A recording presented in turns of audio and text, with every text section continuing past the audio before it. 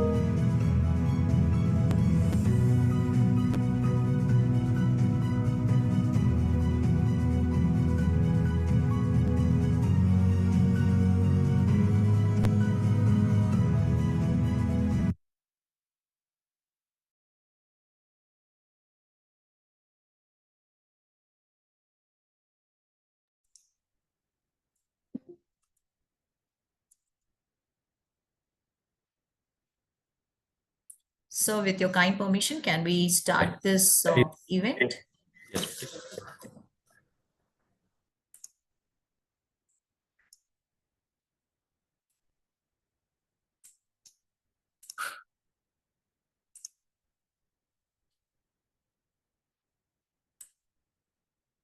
So maybe, sorry, I missed your. Please start. Please go ahead.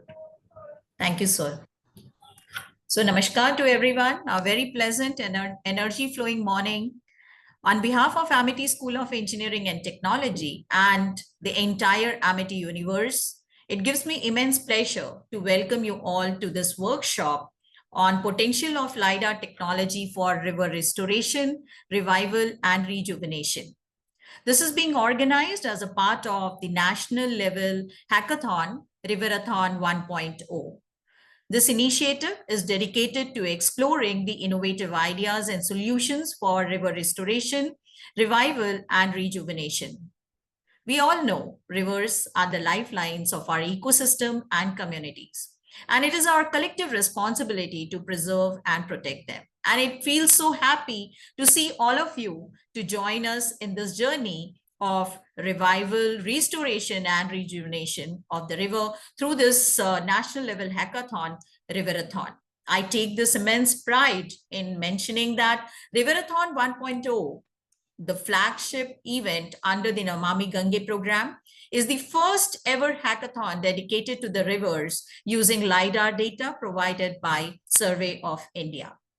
It brings together diverse minds from engineering, environmental science, data analytics, innovation to reimagine the future of our engineers. It's completely an interdisciplinary and cross-disciplinary concept and effort. It is actually designed to promote a multidisciplinary approach. And through this approach, we are trying to align along the United Nations Sustainable Development Goal.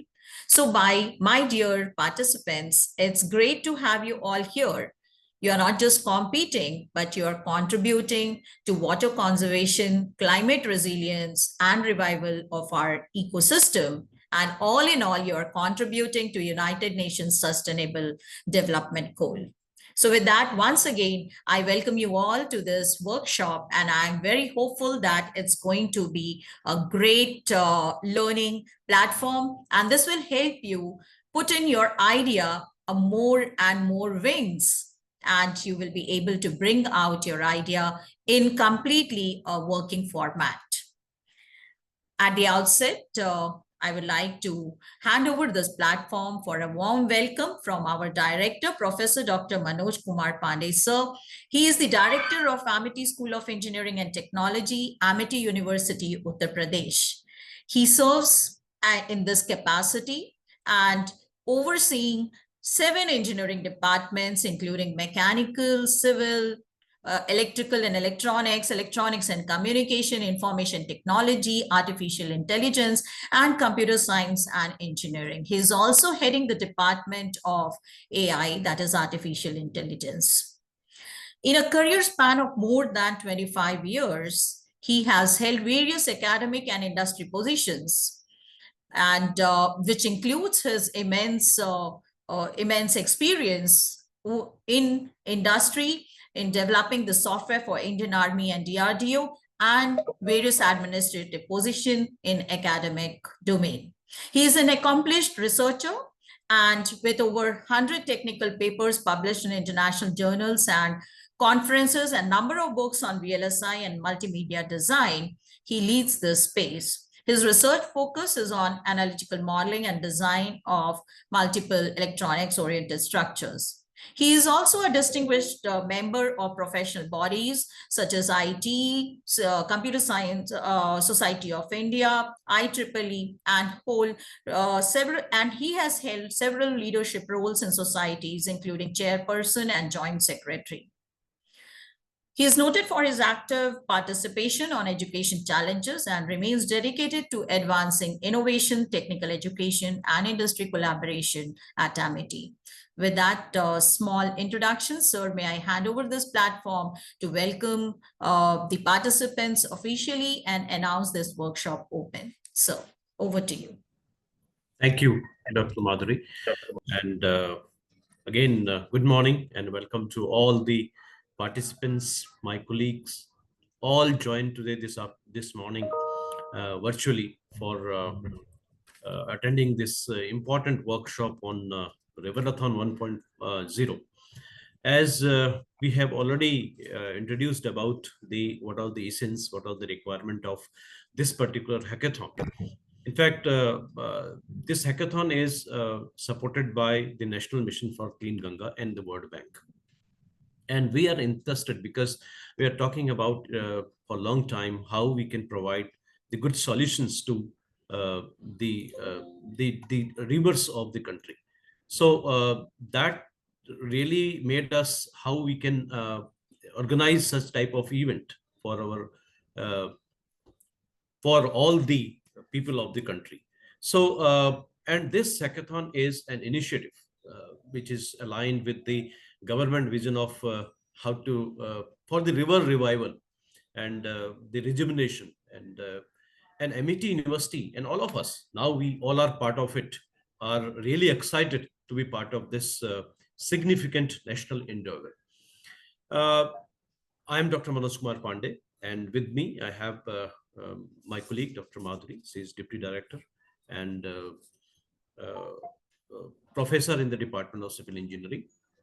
So to just tell about something about the Amity universe, that Amity group of education institutions that have established 12 universities across the country and having 150 institutions, 25 schools, preschools, more than 200,000 students studying at a time. And we have the abroad campuses also, the offshore campuses, including the campus, including in London, New York, California, Singapore, Dubai, and many more countries that we have. We have as this hackathon is dedicated to many disciplinary, interdisciplinary, and transdisciplinary areas that is covering up.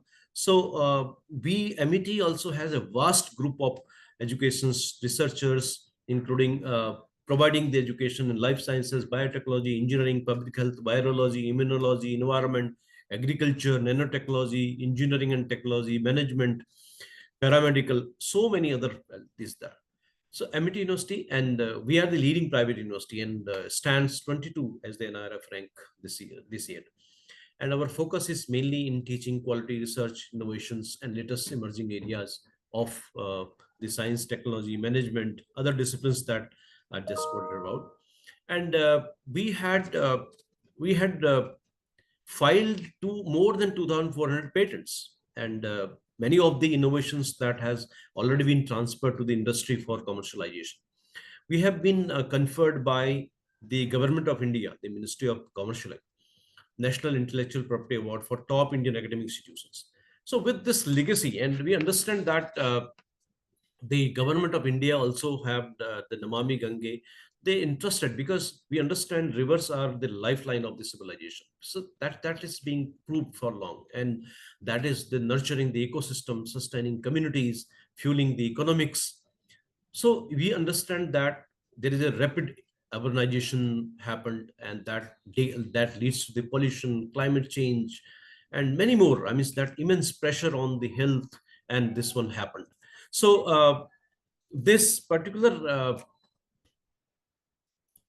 hackathon 1.0, Riverathon 1.0, is the flagship under the Namami Gange program, is the first ever hackathon, because uh, no one have heard about how the using the lidar technology, and we can talk about conducting a national level hackathons which will lead and which will provide the solution of the river related problems, and together with, so it again it will bring the diverse minds from engineering, environment, transdisciplinary, interdisciplinary.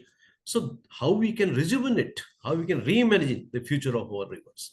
And this promotes a multidisciplinary approach, and that blend the cutting edge technology with policy insights and community engagement, all aligned with the United Nations Sustainable Development Goals. So by participating, you are not only just competing, but you are contributing to the water conservation, the climate resilience, and the revival of our ecosystem. So, and lidar technology is, we understand that that offers high resolution topographical data that can be essential for mapping and monitoring and planning of the river restoration. So, and of course, the rejuvenation initiatives. So, this particular hackathon that aims to foster the multidisciplinary approach for the people, those who integrate technology and policy, community-driven solutions for the sustainable restoration, aligning with the development goals. So these are the SDGs which we are really, by conducting or participating in this type of event, we are contributing to the SDGs. SDG 6, that clean water and sanitation. So we understand that this hackathon directly addressing the river pollution, the water quality, the sustainable water management using lidar technology, and it promotes the restoration of the water ecosystem, the rather you can say the aquatic ecosystem, and how to provide the innovative solutions. So uh, 6.6 is where improving the water quality, integrated water resource management. So all that way we are contributing towards the SDG 6. SDG 9 is the industry, innovation, and infrastructure. And this Riverathon is integrating the advanced technologies like LIDAR technology, the GIS, and we have included the AIML, the cloud technology. So many uh, for the resource, the water resource management and the river restorations. So that is encouraging the entrepreneurial and tech-driven solutions for the sustainable infrastructure, sustainable cities and communities. Similarly, the climate action. So by developing this solution, there is a reverse rejuvenation solution. This event contributing to the climate resilience as well. Similarly, the life below water, life on land, partnership for the goal. So all these are the SDGs, how and through which that is contributing, this event is contributing towards these one. So the objective of this event is to develop the innovative solution using lidar technology data for the revival, restoration, and rejuvenation of the river Ganga. That all of us, all the participants, all those who are participating in this particular event are going to do, and to engage the experts, the institutions, and the stakeholders to bring the practical solutions that will restore the river Ganga and the being future of the generations. Uh, so, how through the accurate mapping? So, lidar data is to create the detailed 3D map to river basins, the floodplains, surrounding areas, and then analysis of the river health, identifying the riverbank erosions. siltation patterns, vegetation covers, and the potential pollution hotspots. So design solutions, developing solutions for improved water management, preventions, and the habitat restorations. Same way, the sustainable restoration plans that proposing the methods for long-term monitoring and the ecological sustainability. So these are the so keeping these objectives in the mind and the task entrusted by the Ministry of Jal Shakti. So these are the main themes that is being identified for this particular event, this particular hackathon. So starting from the floodplain mapping, zonation, and forecasting. So the floodplain restoration, biodiversity mapping, riparian zone vegetation analysis, river neighborhood infrastructure mapping, digital twin for urban river interactions, climate and environment monitoring. So these are the 10 themes that has been identified, and you have already been uh, addressed these themes by submitting your ideas and the problem statements that you have submitted. So how these themes are contributing? So the floodplain mapping, zonal and forecasting, so by simulating the water flow and the accumulation. So LiDAR may be used for flood prone mapping, zonation, and flood forecasting, so under different rainfall and water discharge scenarios. Also, the LiDAR data can be used to integrate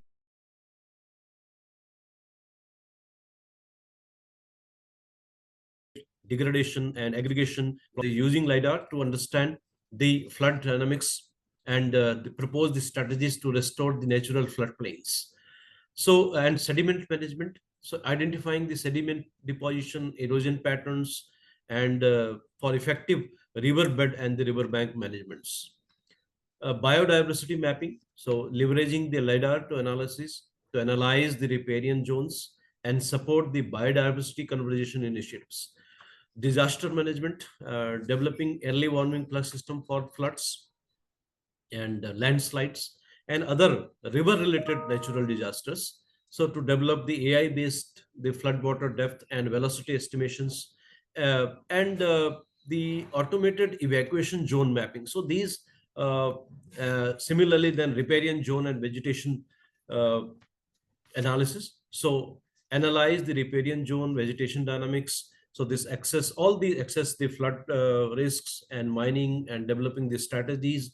So these are the themes which river neighborhood and infrastructure mapping to identify the vulnerabilities in critical infrastructures, access the flood risk, sand mining, and develop the strategies. So map archaeological sites along with riverbanks and create the augmented reality or the virtual reality status for people to explore these sites virtually. So digital twin for urban river interactions. So that creates, you can create the virtual representation of the urban river system by integrating the street level imaginaries to improve the understanding and the management. So next gen technology and ribbon flood modeling. So these all are the themes, identified themes, which you have already been submitted your ideas about. So these are the phases that hackathon will work in. So phase one is where ideation submission that is being already done, and we are right now working on the phase two where the screening of idea is and that is being assigning of the mentors for all the teams, and the screening of idea is now again jury members has been identified, and then all your ideas are going to be transferred to the relevant jury members for that.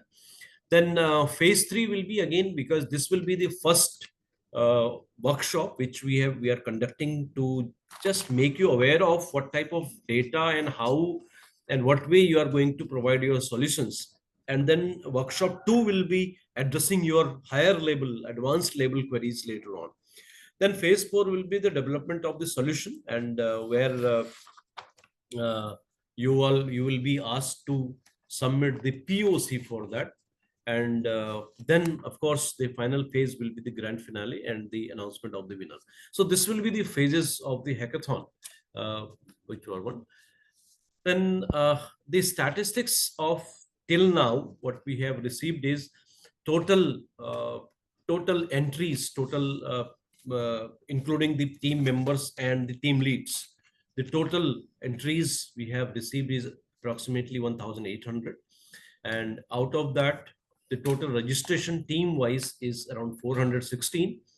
Uh, Almost we have received the nominations from all the states.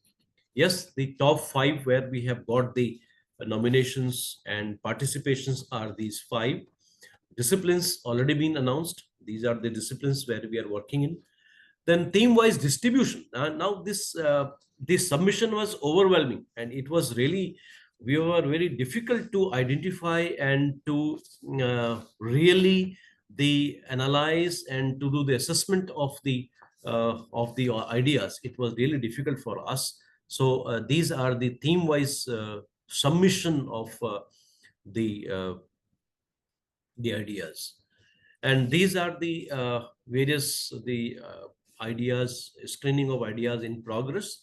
Already I have told you about the workshop for participants right now, and then uh, the online workshop right now is for 25th and 25th and 26th we have announced, and now next will be announced in the month of November, first week, that we are going to announce the next workshop for all of you.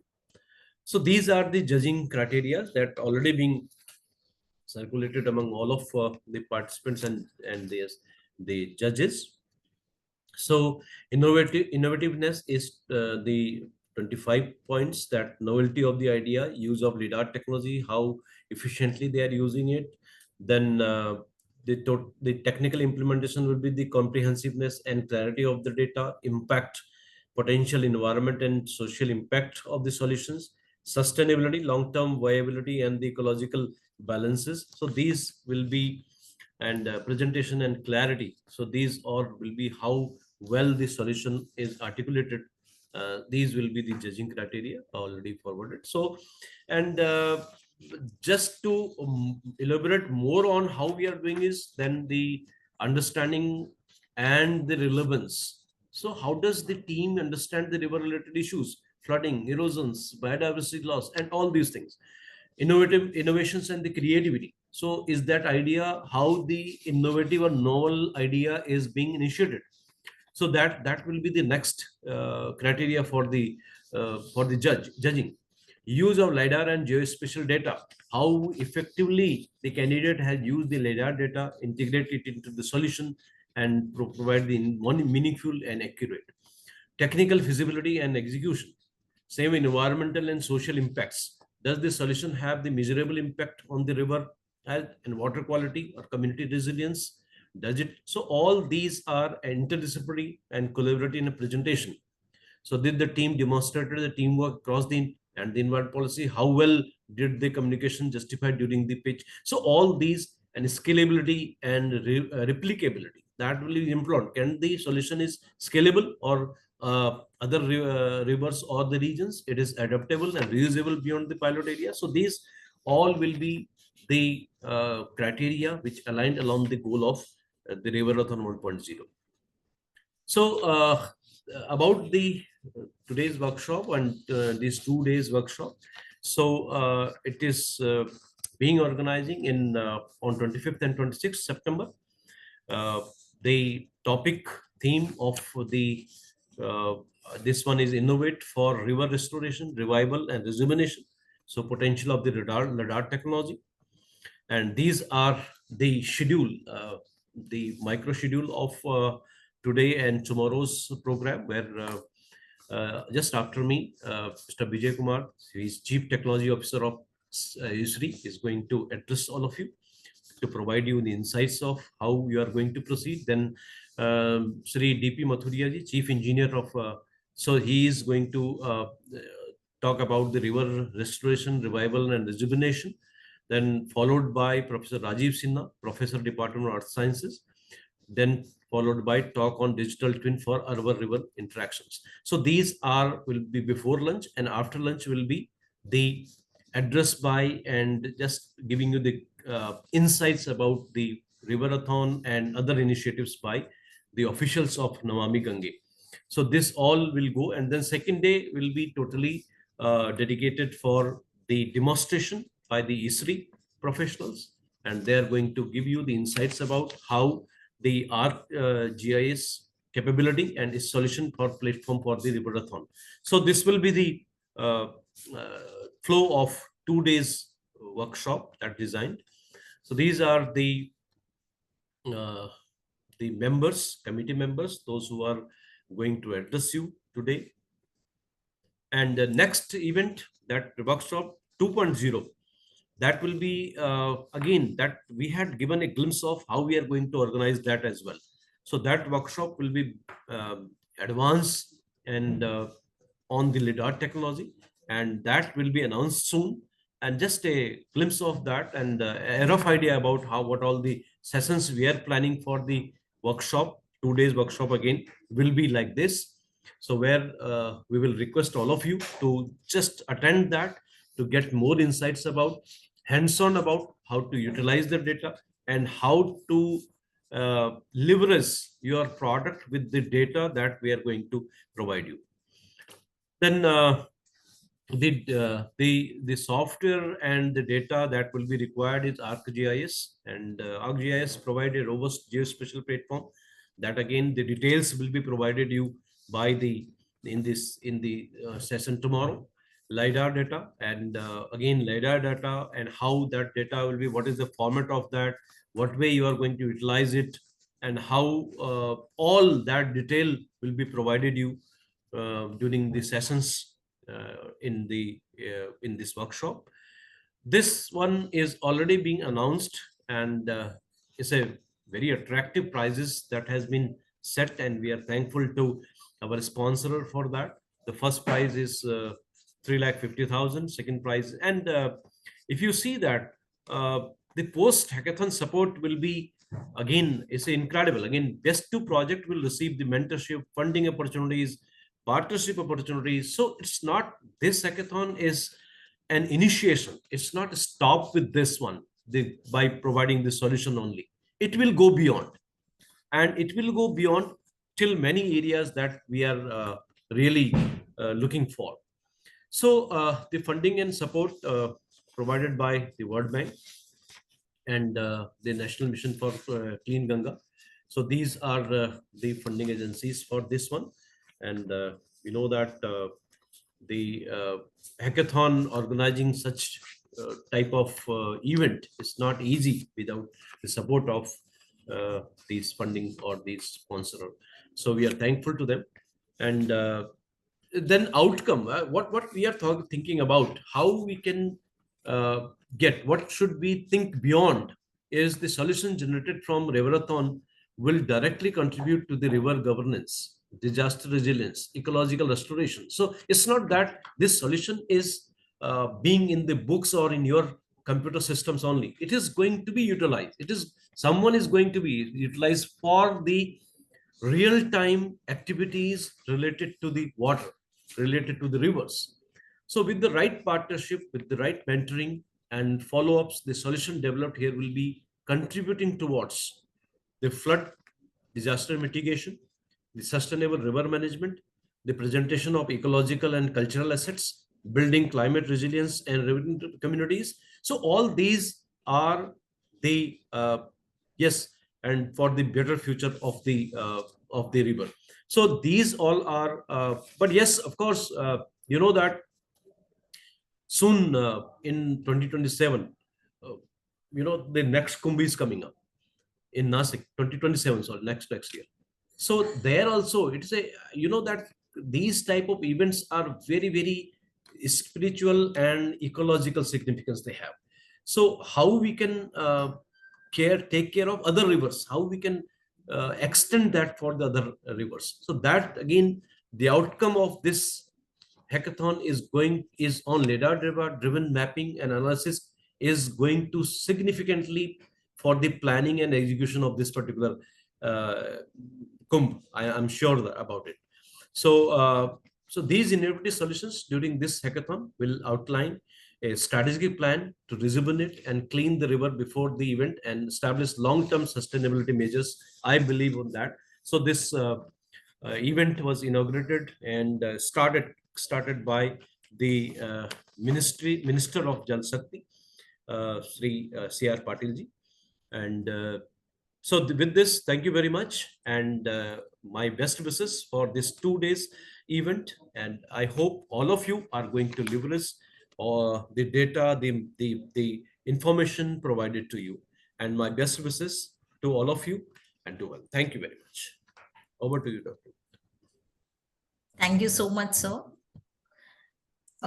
Thank you for giving a comprehensive presentation on what Riverathon 1.0 has in store and the outcome, significant outcome that Riverathon 1.0 envisages to bring in. So with that note, we will move on to the next speaker of the day, Mr. Vijay Kumar. Mr. Vijay Kumar, you are here. Request you to kindly switch on your camera.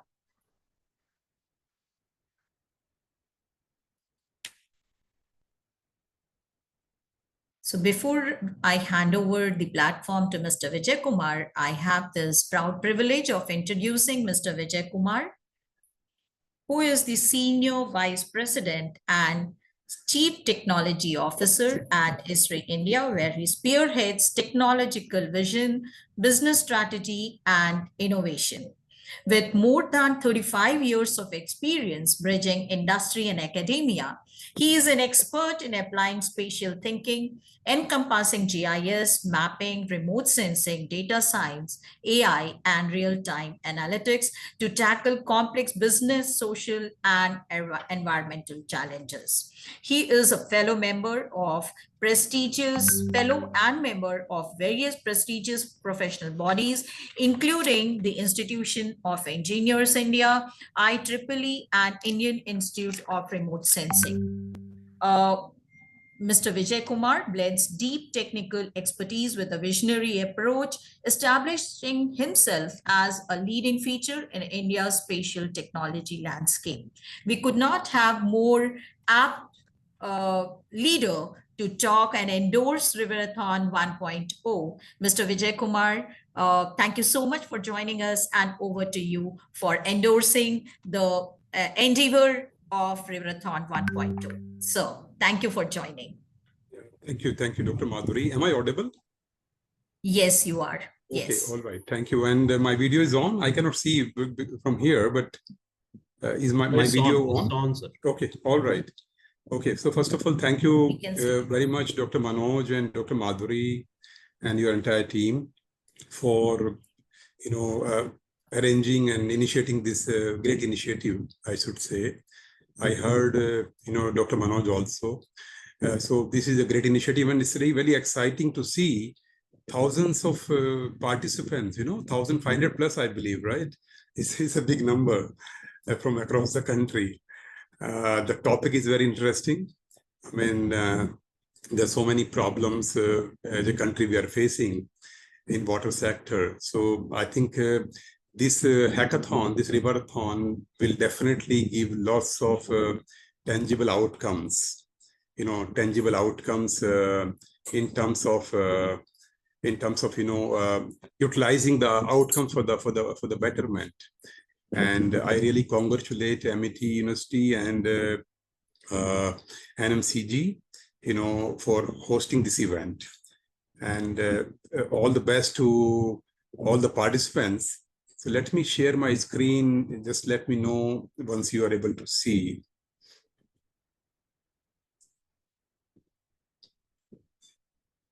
Yeah, let me know once you are able to see my screen.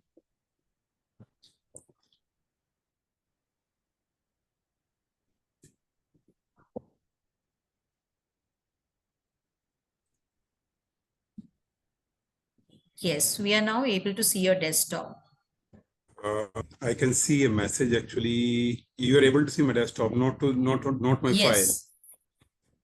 file. Now we can see your file.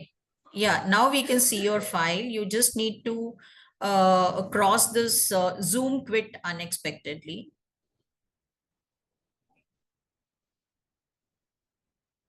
Yeah, no, now it's unshared. Now it's unshared.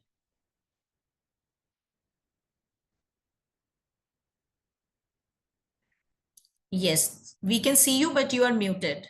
You just need to unmute yourself, but Yeah. the screen is visible now. You can hear The me screen now? is visible. Yes, we can You can hear hear you me? and the screen is visible. Okay, wonderful, wonderful. Thank you so much indeed. Today I thought to just give highlights of how GIS, remote sensing, and AI technology is progressing. What is happening around the world? It's a global perspective, on this technology. So uh, you can see my slides, right? Yes, yes. Oh, okay, wonderful. So today we have more sources of imagery and other remotely sensed data. All of us are aware, whether it is optical sensor, whether it is LiDAR or hyperspectral or SAR, or various kind of sensors are available today. And I think space technology is really moving in a very very fast pace. So lots of this data, remotely sensed data, is available to all of us, with multiple sensors and multiple satellites.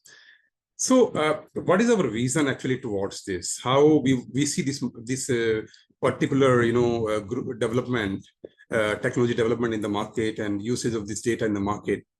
Our thought is to empower users to gain imagery-driven insights for deep understanding and decisive action by providing the most inclusive and integrated platform. See what used to happen. I mean, if you go back in last couple of years and decades, there are multiple systems for remote sensing. There are separate systems for GIS, for AI, and it's very difficult to actually get everything integrated, right? So our vision, is to provide an inclusive and integrated platform for imagery, geospatial content, both. So if you see, I'll just give one slide around this at ArcGIS. ArcGIS is our flagship product and platform. Is a comprehensive geospatial and imagery system. That's what we call, right? So it's not just GIS platform. It's a complete comprehensive geospatial and imagery system. You will hear about this in more details with few demos in subsequent session from our team. So primarily, this system caters to entire workflow, starting from entire data management. When I say management, means storage and upload and all that, cataloging and searching and all that. It's all management. Then analysis. You are able to analyze this data, variety of data, whether it is from drone or aerial or satellites or from different sensors. You can analyze all this kind of data to produce actionable insights. For example, during this hackathon also, you have got different kind of data sets. You will use different imagery and GIS data sets. So it will actually help you to have integrated analytics around this data within the platform. Now then after that, visualization. You visualize the outcomes and what is happening and insights, and then take right decisions. So primarily, this is objective is to deliver seamless access and insights to the users, whether it is research scholars or students or user community or scientists, research scientists, so different kind of people. So now, ArcGIS also in last one decade, we have worked very hard to integrate all AI capabilities within ArcGIS ecosystem. So ArcGIS is being enhanced with AI, integrating the power of GIS and AI. So if you see the entire and the left side, advanced science, AI tools and models. So I'll talk about that a little bit. There are 100+ models which are open and extendable. What I mean by that is when you can start downloading those deep learning models and you can modify those as per your requirements and then use it for your project. That's possible. These are open. I'll talk about that a little bit more. Then, the second piece is right side. If you see the productivity part, our focus is actually around how to increase user productivity by integrating, AI assistants. We call it Gen AI, for example. You have a user is not really very, let's say, expert in GIS or remote sensing or AI, but in spite of that, he or she will be able to use ArcGIS platform with the GIS and AI very well, right? With all this, assistant. We'll talk about that a little more. So purpose is making ArcGIS easier and more intelligent. I've seen many topics what mentioned by Dr. Manoj is a lot of you have shown interest to use AI, right, and in processing and in various other aspects. So I think this is going to really be very helpful for you once you go through in more detail. So what we see typically, AI, what we see, what we read, and what we learn. So typically, if you see this slide, what we see, let's say, satellite imagery, we have aerial photographs, we have videos, cameras, right? So we can do object tracking, detection, classification, and so many other things, right? So what we see, what we read, primarily by LLM integration. So playing around with the text and entities and various aspects of what we read and analyze. So different models, multimodal, AutoML, various models are there. You will see once you go through in more detail. So all these are actually integrated and available in ArcGIS. In GeoIPs, I'm talking. Then you have complete other, different kind of models for learning, for creation, and all that. You will see in detail. So in a second, this is second piece. Primarily, second piece is, as I mentioned, to objective is to streamline your work and making ArcGIS easier for you. So by integrating Gen AI and all those models. So you will see that in various applications, whether you talk about field data collection apps or web apps or other models and other AI tools, you'll find lots of integration of this kind of capabilities to make you more productive. That was the idea. So ArcGIS is becoming a geospatial AI platform. It's a geospatial AI platform now by integrating the power of GIS and AI. So I think many of you will actually get hands-on also during this entire workshop and hackathon, and some sessions by our team also around that in detail. So as I mentioned about, this is primarily founded on AI framework, right? If you see my slide in the center, you have various agents and models and LLMs and various GIS tools and data sets available. And we are moving towards agentic ecosystem. This is only the beginning, because AI, there is every day there is a change. There is a new update coming up. There is a new research outcome is coming up. So I think it's very exciting area to use AI to harness AI capabilities within ArcGIS ecosystem, within GIS and remote sensing technology domain. It's very, very interesting. So typically, as I mentioned earlier, to see from other aspects is that you can do all this kind of thing, whether you have overhead imagery or 3D point cloud, like you will have in LiDAR data you have got, right, for this project also. So you can, there are many models actually, if I remember correctly, if you type there in Living Atlas, you type DLPK LiDAR, you may get 50 plus, different models available for different purposes. So very, very interesting. Then you can analyze time series data, oriented imageries, field images, 3D scenes. So variety of capabilities already embedded. Just to give you a screenshot, that a glimpse. What kind of pre-trained model? I talked about 100 plus deep learning models already available in ArcGIS platform, freely. You can download, you can modify and use. So you see these kind of models starting from detection of different objects to process different things, and I think it's complete automated workflow and creating new data layers, all embedded.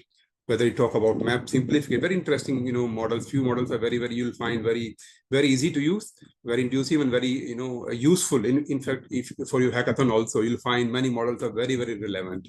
So feel free to explore this and use it. Then apart from the pre-trained model, then you have generalized pre-trained model, which are generalized.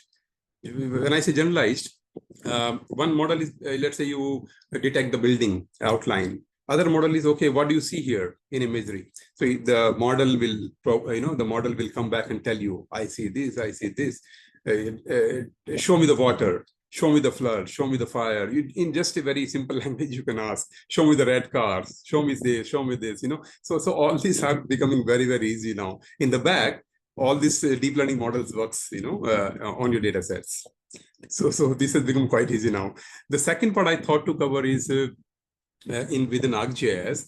When you start using ArcGIS, you will get access to Living Atlas, which is a repository of contents available to you freely, right? The say entire satellite data of Sentinel or Landsat, or even there is a high resolution data available for India for 30 and 60 centimeter, for Maxar and other satellite sensors in the Living Atlas. You will see these layers when you start using it. So these are base maps. So then we have lots of data sets available for India added to this, hosted in India, on cloud, so that our users can benefit from these data sets rather than looking here and there. You as a researcher also, as a student also, you can start using this data. So you have all India boundaries. We got this boundary from Government of India up to village level. Then many towns around, I think 200 plus towns, we have ward level data. Very interesting. And we have got data of census from Census of India integrated. So I think it's more than 300 variables, parameters attached to every feature, including boundaries, block or village or ward. You will see large amount of data sets available to you. So because census happened in 2000, there is a hand raised by Prabhat Kumar. Am I supposed to answer? Yeah. Anything? Take up the question later on. Yeah, we can take the questions later on. Yeah. Oh, sure. At the end of the Yeah, that will be better. Yeah, thank you. So this data set primarily, as I mentioned, integrated with all these boundaries data sets and available to you, right? You can start using it. You can start embedding this also in your apps. Then postal boundaries, demography. So what we have done 2011 census, then we have utilized various other global data sets, and there is a derived demographic for 2025 also, recent demographic for every part of the area of the country, for village and for states and districts and every part of the demographic. You will have recent demographic also. So how this will be helpful? For example, you want to analyze the impact of some event, let's say flooding or some other event on the population, on the demography, on the building boundaries, on, let's say, so you have a building footprints for the entire country, right? In the data sets, you will have entire road network, live traffic, population projections, and so many data sets you'll find, in this Living Atlas of ArcGIS for India. So explore this Living Atlas for your project also, I should say. Now, one more point I thought to cover is that once you do this data modeling, once you do AI, machine learning around your data, around additional data from ArcGIS Living Atlas platform or any other data sets, then the outcome you should be able to configure in dashboard. So what is dashboard? Dashboard is basically no code, low code. I mean, you need not to do any coding, right? It's a configurable kind of a dashboard which you can create for projecting your insights to decision makers. So you can configure this dashboard for mobile, for iPad, for desktops, and different kind of options are available. And whatever outcomes you have, you can also project your raw data, your derived data, your outcomes, whatever you want. You have that control in this entire technology. So I suggest you to explore this also, because this is going to help you to present your outcomes in a very structured fashion, a structured manner to the audience, to the jury, and to the further management. Very, very inducive and helpful. So it's very easy also to create. I mean, when I say this, it's very easy to create. I mean, you can create these dashboards in a couple of hours for you, right? Very, very useful.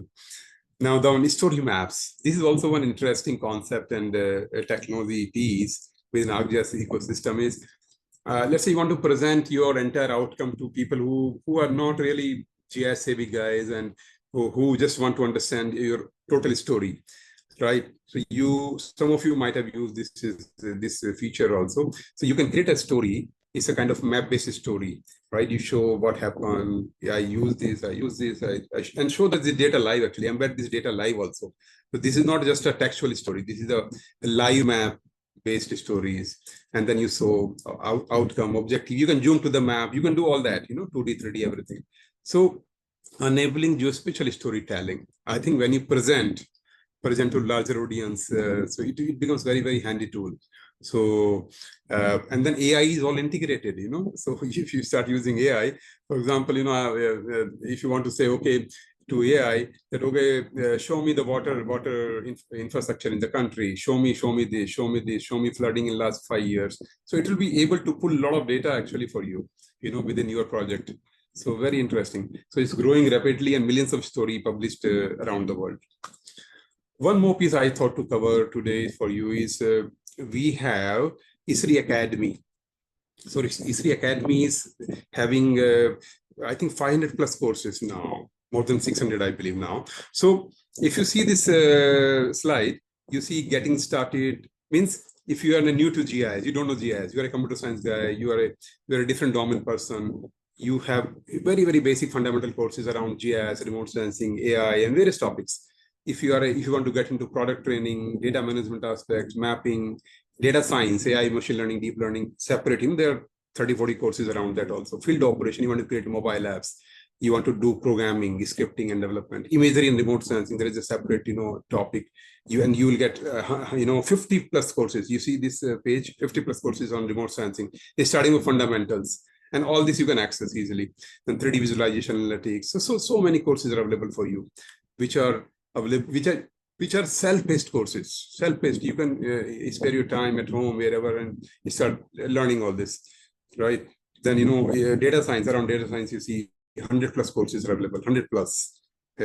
Starting from getting started, fundamental data engineering, detect and quantify pattern, determine relationships, find and best location. So many topics, predictions and modeling and scripting. And so I think all this will become this hackathon. When you start using this platform, you will also, learn and get additional skills within this ArcGIS platform and ecosystem, which will be really very, very valuable, for you as well going forward. I mean, everybody in the industry is looking for this kind of, capabilities and skills for various projects and programs. So this is what I thought to cover, and I'll be happy to take their one or two questions if time permits. It depends on, time. Yeah. So, yeah. Probably we have disabled Okay. we have muted the participant, but yes, they can type in case anyone has any queries regarding whatever Mr. Vijay Kumar has shared and the technological capability of ArcGIS and want to know more about it, explore it. So you can just put across your question in the chat box and we can take it up. But for the participants, would like to inform you that tomorrow is the day which is totally dedicated to our solution partner ISRI India, and they are going to showcase the several opportunity that you could gain by having ArcGIS as a solution platform for your solution. You have already talked about the idea that you have, and in case you want to have it implemented, and I would like to submit and would inform Mr. Vijay Kumarji that there are several participants who have mentioned about using the OpenGIS, QGIS, and several other GIS enabled platform. We would encourage students to use ArcGIS as it has a lot of capabilities which are inbuilt and may save your time to bring your idea live. So I So don't maybe I think it's a see good the idea, question. Dr. Badri, that tomorrow in detailed session, probably, participant can have more question and answer session, because it will be a very detailed session for tomorrow, right? That's okay. Absolutely. We will Whatever you enable the suggest, interaction there. Yeah, we will enable the interaction there. So definitely we will do that tomorrow, and we'll actually encourage students to interact. Thank you, Mr. Vijay Thank you Kumar, so for much. sparing your valuable time and being there as part of this Riverathon 1.0 online workshop. This is the first workshop, and we are sure that we are going to walk together through this journey and make this as a successful journey. Thank So you. congratulations and thank you very much, and wish you all the best. Best wishes to all Thank the you. participants. Namaskar. Thank you so much. Mr. Vijay. Thanks for your time. Thank you very much. Thank you so much.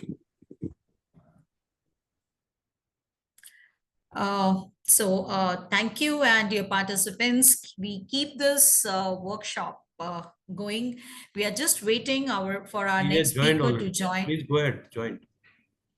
Oh, yeah. Namaskar, sir. Thank you for joining in. We have been joined by Sri D.P. Mathuria ji, who is our next speaker for the day.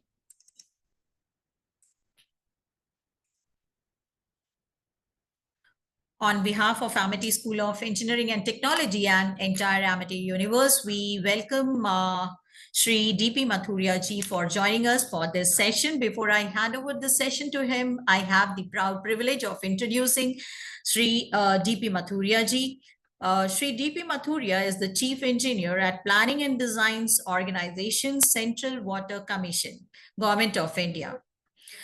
He brings in extensive experience in water resource management, particularly in hydrometeorological research, river basin planning, and flood forecasting. He has played a significant role in advancing GIS and remote sensing application to support water resource management and policy planning across India. He has been actively involved in various inspection and oversight functions, contributing to critical projects and initiatives under Ministry of Jal Shakti.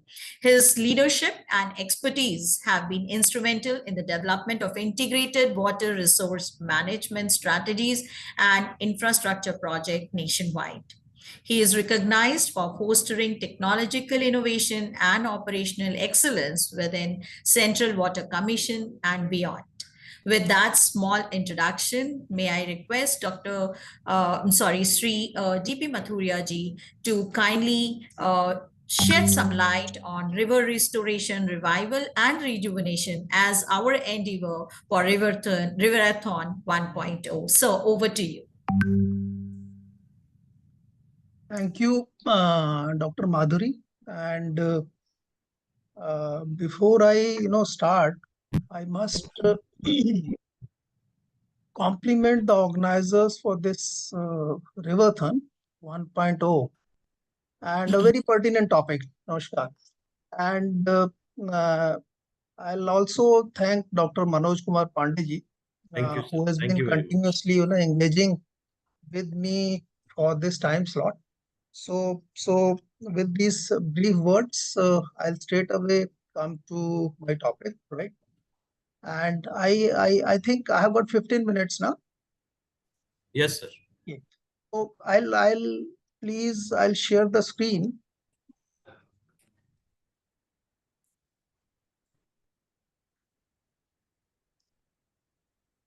I think my PPT is visible.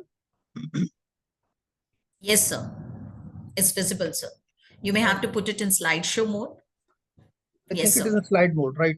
So see Yes, sir. this to the participants, in fact, now, this, the subject of river restoration, revival, and rejuvenation inspires everyone. And it is something we see every day in our lives. We see, every time when we walk through, when we are traveling, we see the rivers, and most of us are residing in some urban settlement cities, and we have been witness to these river and water bodies having faced the challenges of growing urbanization. Now, needless to say that India in particular have, rivers have been cradle of our civilization, which have been, vibrant, and which have been very, very, thronging with life over all those years. But recently they are facing a lot of challenges, And we'll come to those challenges very shortly. But the main pertinent question before to us today is that how we can use technology to address some of those challenges, and what those advanced technologies can offer in way of solutions, and which can help we people who are there to ground those solutions. For example, we in Central Water Commission, people who are managing various river rejuvenation programs, to use these technologies to help revive and regenerate these water bodies. So let us try to look at few of those things, those challenges. See, as I've said, rivers are facing some of of those years, some of major issues, major challenges. One very short-term challenge, one very short-term issues which rivers have been facing, and I think everyone must have been seeing, whether somebody comes from Delhi, Mumbai, Pune, or Chennai, or uh, Chennai, or say, for example, Nagpur, Kolkata, or any, I mean, name any city, even, even name any city, you'll find some river and river suffering because of pollution, largely municipal, industrial, agriculture runoff, etc., etc. So that is a huge problem, but that is a short-sighted issue. Then there are issues about depleting flows in the rivers. Rivers have been hydrologically altered over all those years because utilization of water has increased manifolds for variety of the consumptive uses. And third important issue, which I like to flag before this community which is participating in River Hackathon, is unauthorized encroachment of the river banks, which is impacting the floodplains, natural river channels, and which manifest in various ways, like increased flood risk, destruction of natural habitats, and ultimately this compromises the assimilative capacity of the river, capacity to repurify itself over the period of time. So as I've said, three important, we can categorize these issues: pollution crisis, crisis related to hydrological regime, flow depletion, and third is on unauthorized settlements, issues related to what we usually say is geomorphologic integrity of these rivers. And traditional restoration techniques often falter because of a variety of reasons: lack of visualization, lack of comprehension of the problem, a lack of dimensioning the problems. And reverts happens to very complex, systems. And therefore, to have a better informed decision, it is important that hmm, hello, हाँ, ठीक है, I'll be. So to have a scientifically evidence-based solutions and intervention strategies, it's very important that not only right technology is utilized, but right kind of data is also available. And please note by this point, not only technology should be robust and technology should be adaptable to the present situation or the problem we are trying to comprehend, but technology should also be able to tailor itself to the data which is available. And data is a huge issue. Until unless the data is available, I'm pretty sure that solutions will be wanting. So therefore, this is first word of the caution from my side. Now coming to lidar specific discussions today. Why I'm coming directly to lidar? Because lidar may offer or a multi-fold leap in our endeavor towards these issues of river rejuvenation, revival, etc. I know everyone knows that what lidar is. The basic advantage of using this technology is that it offers us a very precise and high resolution three-dimensional map of terrain, and it captures almost everything. And this is very versatile. I'll not come to the costing part. This is very versatile. Either you can have it installed on fixed wing kind of an aircraft, or it can be mounted in the drone, etc. And the speed at which you scan the area and generate the data and then process the data is tremendous, which was not thought in the previous times. And therefore, it solves many of the issues which comprehend, which in fact plague, in fact, which in fact used to limit the capability of the ground engineers, etc. in the earlier times. One is that accuracy levels are unmatchable. Uh, it penetrates almost everything, vegetation and up to the ground level, and provides us the information that is needed. Now, when it comes to how we can use this technology to river specific applications, this becomes even more interesting. The traditional surveying methods, it did had certain limitations. It did had limitations of penetration, and it did had limitations of expansion scale, and more importantly, it had limitations in terms of the accuracy, and all those are offset. And now just looking at these values which lidar technology offers, how does it help us and me to address river specific issues? Very precisely, what I need to look at least I should have a time series pulsing of what is happening in my river system, how my river channel geometry have been changing over the time, how my floodplain boundaries have been changing over the time, and what exactly are my floodplain boundaries over the maybe legacy floodplain boundaries, and how they have altered during the recent years.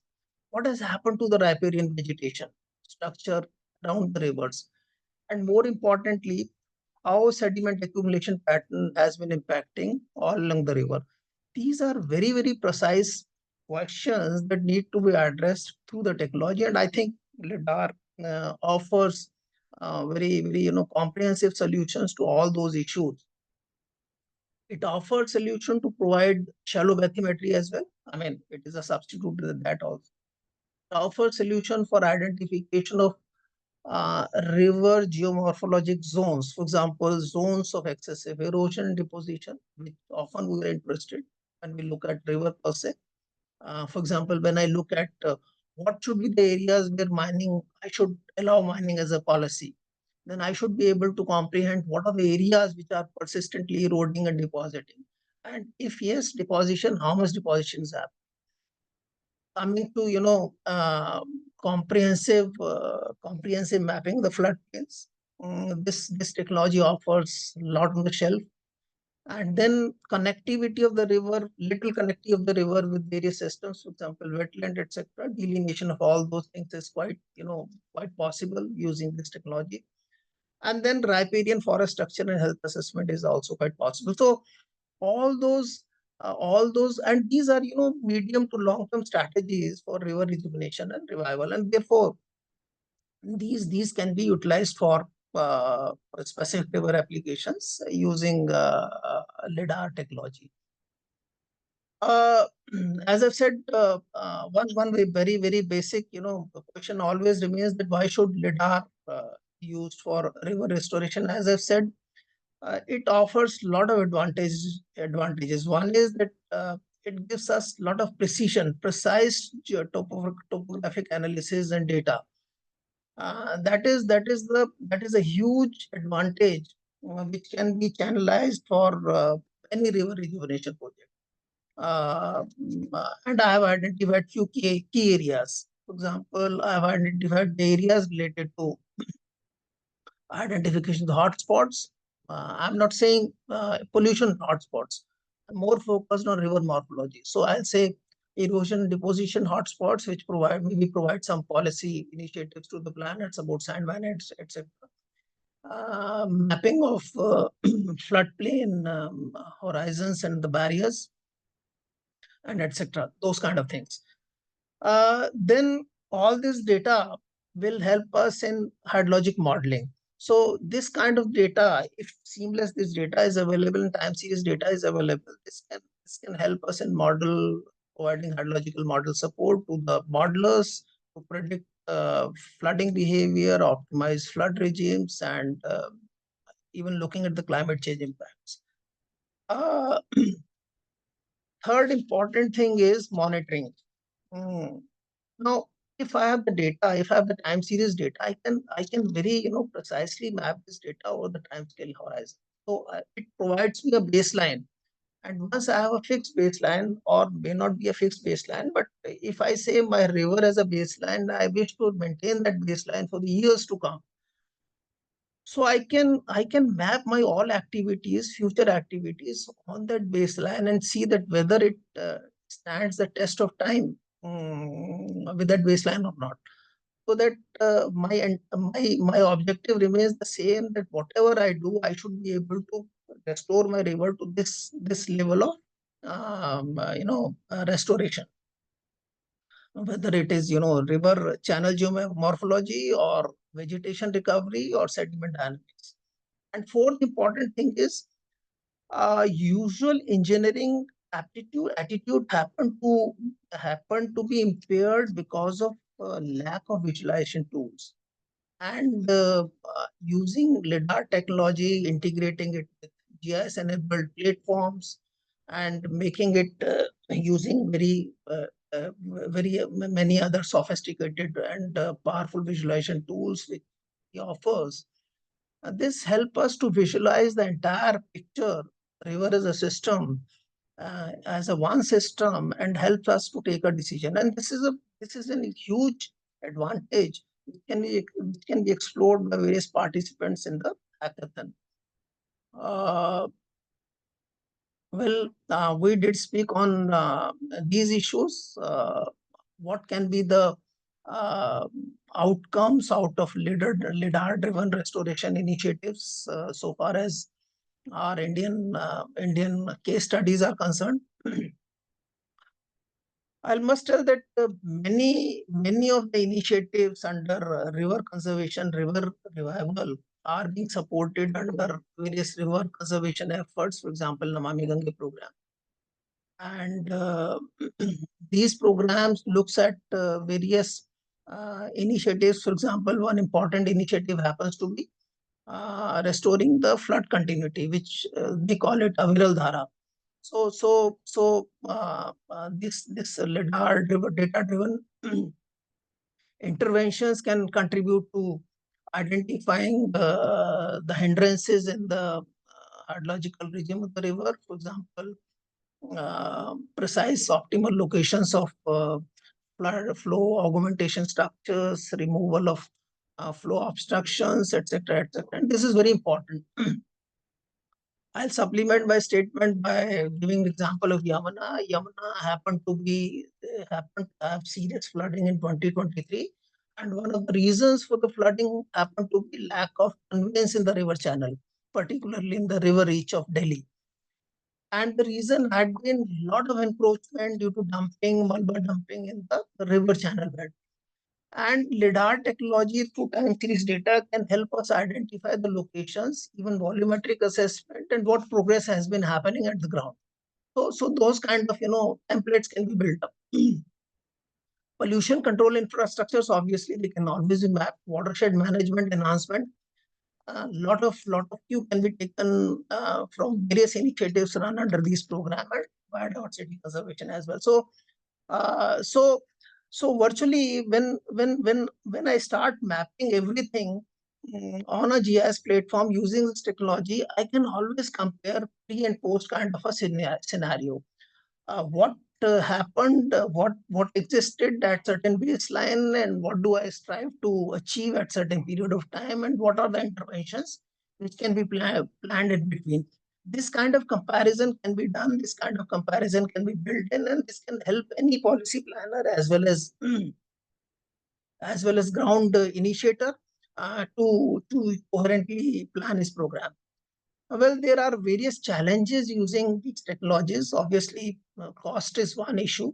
I hope there is enough government opportunities to offset this costing part. There are issues about technology gap, capacity building, capacity issues, about data processing complexities involved, and national scale potential to provide the platform to all these budding entrepreneurs through these hackathons to integrate their information at a common scale. So there are challenges, there are opportunities, and as of now, UAV platforms are existing to load these lidar sensors on for integration purposes.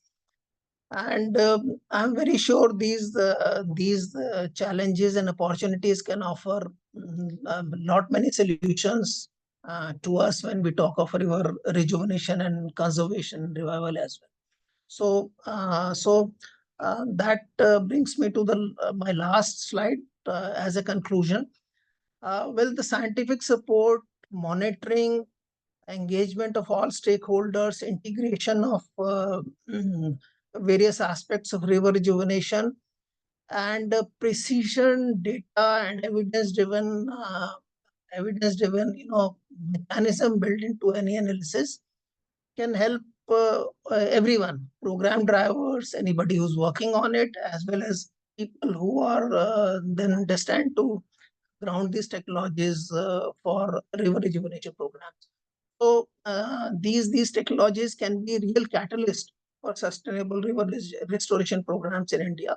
I'm very sure small examples that will come out of this hackathon will help we people, we government people, to adopt these prototypes in amplifying it in majority of the situations.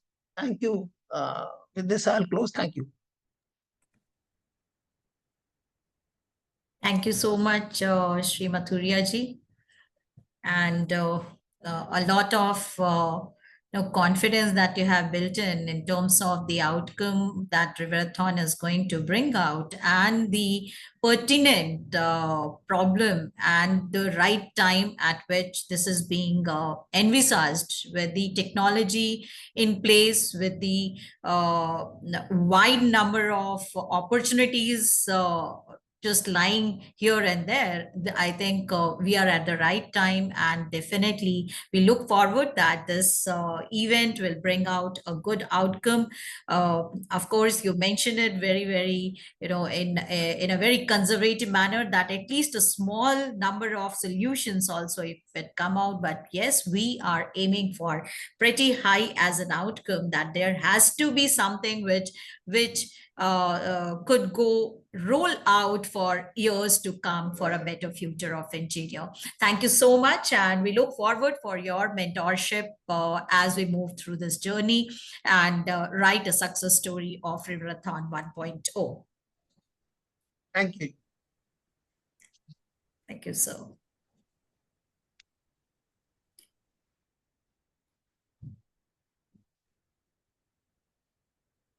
Sir, if we could unshare the screen.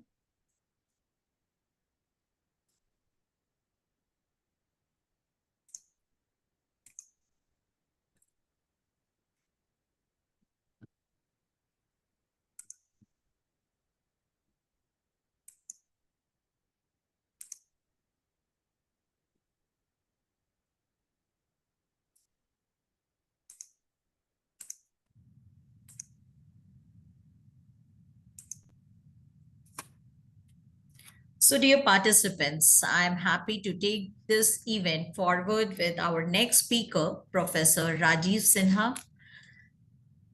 Sir, before I hand over the platform to you, it is my proud privilege to give a brief introduction about the next speaker.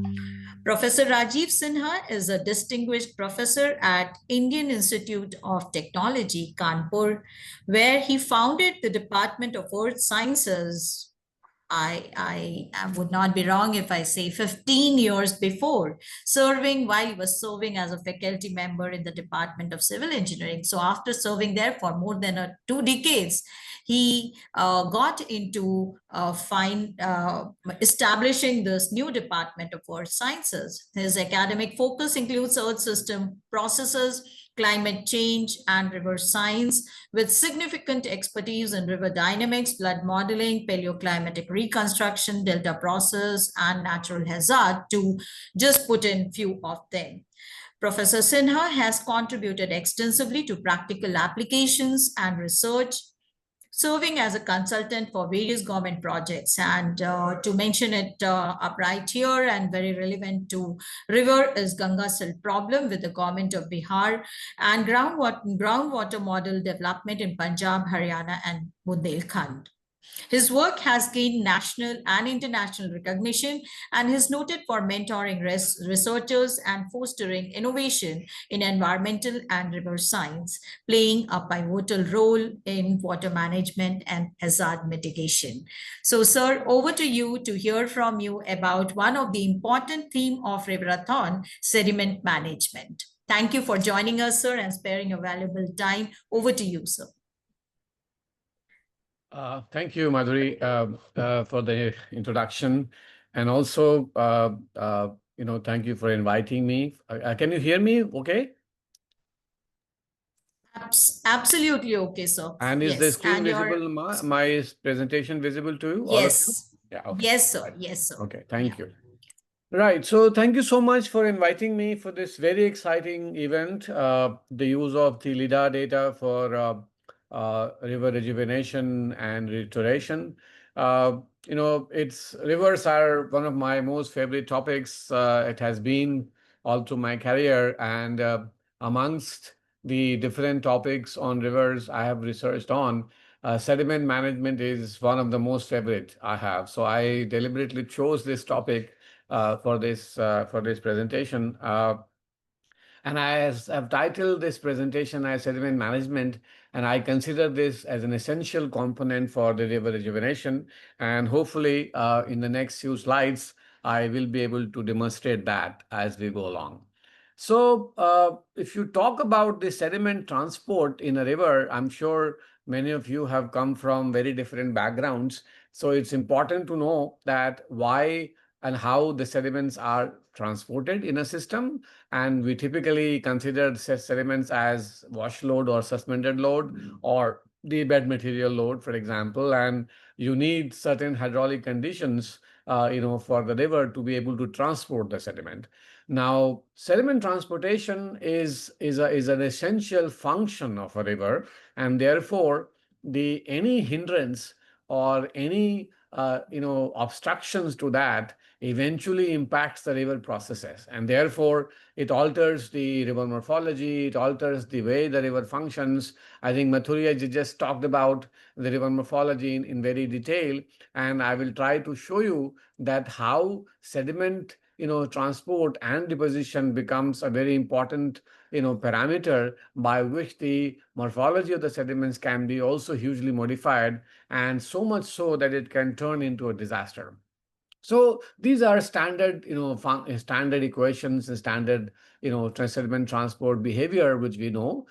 The river velocity, the fundamental point is that the river velocity, or in terms of energy, the river energy has to be good enough to be able to transport the sediment grain of a particular site. That's the fundamental point I wanted to bring up in this slide, for example. Now, we are living in a country like India where we have, a lot of rivers which are coming from the Himalaya. And in the Himalayan rivers, the excess sedimentation is always an issue, okay, right? So therefore, and this excess sediments which are available in the Himalayan systems become a huge problem because they ultimately impact the river dynamics, they impact the drainage condition, they impact flooding, for example. And of course, in due course of time, we have also made a lot of interventions like embankments and barrages, and which have also impacted the sediment, flux and sediment transport in the rivers in a big way. Now, that is one side of the story, that yes, we have an excess of sediments which are available in the Himalayan, and the rivers need to transport that all the way to the ocean, and so that their pathways and their space which they need for transporting water is available. There is another side of the story which we must also remember, and that is the sediment extraction problem. In many rivers across the country, we are actually extracting the volume of sediment which is much more than the rivers can bring in, and that is what is generally referred as sand mining. And this again has adverse impacts on river morphology and ecology and so on and so forth. So the challenge before us is that how do we then achieve a balance between the sediment access and the sediment extraction? And that is where the concept of the sediment management comes into picture. And this is what I'm going to talk about today. Before we go ahead, let us understand why excess sediment is actually important, is dangerous for the river. You might have heard about many of these events. A big flood which happened in the Kosi River in Bihar and Nepal in 2008. For example, Indus flood in 2010, Uttarakhand floods in 2013. And I'm not sure whether you realize this, but a lot of these events had a lot to do with the sediment, which were there in the rivers. The 2008 event happened in the Kosi because the river bed was elevated so much so that it was actually higher than the surrounding floodplains. So as a result, river pushed itself into the floodplain, and therefore the river migrated by almost 120 kilometers, and it created an unprecedented flood. Same thing happened in Indus flood in 2010. In Uttarakhand, a big flood or big rainfall followed by a flood was accentuated in terms of impact because it picked up huge amount of sediment which came on its way, and the flow became so dangerous that it actually destroyed everything which came on its way. Similar events have happened, in this year in the monsoon, in Dharali, in lots of parts of Himachal Pradesh, and so on and so forth. So a simple flood can be exaggerated 100 times if it is mixed with sediments, because it creates a very high density flow which is extremely dangerous and which can be extremely damaging. So this is where the problem is, and this problem is common in Himalayan rivers because these are all very sediment charged rivers. There are also flow reduction from the upstream interventions, which means that the sediments are grading in different parts of the river, which are sometimes called sediment bombs. And then when the flash floods or when the high rainfall event comes, these accumulated sediments are mobilized and then they flow like hell, really. So that is what is the major problem here. So let's examine why and how this happens and how we can resolve this problem using the remote sensing data, and particularly the LiDAR data, which we are now have access to. So let's first understand how do we understand and how do we know where there is an excess sedimentation. So this is a technique which is a simple hydrological budgeting, which is called. So what we need to know is how much sediment is coming from the upstream and how much is going outside, outside a particular reach, for example. And then we do a simple maths. For example, input plus gains is equal to output plus losses. Then it is basically in equilibrium. If it is more, if it is less, then it is the river is degrading, it is eroding a lot of sediment from the bed. If it is more, if the inputs are more than the output, then we know that the reaches are getting graded, which means they are filling up. Now, this has been a model which the hydrologists have been using for a very, very long time. But then there are problems with that, because one of the problem, as Maturiya also pointed out, that we have very limited data in terms of sediment availability or sediment measurements. So therefore, the distances between the 2 points from where the sediment data is available becomes very, very few. So and therefore we are not able to account the reach scale variability in the erosional deposition processes, for example. And because these stations are maybe about 100 kilometers apart, we are assuming uniform sedimentation between the stations, and therefore we can't really take into account if, for example, a large tributary is adding in between and how much it is adding, etc., and so on. So therefore, we have been trying to develop alternative approaches, which is one of the approaches we found was very useful to look at the river morphology and then convert the morphological data into sediment budgeting. And so I will deal with two case studies to just to example, to give an example, and then try to kind of emphasize how the availability of the high resolution LiDAR data can actually help some of these techniques. So remember, when we did this study a couple of years back, such kind of data sets were not available. So we were primarily using the satellite based data sets, and also of course supplemented by the high resolution data collected from the drones, for example. So drones were obviously drones, as you know, can be that kind of a data becomes always limited in space and time, and therefore it restricts the use of that. Now, with the availability of LiDAR data, many of these methods can become much more powerful than I'm going to show you. So the first case study comes from the lower Ganga stretch, where the low slope of the river and of course several tributaries joining the Ganga in this stretch makes the river extremely sedimentful.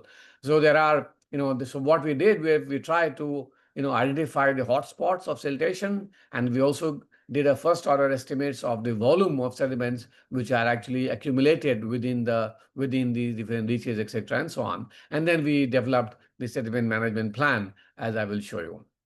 So this is a typical hydrological budgeting which is done. Let's say this is for the Ganga. There are multiple stations. So we look at how much flux of the station of the sediment is coming from different stations. We do a simple math, and then we estimate how much of sediment is either being accumulated between the 2 points or being eroded between the 2 points. But as I said, the data set become very limited because your stations, as you can see, are more than 100 to 150 kilometers apart, and you have absolutely no information at high resolution what is happening in between the 2 points. So here, for example, you see that we got some estimation of aggradation or erosion or deposition between the 2 points. We got some hint of the total accumulation of sediments in terms of some million meter cubes, etc., and so on.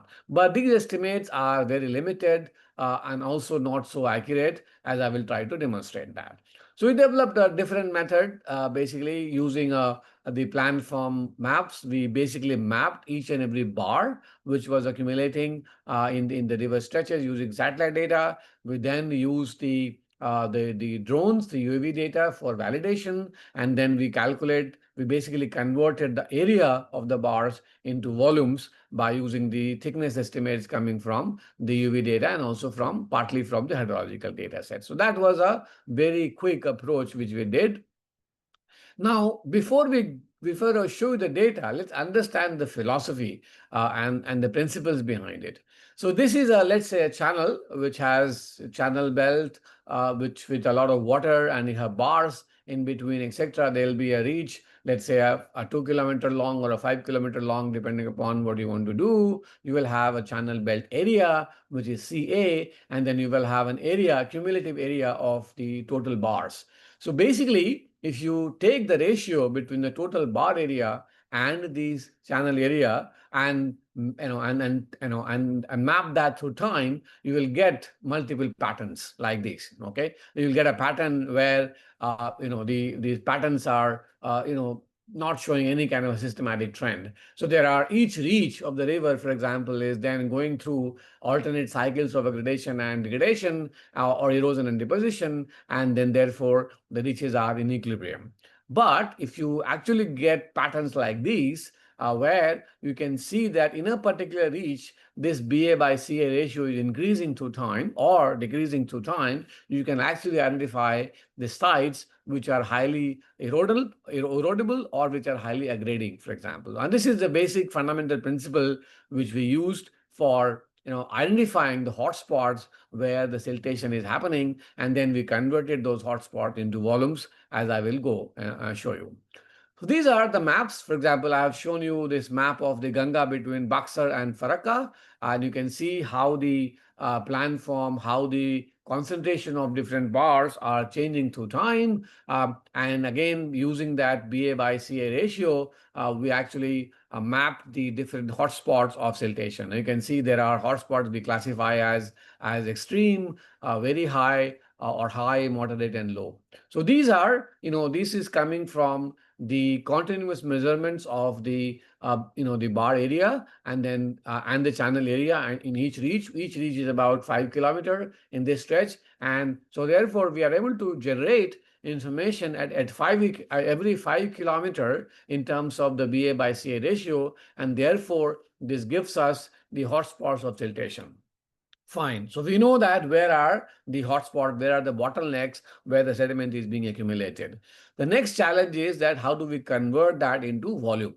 So for that, we carried out multiple drone surveys, in different areas, in different reaches, and particularly in the low flow time when the water wasn't there. So we could actually, using the very high resolution dam, which is about centimeter scale resolution dam, we could actually generate the information about the heights of these bars above the base level of the river. So these gave us, for example, a bar height was about 2.34 meters or 3.57 meters from the river base, etc. And we generated this kind of data sets for every every stretch, and then we use that height to convert the bar area into bar volume, and therefore for each 5 kilometer stretch we could actually calculate how much of sediments are actually accumulated within that particular reach at reach scale, and we could come up with numbers like 656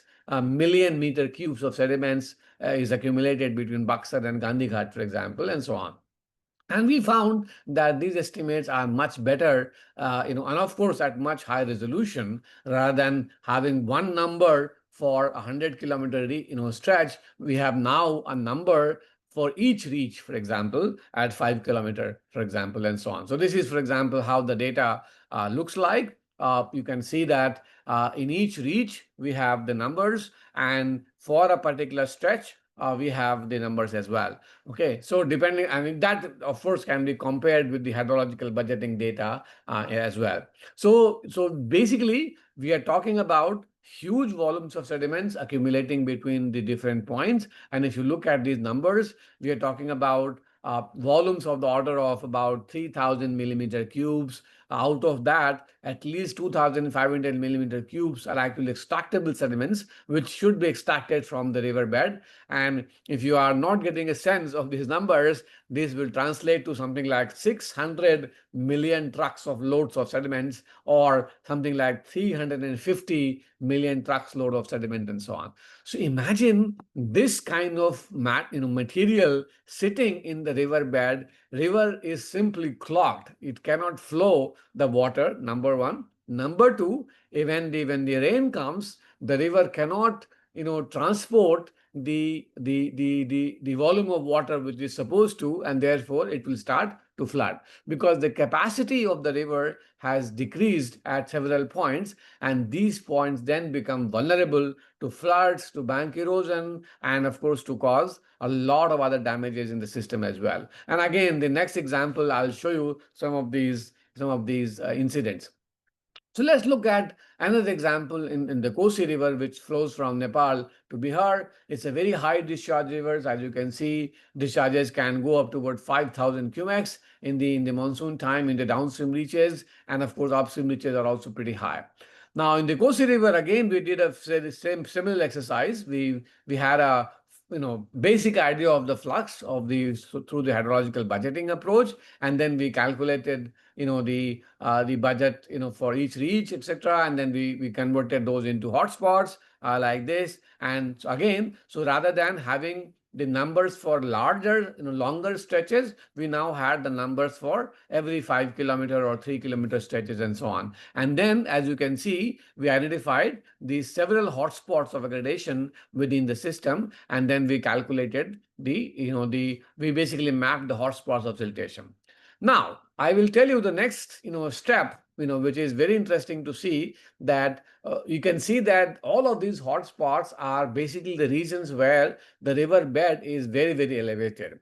And if you now look at these rivers, these points, and I have just shown you the different flood events or different breach events at each of these stretches. And you can see most of these red areas are extremely prone to breaches in the embankment, and historically they have breached the embankment, they have flooded very large areas. The 2000 event, Kusaha event is, for example, here, and you can see again that these are, at least moderately, aggrading reaches, etc., and so on.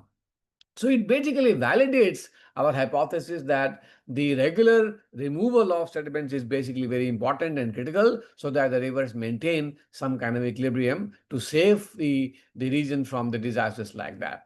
Let me very quickly touch upon the next extreme of the problem, which is the sand mining.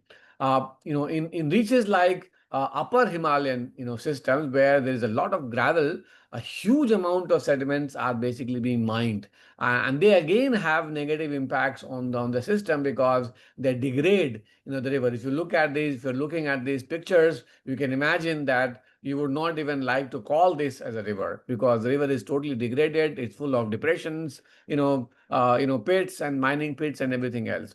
So these have their own problems, and therefore we need techniques to map these areas, just to show you the impact these kind of sand mining can create on the river systems. These are the snapshots of the river morphology between 1976 and 2021, and you can see that several reaches of the river have totally degraded. They've changed from nice multi-channel systems to literally a drain like system, where a very little water is actually flowing through the system. Now this is total degradation. It's not just morphology, but the entire ecology of the system is totally gone in this river. So we can't sustain this kind of mining from the systems anymore. And again, we need techniques to estimate the volume which they are mining in excess of what they're being permitted, etc. So as I said, sand is an important resource. We need them, but then the excess mining is also a problem here. So these are some drone images, and you can see that in very short time of 6 to 8 months before monsoon and after monsoon, rivers can undergo a huge amount of change in terms of the morphology and in terms of the degradation behavior and so on. So we, of course, I don't have time to go through this data set, but we also estimated, a lot of volume change between the two periods using the drone-based data sets, which can be much more effectively done using the LIDAR data if they are being acquired at two different times. So this case, these are some of the approaches which we need to think about, how to use this kind of data. Even if you don't have two-time data, there are ways of approximating the volume change in a system like that, because the data set which you have is actually very, very high resolution. So basically this kind of handling of data allows us to understand the process which are operating in the system, the impacts and the drivers of these impacts because of the sand mining. You can see in this example, for example, the bridges, the piers of the bridges are being scoured very badly, and this bridge can collapse anytime, because the sand transport and the sand mining is so severe that these areas become highly eroding systems like that. You can see the in-channel mining erosion, you can see the armoring which is developed on the riverbed and so on. So we can share this presentation, and you can see how the different processes are operating in a system like that. So, to quickly, so therefore, what do we need? We need a very comprehensive sediment management framework. And why we don't have it as on today is because we don't have the process understanding of sediment dynamics, which needs to be translated into action. We need end-to-end solution, from sand extraction to impact assessment to utilization plans. We need to understand the environmental concerns for excessive sand extraction as well as the excessive siltation. There are guidelines, but then the guidelines are still missing on several points, and we are studying these guidelines, trying to improve upon them and so on. So in summary, we need a much more comprehensive sediment management policy framework and a sediment management plan. And what do we need for that? We need first of all, to identify the hotspots of sediment production and deposition, and that needs the geomorphic analysis, the the elevation mapping. Most of that can be done very easily and much more powerfully from the lidar data. We then need to estimate how much of sediment is being accumulating anywhere. First order estimates of the surveys, again volume estimation can be done, and then we need also to develop the protocol for sand extraction, strategic dredging. Where should we do the dredging? Where is the river which is getting replenished? What is the sand utilization plan? All of that. And then, of course, we need to also monitor the efforts which we are making in terms of sediment management plans. And we need to also engage the stakeholders, the miners, the local community, and everybody else. So this is a kind of framework. And based on that, this is a kind of a recommendation which we published very recently, and we suggested that to develop a sediment management framework, you need to have measurements, you need to have a problem identification, you need to then estimate the fluxes, and then you need to then accordingly suggest the management practices, which can basically include reduction of sediment production, which can include routing of the sediment, and then we can also have strategies for removal of the deposit excess material which is deposited in certain reaches. But then the story doesn't end here. If you have to remove large volumes of sediments from anywhere, you also need to understand that these, I showed you some volume, we are talking about millions of meter cubes of sediment. We then also need to have a very efficient and a cost to, and a cost to benefit analysis needs to be done, a very cost effective solution for using that material, which means that you need the kind of sediment management plan we are talking about. It also needs to have a business plan for using that material into the for some practical application, for example agriculture, for example road construction, and so on and so forth. So this kind of a framework is badly needed for our country, and one of the reasons why we are not able to do it because we have very little idea of the volumes which are either being extracted or which are the volumes which are actually accumulating at many places. You can imagine what kind of wonders you can do with the availability of such kind of data set which are coming from lidar. Ganga basin is just one example, but there are almost all Himalayan rivers basins are facing this kind of problem, and we must address them. So the final words, yes, the Himalayan rivers are very highly sediment charged, and therefore the in-channel sedimentation is a natural process, but it has also been aggravated by the human interventions. And therefore, we need to understand where are the hotspots of this siltation. We need to understand what the rates of deposition, and therefore we need to innovate new methods for estimating this kind of hotspot. As I mentioned, strategic sand extraction may be required for certain reaches, not just to maintain the river, but also because sand is a useful material and there are no practical alternatives available. But having said that, the indiscriminate sand extraction is also disastrous for the river, and therefore you need a proper assessment of the river processes and the estimates of the extractable sand based on the scientific studies. So again, there are rules, there are policies, there are guidelines, but that they need to be strengthened at the same time.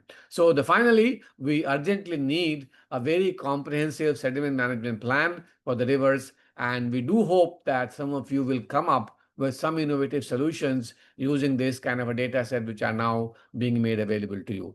Thank you so much for the attention. I would close here for now, and I'm sure we'll have further discussions on that later on. Thank you so much. Thank you so much, Professor Rajiv. It was, in fact, very insightful, and I'm sure the participants who are working on this theme of sedimentation have got great insight into where, how much, how, and what next need to be done.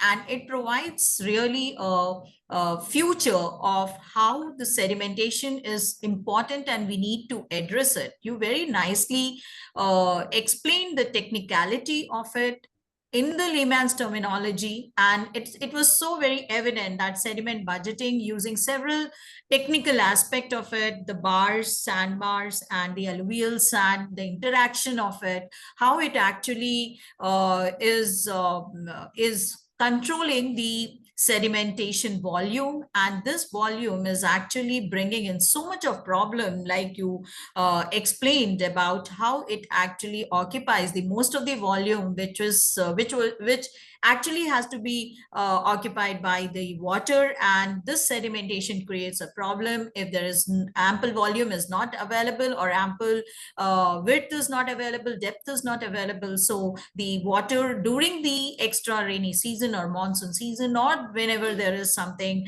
some extra discharge that comes into river, it actually results in flooding. So this actually presents how important the study of sedimentation is, and like the case studies that you presented clearly shows that LiDAR shows the way and has the future of analyzing the sediment, and it definitely needs policy intervention and the eyes of the decision makers, because this is one of the important aspect, as the northern in India is totally having this river from Himalayan ranges, and the sedimentation is a great problem. So now I am very hopeful that there are several solutions that the participants have provided in the theme of sedimentation, and this with this presentation they are going to actually address some of the technicality, consider those technicality, and bring in a solution which actually becomes a real-time application. So thank you so much. We'll keep interacting with you and seek mentoring. Probably I see that the future of your talk is that if we could mentor the students who are into this sedimentation theme and take them forward to innovate. Thank you, sir. Thank you for sparing your valuable time and the insight with our participants. Thank you, Madhuri. It was wonderful interacting, and I'm sure there will be further interactions as well. Thank you so much, and good luck with the rest of the program. Yeah, thank you. Thank you, sir. Thank you. So, dear participants, taking it forward, I think the talks are really exciting, giving an insight to all of us, whether we are related or not related, but we all together can take lot of lessons from the talks that are being delivered, and we can together make a difference in this journey of Riverathon. We have been joined by Professor Anurag Ori, who is our next speaker of the day. Thank you, sir. Thank you for joining in.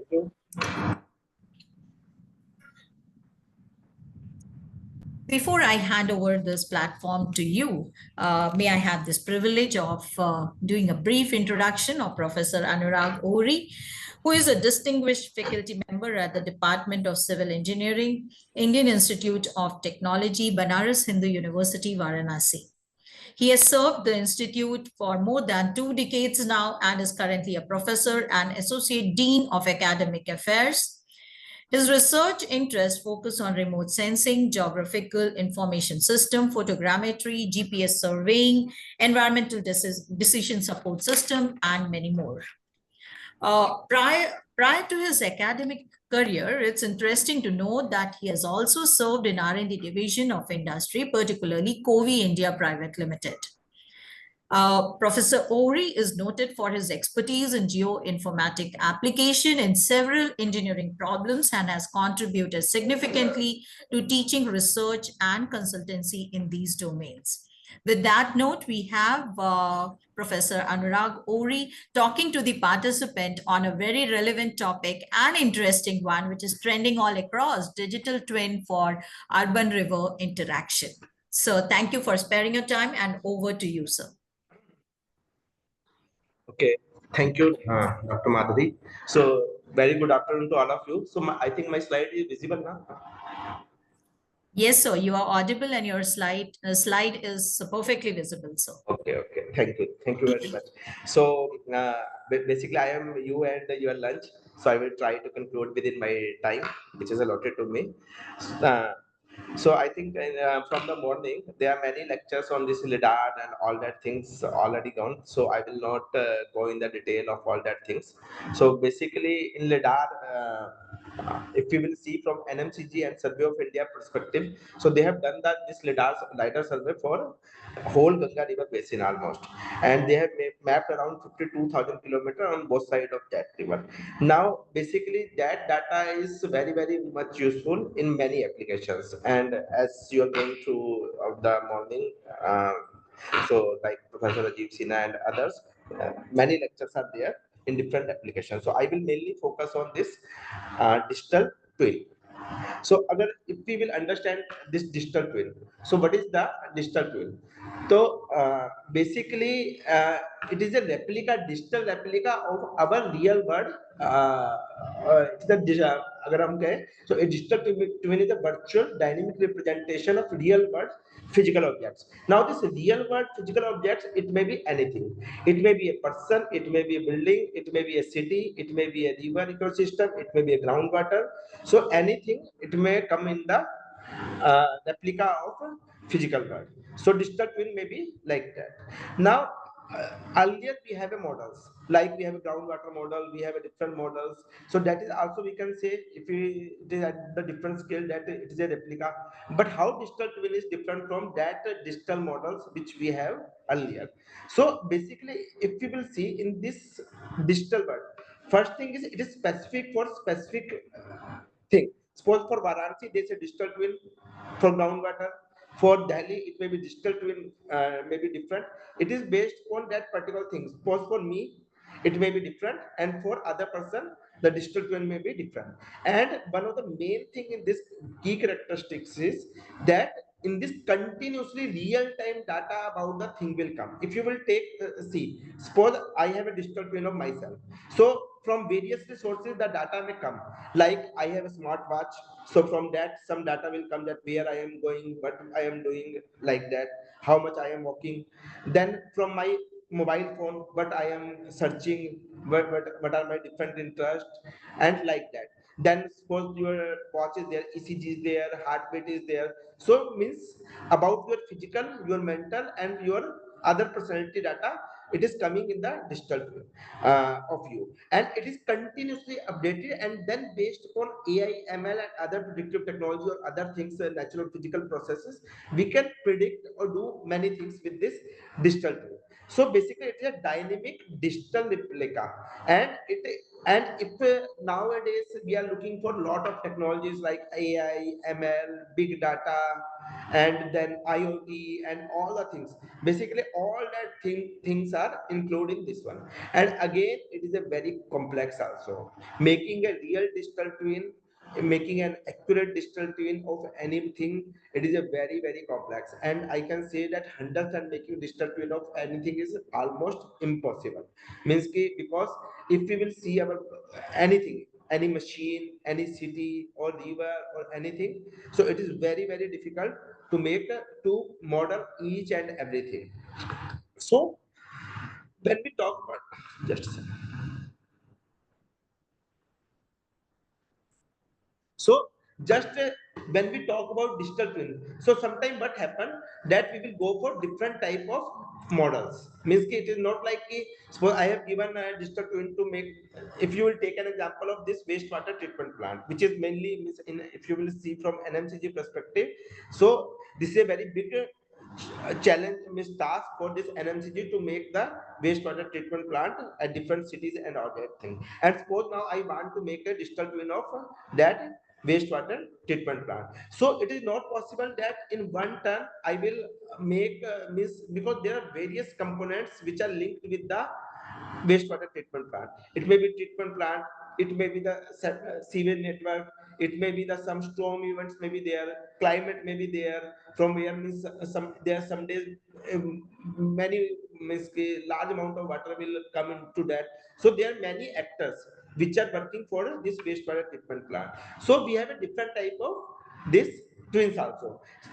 Take an example, the very basic twin may be this reactive team twins. So basically, the reactive team, what it will do, that it will focus on immediate event driven response to current issue. जैसे क्या होगा, suppose some equipment may fail, so how, suppose this equipment failed, then what is the effect on WWT, this wastewater treatment plant? So it will simply give this.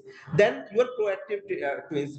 So in this, real time information may come in this, and then based upon it can tell you in the advance that these things are going wrong, and now this may happen, so you can take preventive actions and all that things. Then the third one is if we go in one way advanced, then maybe integrated water twin. So it will connect different water systems to manage them holistically. Means ki there's a water supply system, drainage system, collection system, then there are various machinery. So what it will do, it will take the data from all that thing, different things, and then it will give you some solution. And then the most advanced one is the system of system. Basically, if you will go for the system of system, it is a many this different this small twins. So the data from various things will come, and then it will means combine all and then give you the solution. So this type of twin making, it is really a challenging one. So now, as our technology is improving, so our this digital twin technology is also improving. So if we will talk about the different stakes in this, so the first stake is hardware layer, because for digital twin, hardware is a very important. So we have a IoT sensors and smart devices. In this case, in our case, this lidar data. Basically what happen, whenever we will make any digital twin, so there's a one thing which is very important, that is the 3D visualization. Because from 3D visualization, we will get the idea about how that things will actually look like.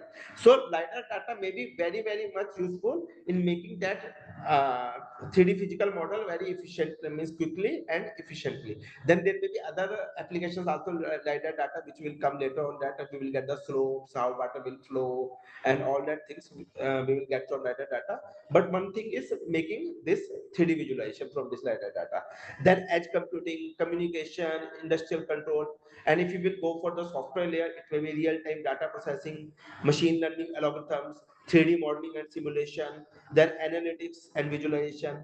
And if we will go for communication layer, so we must have a very good communication also. So we have 5G communication.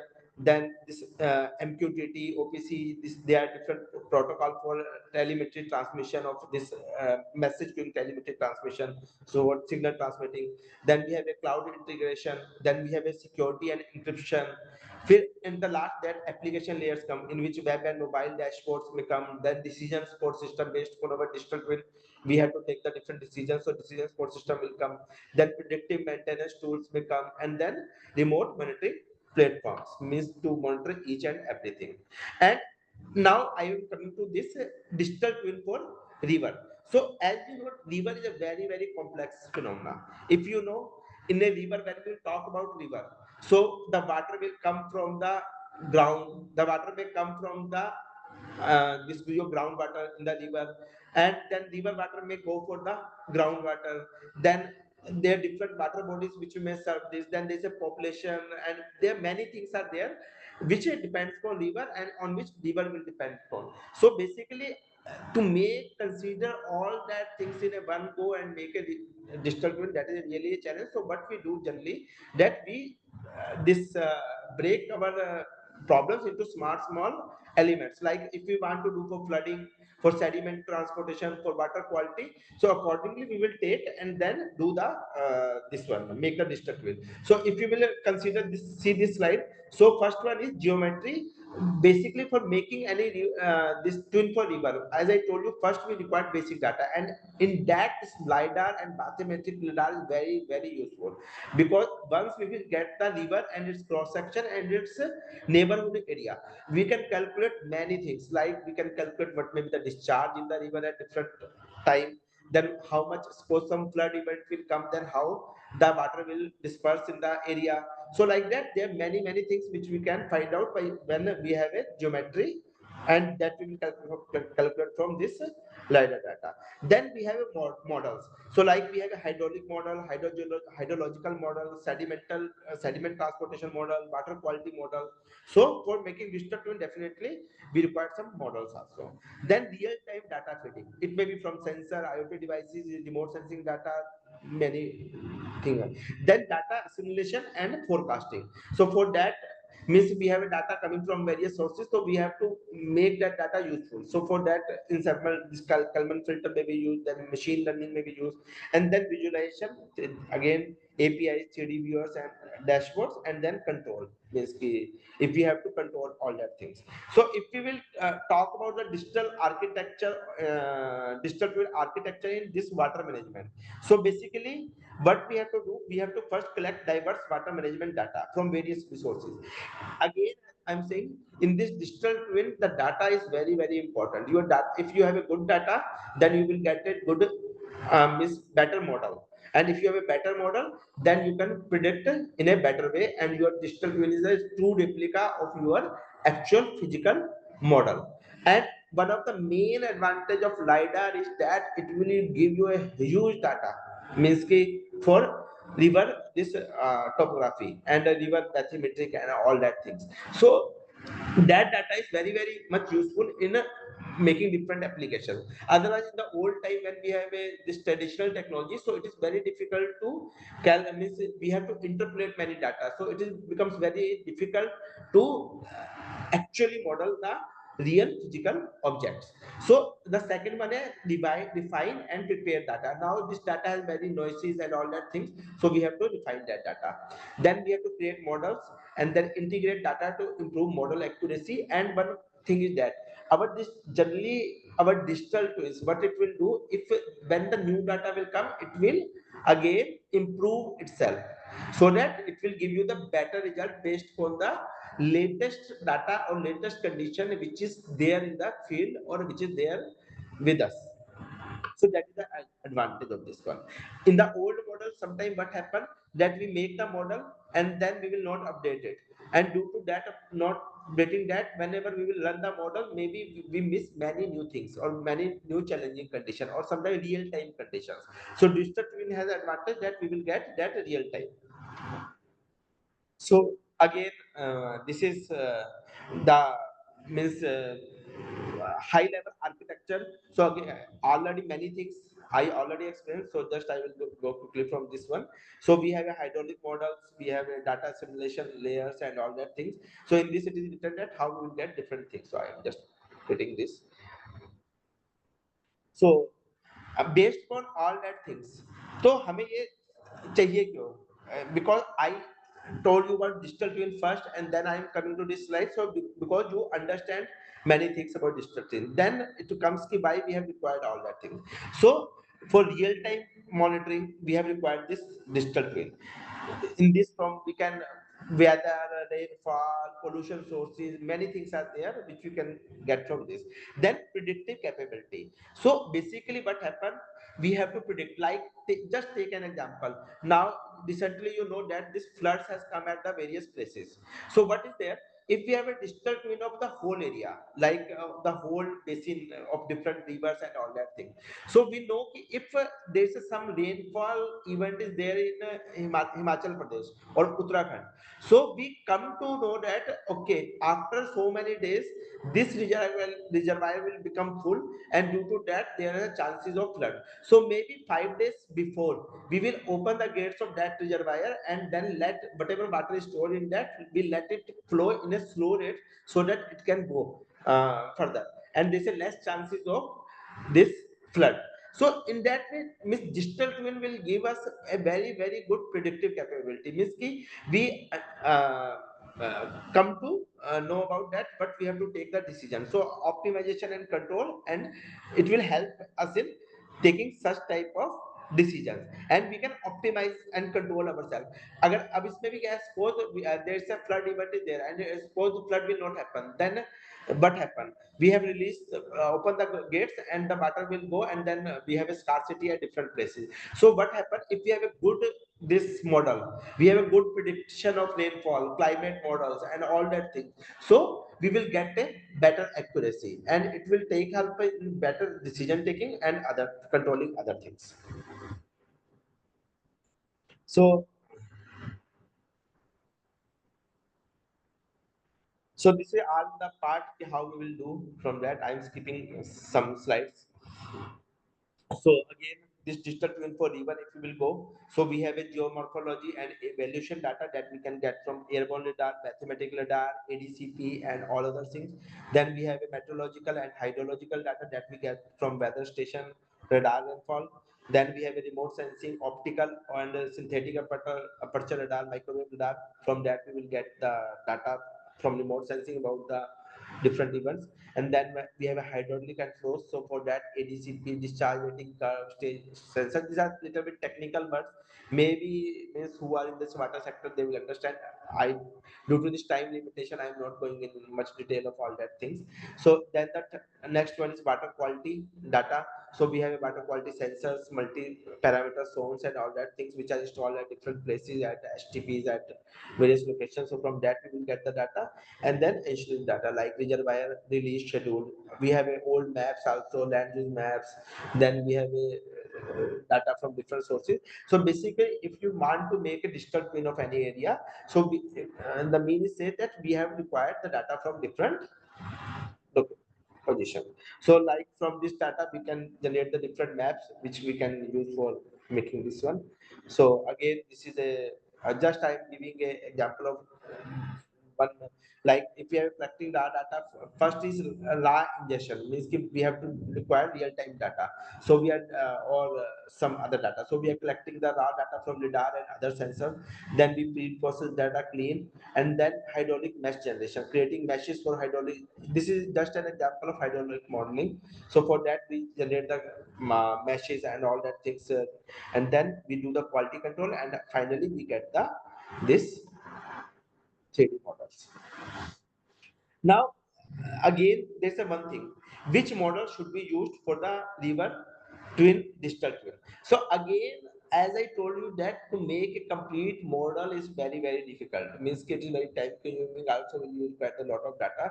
So based upon our application, because everybody has some different tasks, like somebody is interested in sediment control, definitely we have a multiple task also. And if we will combine all these different models, that will give us much better understanding of the river basin and all that thing.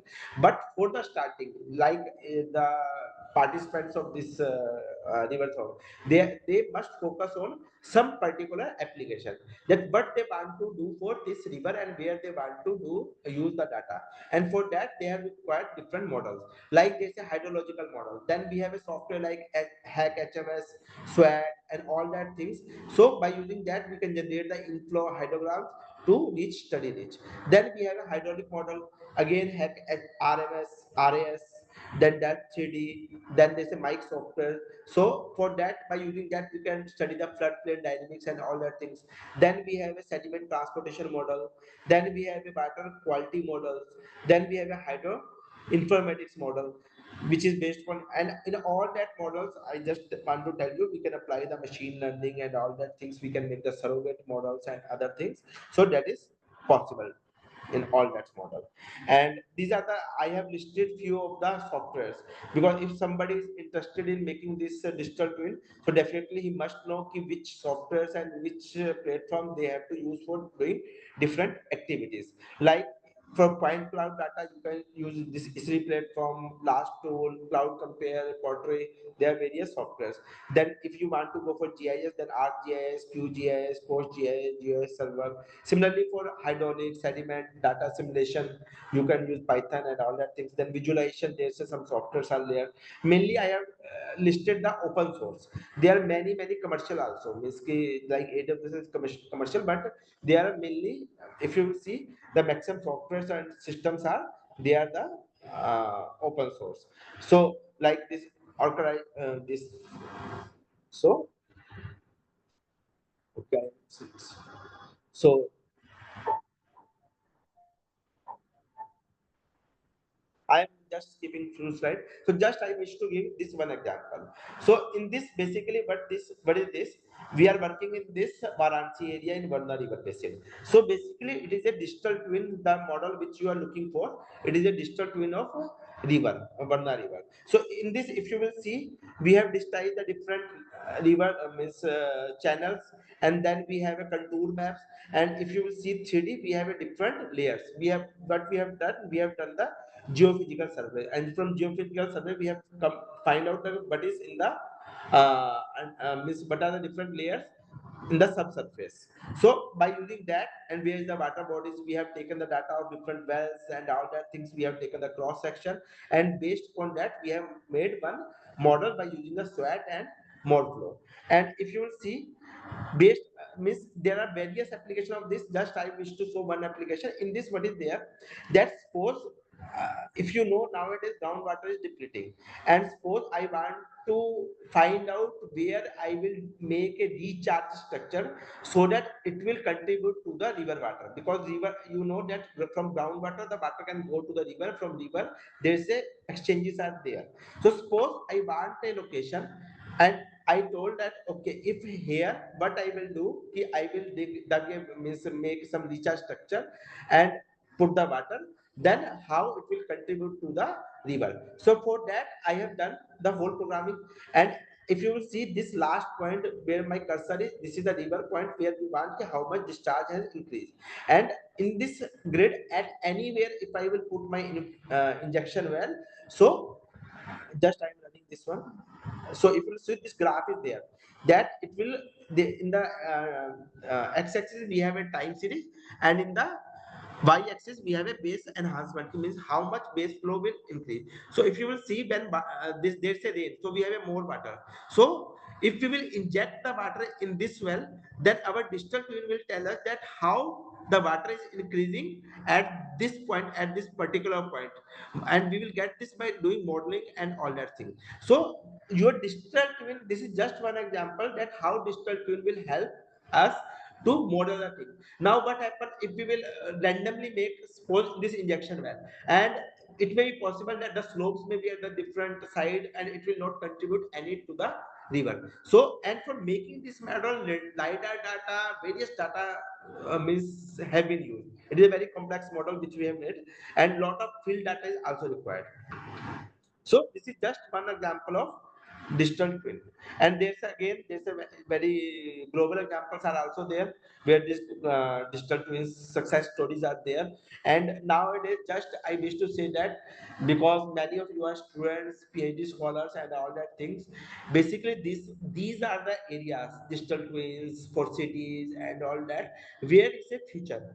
If you will means if you will make your expertise in just one or two areas, like beam is there, all the things are there, because when we go to the industry, there's a very scarcity of people who can work in these technologies, who can know all about this. So it is a very good opportunity also if you have an understanding of all that things.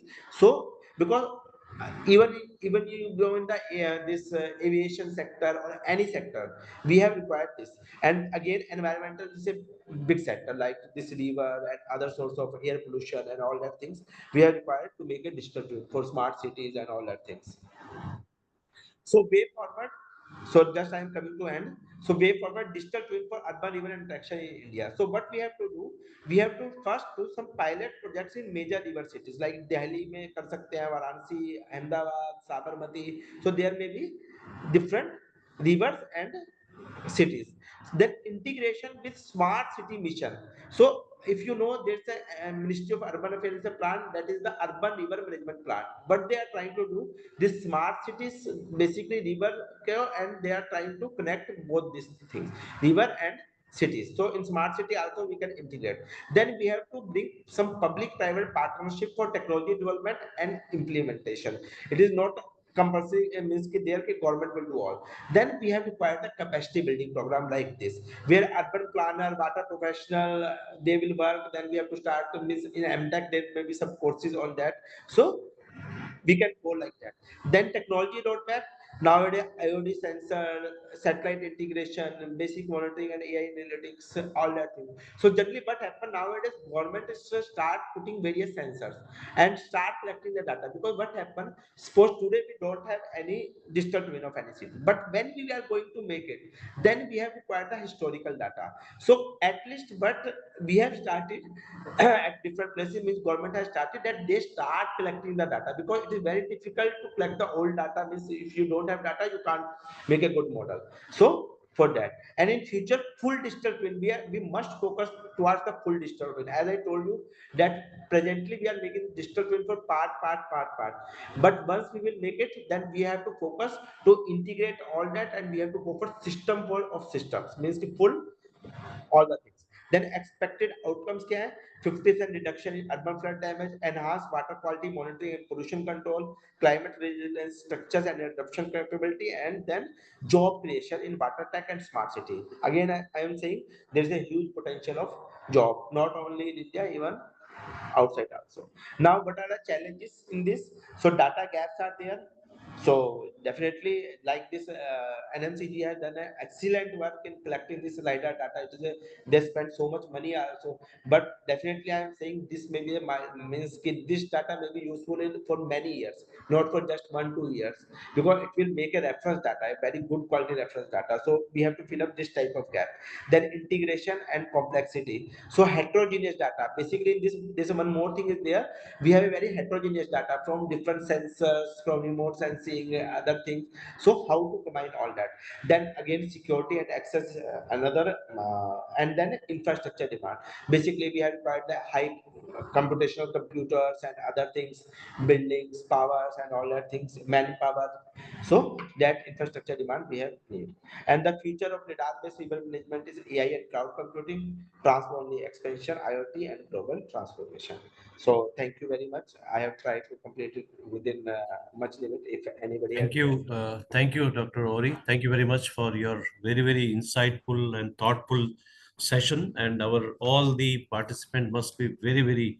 I mean, they understood the things, and we will look forward to take more help from you during our all the river as well. Thank you. Over to you, Dr. Madhuri, please. thank you very much. Thank you, sir. Thank you so much, Professor Ori. As sir mentioned, I echo the same, and it was indeed a very insightful session where you have talked about, particularly from digital twin, you talked deeper into river digital twin. And what was more interesting and very relevant for our participants probably is to take down the softwares that the software stack which can be used for river digital twin. They are in the process of developing the digital twin or finding out the solution, technical solution for the ideas that they have submitted. And you have given a very nice direction to the participants. So this is definitely going to be really helpful. You also presented some of the case studies. I mean, one case study that was very evident of a small, what digital twin can bring in, a small case study of the interjection and the ground and the well, how you can look into it. So that's definitely going to be useful. There are ample of global digital twin success stories also, which you indicated, which the students or the participants can look into to find out like what they can do. What was interesting was also the models that you have mentioned that can be used for generating river digital twin. There are several models. What you are going to model, which area the participants would focus, that's that direction also they can take it from your talk. So very nice, and thank you so much for bringing in the focus from just the digital twin to the river digital twin, which is very pertinent to the theme that we have for this particular Riverathon 1.0. Thank you so much for the participants. I can see that since yesterday, from the time they have registered, they are asking me whether the recordings would be available for the talk. So yes, my participants, I understand that many of you are trying to shift from your class to this online workshop, and we have made the arrangement of recording the sessions so that, you know, whenever possible, you are able to look at it. And yes, definitely it will be available. So with that, thank you once again. Thank you, Professor Ori, for sparing your valuable time and insightful talk on digital twin and its application in river. Dear participants, stay tuned. We are again joining back at 2 p.m. sharp.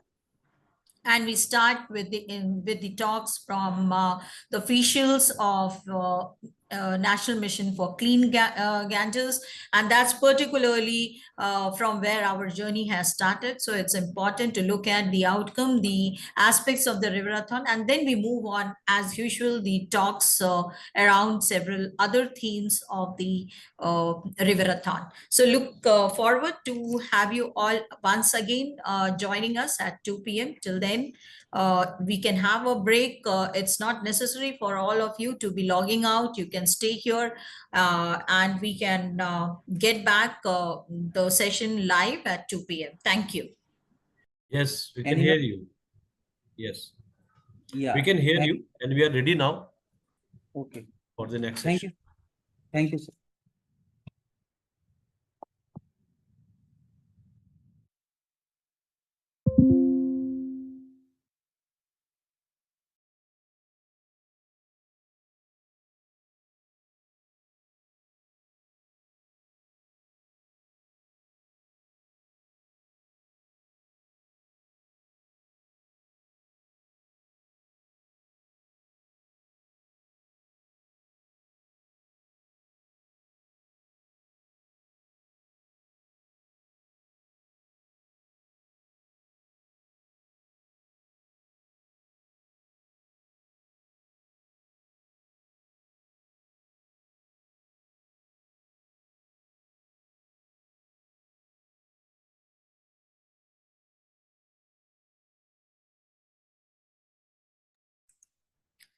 Very good afternoon, participants. We welcome you back to this afternoon session.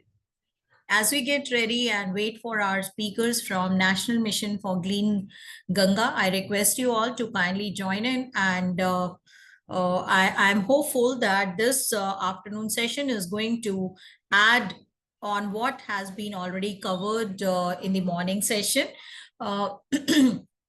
We are going to be talking more around the themes that are there aligned along the Riverathon, and we are going to hear from the experts. As you all know, Namami Gange has sponsored this Riverathon, and Riverathon is first of its kind initiative in terms of hackathon. We have seen several hackathons going across country, but particularly when it comes to LiDAR technology and river, then this is one of the pioneering initiative supported by Namami Gange.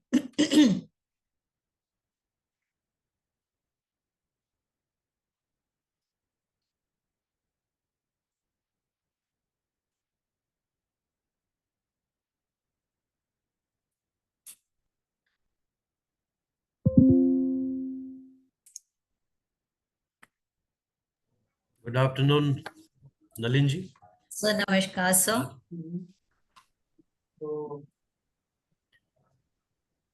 Very good afternoon, sir. And on behalf of Amity School of Engineering and Technology, Amity University, and the entire universe of Amity, we welcome you to this initiative of ours of having online workshop, which is aligned along the mission of Riverathon 1.0. Before we begin, do we have the permission, sir, to begin? Please go Shri ahead, Nalin please. Srivastava, Thank you, sir. Nalinji. Thanks for joining, and Nalinji, Dhirajji. So we are starting now the afternoon session. The morning session we have covered many talks of all the GIC members, and now the second session is for Namami Gange and few more GIC members that we are going. So we are starting. Please go ahead, Tatmathri. Thank you, sir. Before we begin, I think it's time to once again refresh on the initiative of Riverathon. Here is a small clipping of it.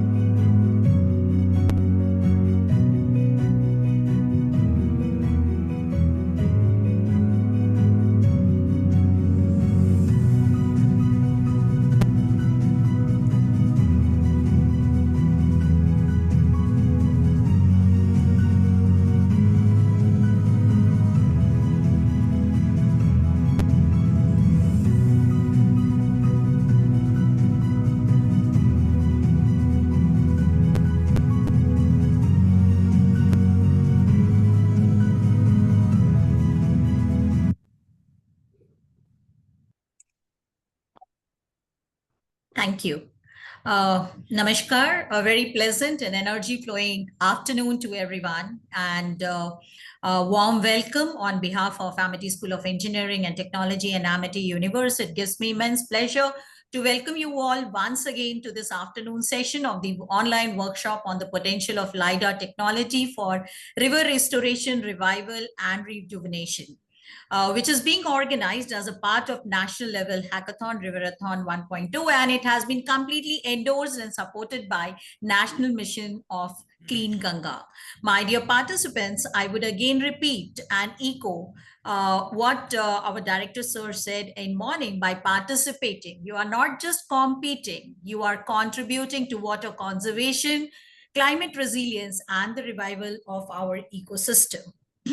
It's a very good initiative, and as mentioned already, it is the flagship event under Namami Gange program, and is first ever hackathon dedicated to the rivers using LiDAR data, which will be provided by Survey of India. So many bodies, diverse minds from engineering, environmental science, data analytics, AI, ML, and various other disciplines coming together to reimagine the future of our rivers.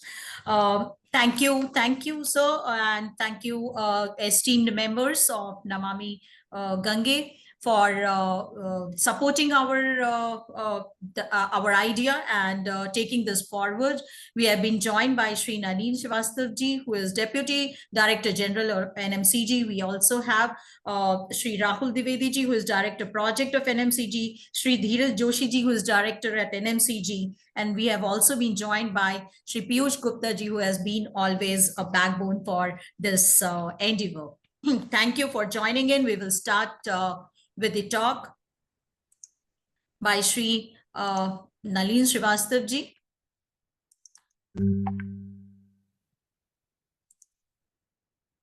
Before I hand over the platform to Sri Nalin Srivastav ji, I would like to have this proud privilege of briefly introducing him. Sri Nalin Srivastav is the Deputy Director General at National Mission for Clean Ganga, Ministry of Jal Shakti, Government of India. At NMCG, he plays a vital role in overseeing and driving initiatives that are aimed at cleaning and rejuvenating the Ganga River, contributing to sustainable water resource development and environmental conservation. He is noted for active mentorship and guidance in several river-related initiatives. Sri Nalinji blends deep administrative expertise with a visionary approach, establishing himself as a leading figure in India's river management. So with that very brief introduction, we request Sri Nalinji to let the participants know about the broad vision of NMCG along with how it aligns along Riverathon. Sir, over to you. Thank you very much, Dr. Manoj, Director, and all the participants.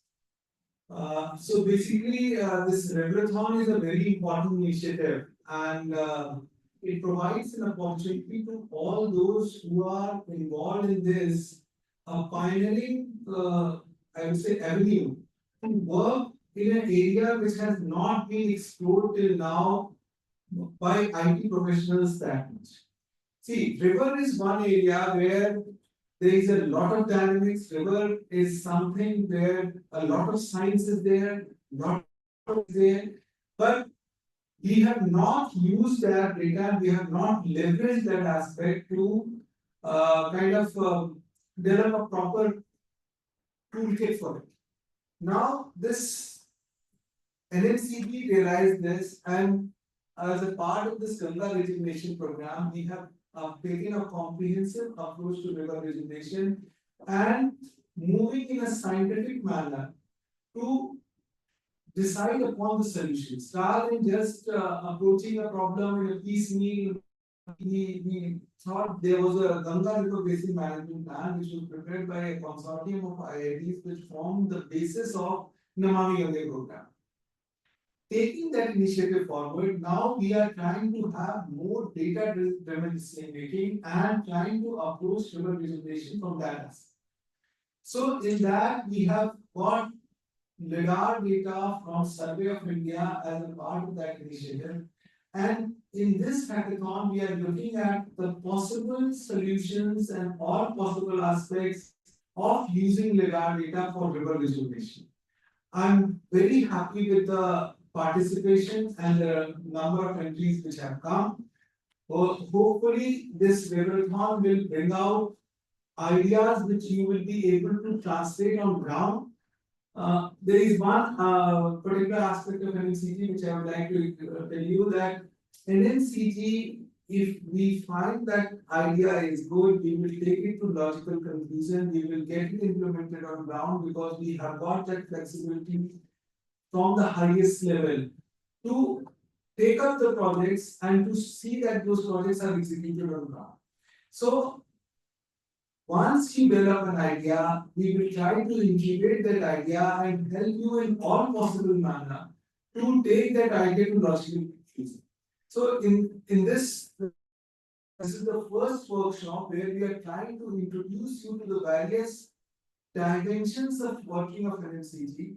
Once you are familiar with that, we will have more focused workshop on LIDAR data and where we would give you intensive, I would say, insight into the LIDAR data and also into the functioning of NMCG and try to see that how the two can be combined and the concept taken forward.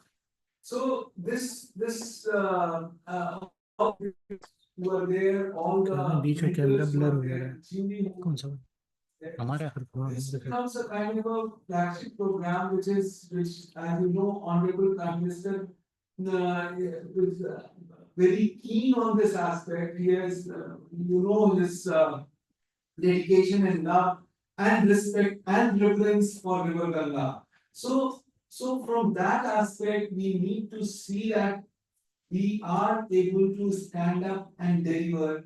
We are able to take this initiative. LMCC is already taking a lot of initiative on data-driven decision making. Like we have developed a dashboard where we are getting inlet and outlet water quality from all the STPs.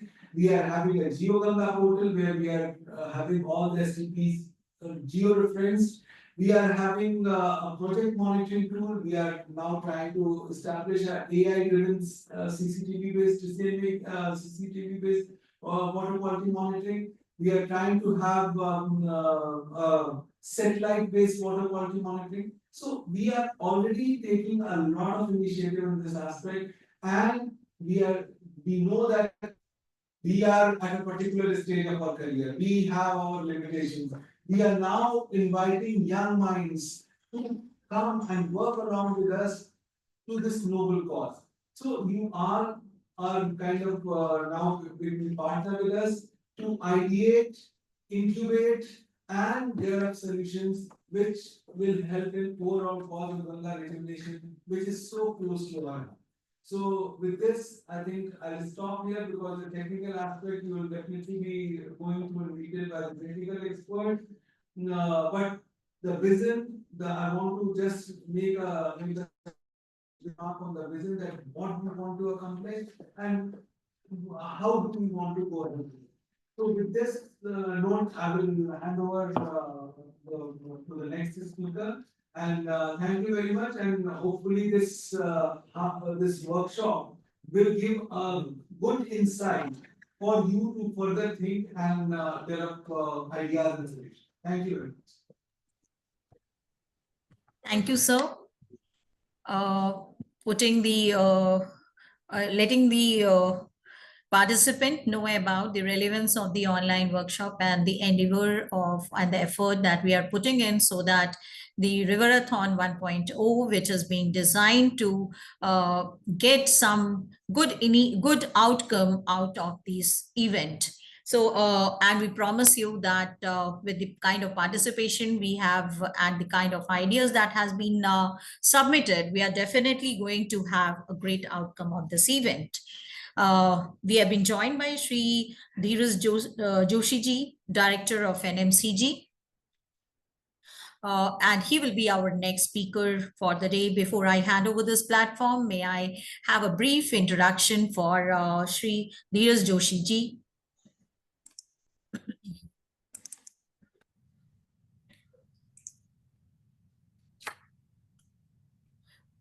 So,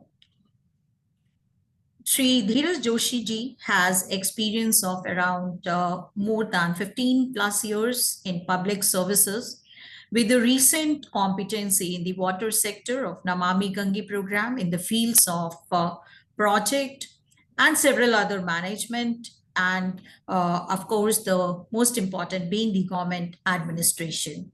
His main area of interest is urban planning with keen focus on spatial planning, and of course, there are a few interesting areas in which he works on as risk assessment of infrastructure, utilizing the geospatial technologies, sustainable development, and disaster resiliency of infrastructure. With that small introduction, I would hand over this platform to Sri Dheeraj Joshi ji for bringing in some insight on how this Riverathon as an opportunity for citizen and how it would contribute towards river restoration, revival, and rejuvenation. Your thoughts, sir. Over to you.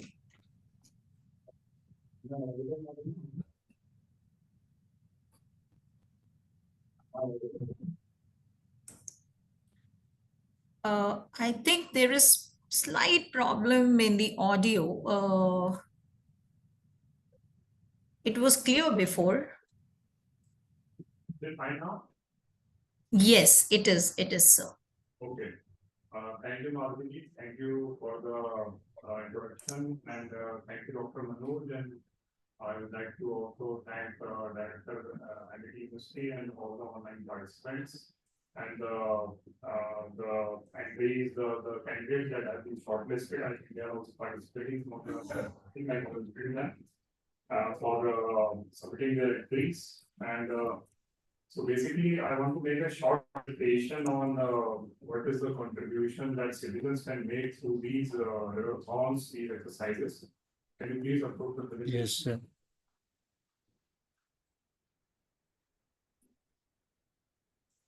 My screen visible? Can anyone please confirm? Madhuri? Yes, sir. Okay. Thank you. Yes, sir. It is visible, sir.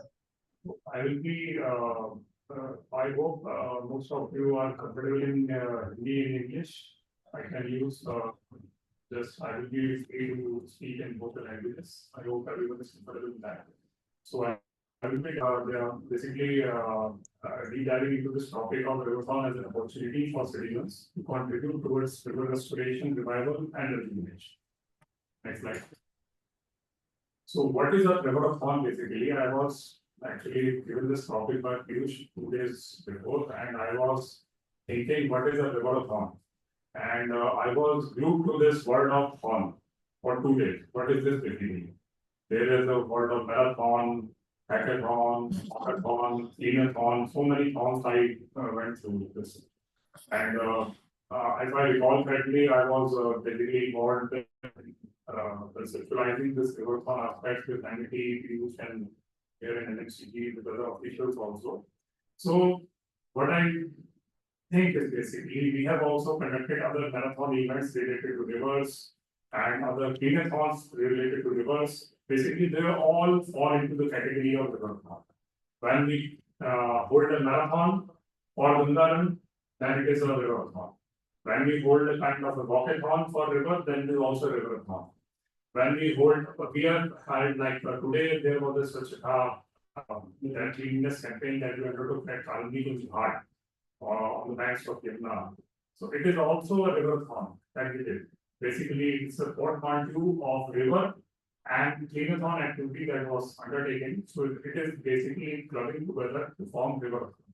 What we are focusing in today's topic is portmanteau of river and hackathon, wherein all denotes an intense event that is bringing together people for solving certain problems. So basically, we are talking about the aspects, how do we provide solutions and create solutions basically for the vast data that we have created here in form of data. So next slide. So how can citizens contribute? The first aspect, as I said, that river plus cleanathon, these cleanup drives can also end up into a riverthon. Removal of this solid waste or drinks from river banks, joining hands with local NGOs, municipal bodies, engaging in citizen science. That is as what we are doing currently. sharing of data platforms with researchers to solve critical problems. And besides this, collection of water sample, monitoring biodiversity, and reporting. We can also hold riverthons for advocacy for policy changes, using the riverthon as a platform to demand better waste management and river protection laws, support campaigns for stricter industrial discharge regulations, promoting eco-friendly practices, reducing single-use plastics, encouraging rainwater harvesting and sustainable agriculture.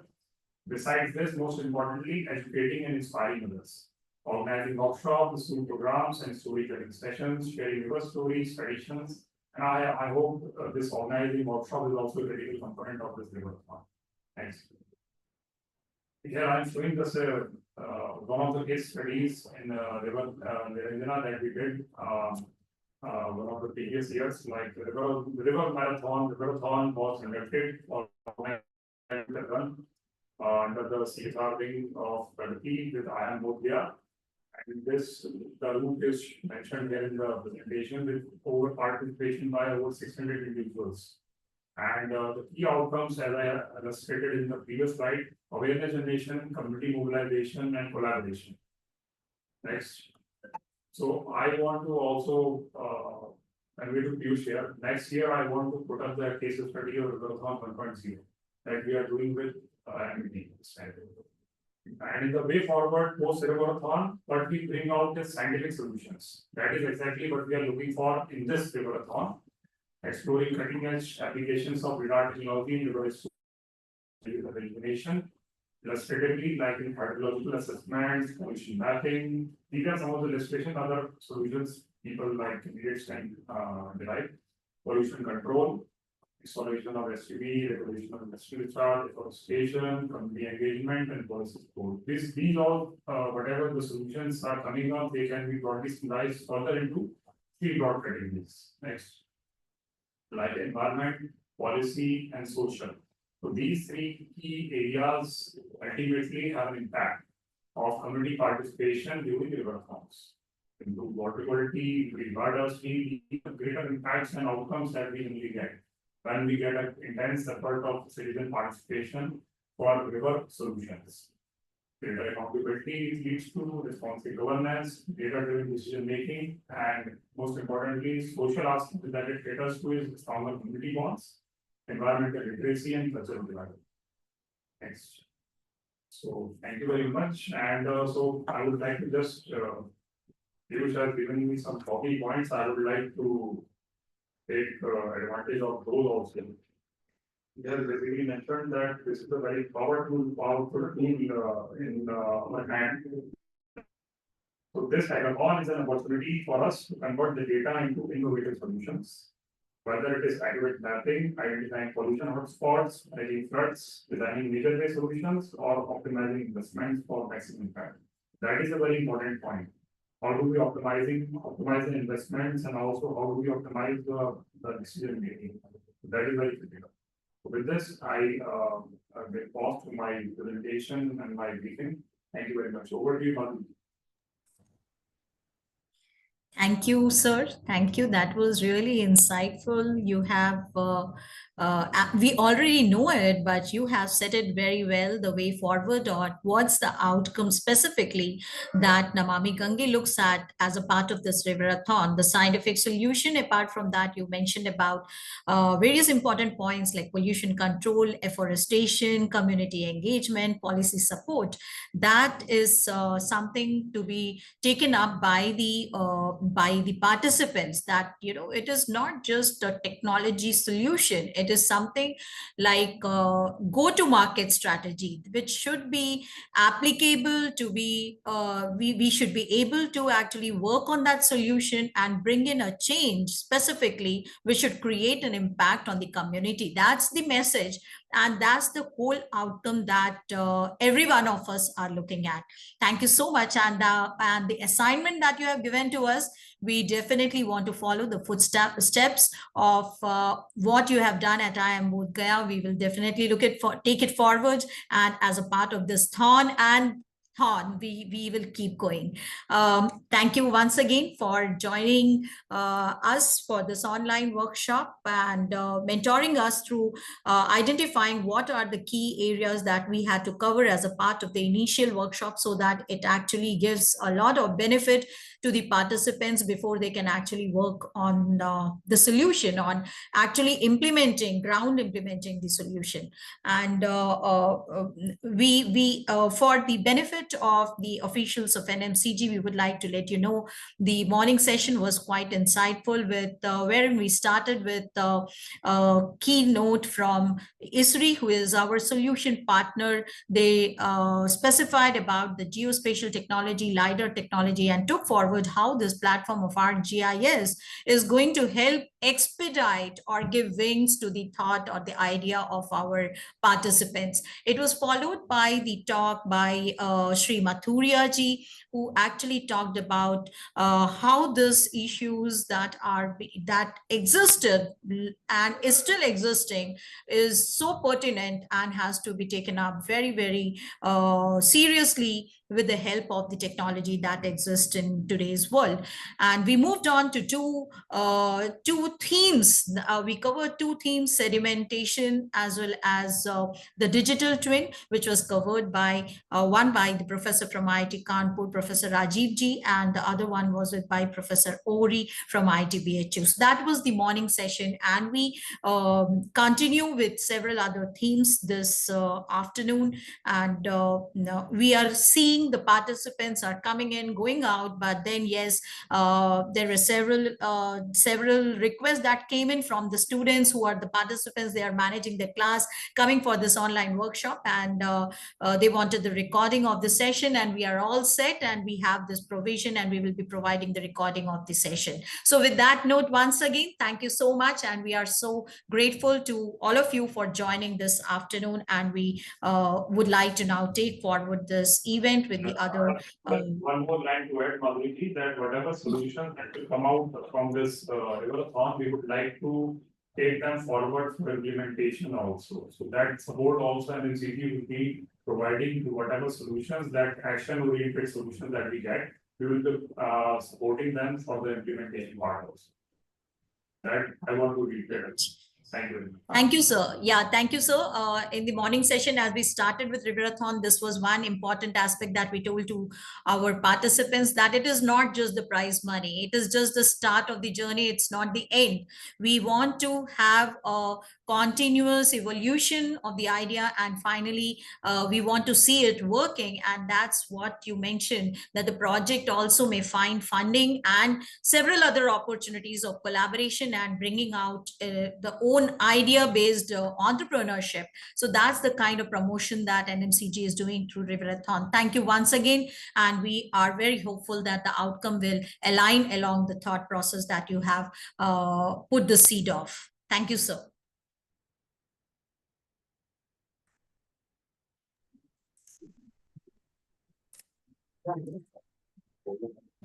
So now we take forward the session. Our next speaker is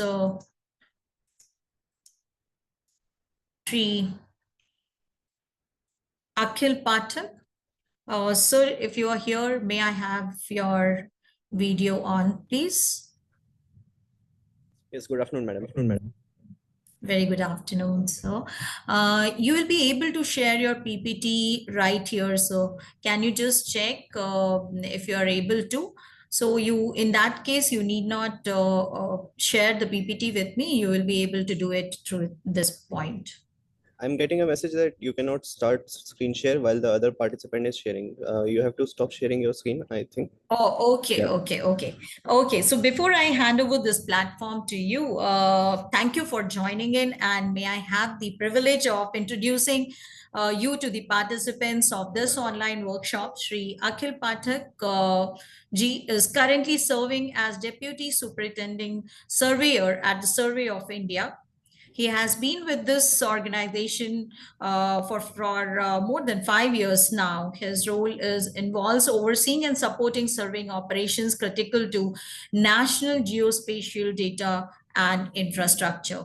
With that note, we are thankful to you for joining this afternoon and talking on a very, very significant topic. And the most important part, I would say, this lays the foundation of the event is the data, and that's the LiDAR data on which we would want to hear from you. With that small introduction, over to you, Sri Akhil Pathak ji, for your insights on the LiDAR data that has the power of this Riverathon. So good afternoon, all the faculty members from MIT University and respected delegates from NMCG and all dear participants. So as Madam introduced, I'm here to give an insight regarding the LiDAR data and also as well as about what data is available in the NMCG project, the GIS data. So let me share my screen once, just a second.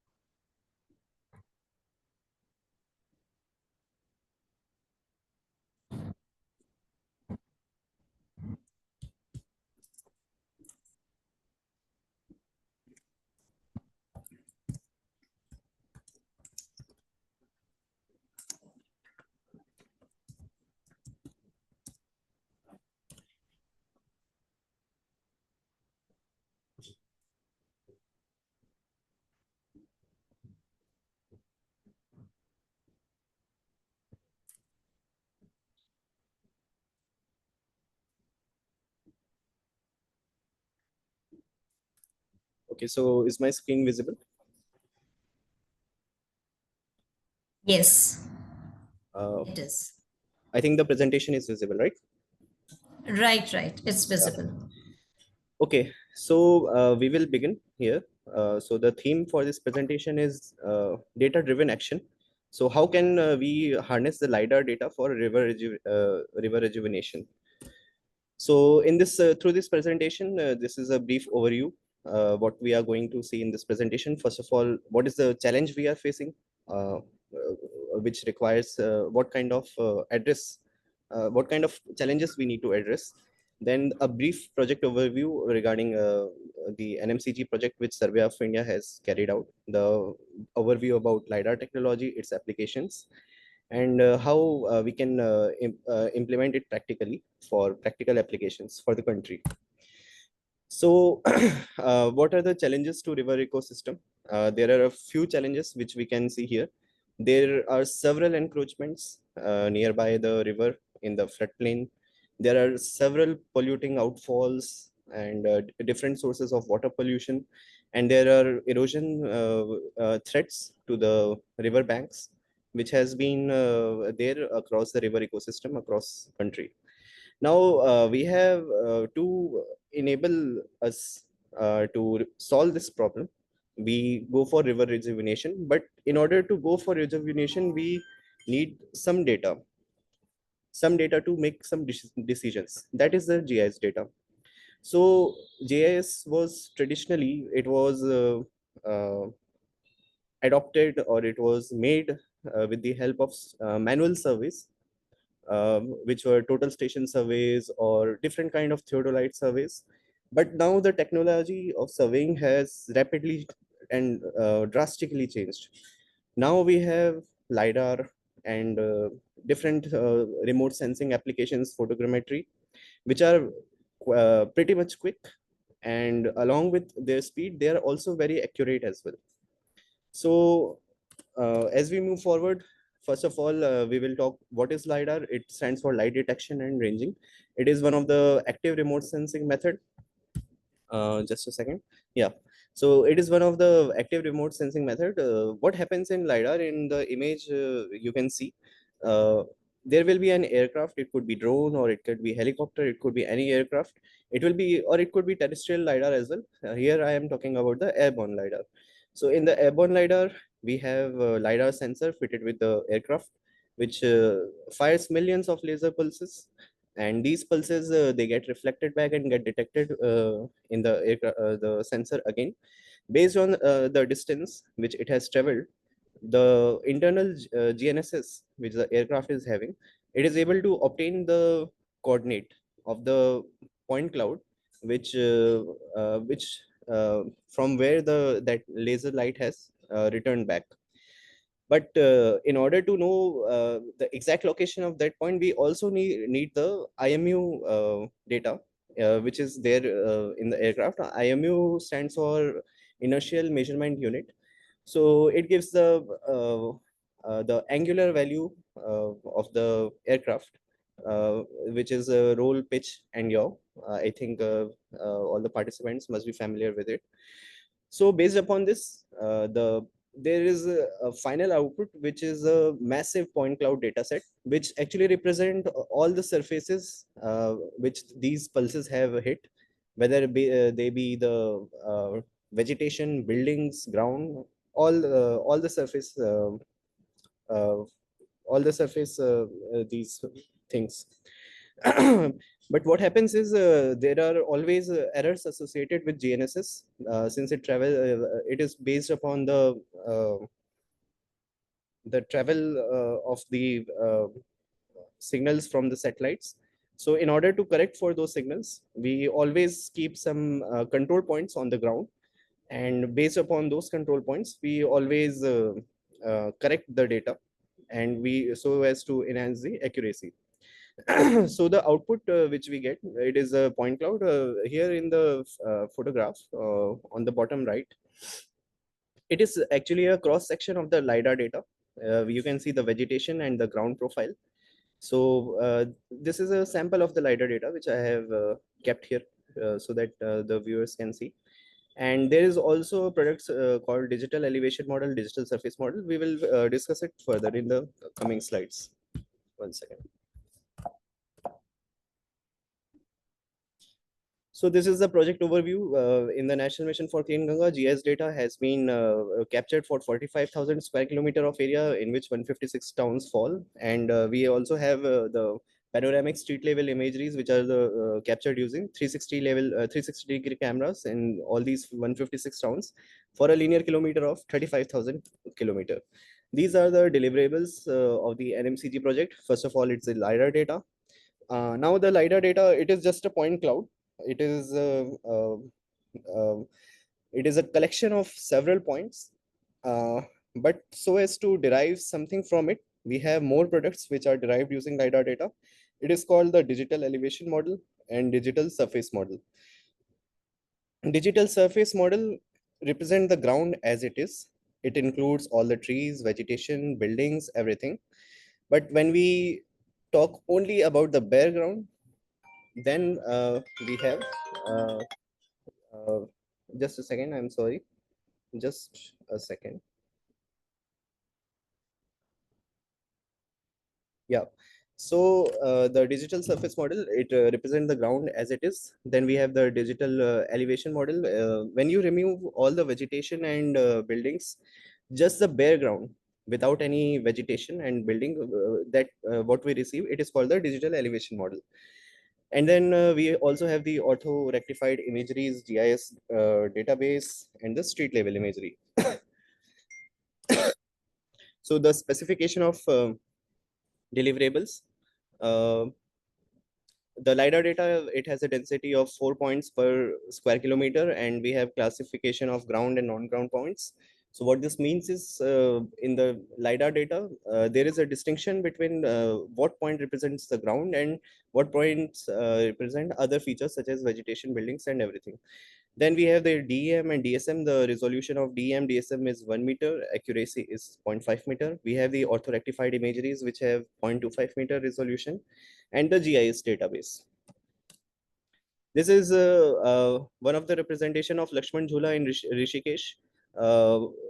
In the first this video here, you can see the ortho-rectified images floated with the height data. And this second image is the LiDAR data, the point cloud data, which has been created over there. Next, this is a sample of digital elevation model, digital surface model. Here, it is actually a pixelated raster. What happens in point cloud is each point represents certain XYZ value. But in the digital elevation model, there are pixels of certain resolution, and each pixel represents some height value. And accordingly, and color is assigned according to the height range. So this digital elevation model and surface model have several applications for GIS processing and analysis. This is a sample of orthorectified imagery. This is the view of Rishikesh. And here I am showing one of the simulation of flood which could occur in nearby Rishikesh. This entire data, it is generated using the digital surface model. Digital surface model has applications in flood modeling.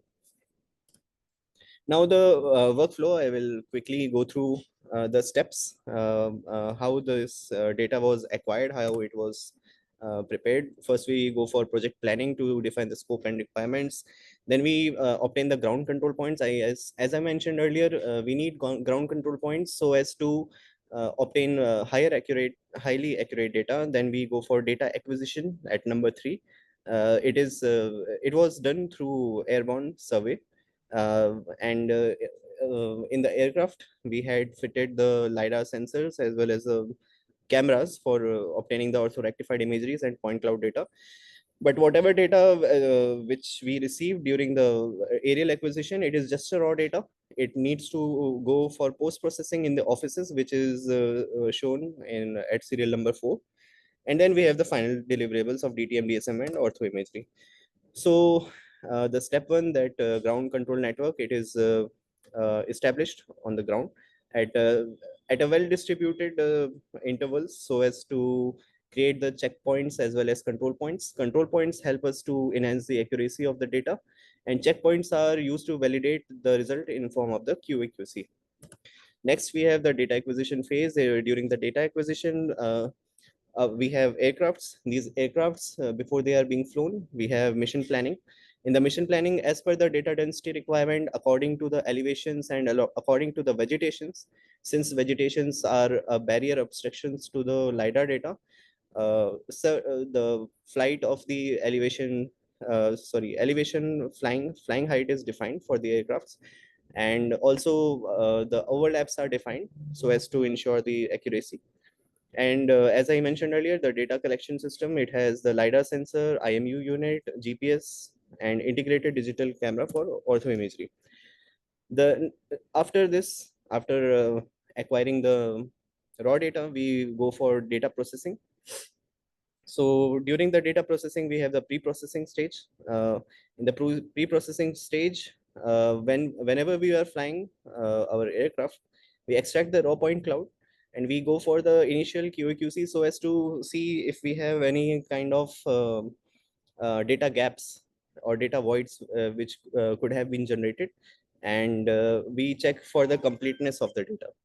And after checking that, we generate the trajectory.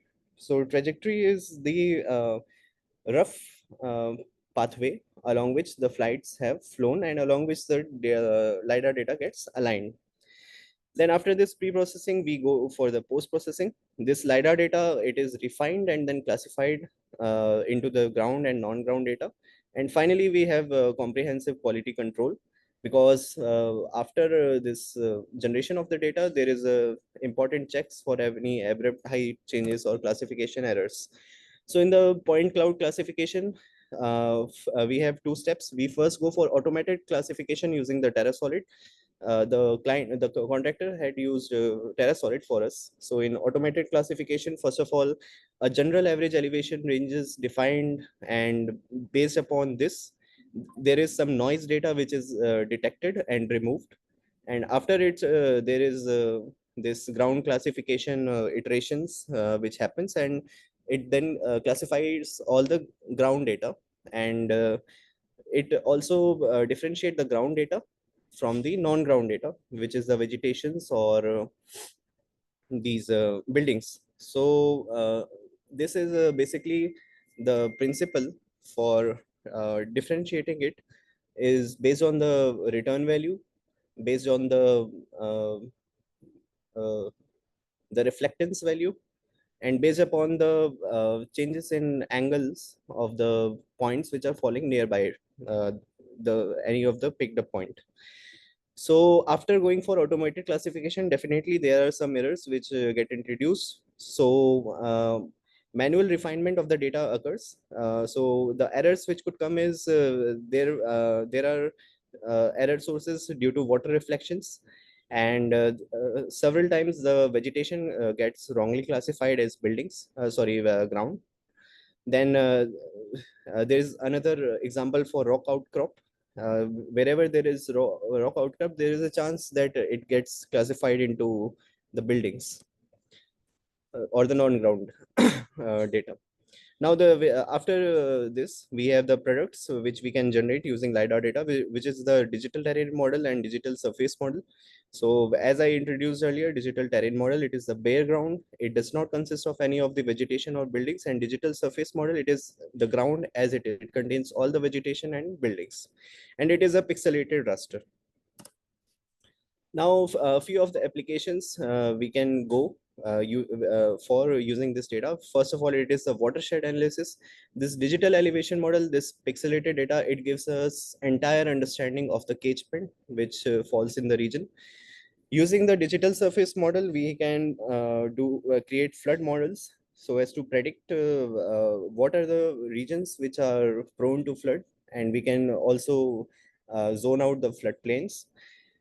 We can go for the urban planning. For the urban hydrology, we can plan out how stormwater drains should flow in any of the city.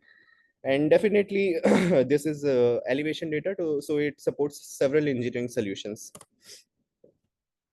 So understanding the watershed, as I told, we can delineate entire catchment with boundaries and subbasin.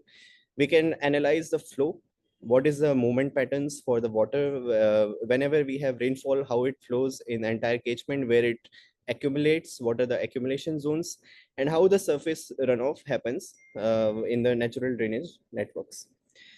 This is the foundational data for any catchment. Now, the second application is the flood modeling. We can create advanced flood modeling models for accurate predictions. So based upon that, we can map out floodplains. We can go for risk mapping. What are the flood-prone zones, and we can identify where are the encroachments in the floodplains. Then we have the strategic disaster management planning, which can be planned, and how evacuation routes can be planned, because we can know how the water will flow in the city. So very well, we can decide what can be the routes for escapes. And the hazard assessment. So hazard assessment, this refers the erosion susceptibility along the river, because with the help of digital elevation model, we can detect what are the concentrated water flow zone, and wherever there are steep slopes, there is a high risk for erosions. Now, this is a very straightforward. Since we have elevation data, it can very well support all the engineering and infrastructure designs, such as reservoir and dam site selection, the design for bridges, barrages, embankments, urban hydrology, stormwater management, as I told earlier, and whatever sustainable plannings, how we can harmoniously work with nature. Next is the digital elevation model also has applications in the groundwater recharge, how we can map out the optimal locations for aquifer replenishment projects. The land use management, we can very well categorize how to efficiently use the land for a sustainable development, and how to integrate the urban planning for the green riverfronts and ecosystem friendly development. Few of the other application, the LiDAR data is not limited only for the hydrological or hydrographical analysis. It has broader applications, such as if we have cell towers, we can very well identify how it can get a maximum coverage so that there are no building obstruction in its path. Similar manner, Based upon the shadows which any of the surrounding buildings or terrains cast, we can plan out what are the best location for solar farms, as well as we can define for the aviation industry what are the safe paths for the approach zones for aircraft landings by detecting the uh, trees, buildings, or other potential hazards near the airport runways. So how here are a few insights how we can innovate using the geospatial data. The predictive analytics, ML AI models can be used for detecting the future erosion hotspots. What could be the erosion hotspots along the river or the landslide prone zones? We can using the GIS data with the help coupling of the GIS data as well as the digital elevation model, we can develop an algorithm to automatically detect the encroachments along the floodplain zones or whatever the areas are source of pollution to the rivers. There are several, there could be several sewage networks or industrial outfalls which could be polluting the river. So there could be automatic detection using the orthoimagery coupling up with the digital elevation model as well as the GIS vector data. There could be certain citizen-centric flood apps so as to monitor what could be the uh, pathways of the flood, how it flows during any kind of flood situation. And definitely, this data can support the ecological restoration to identify optimal locations for efforts on river rejuvenation.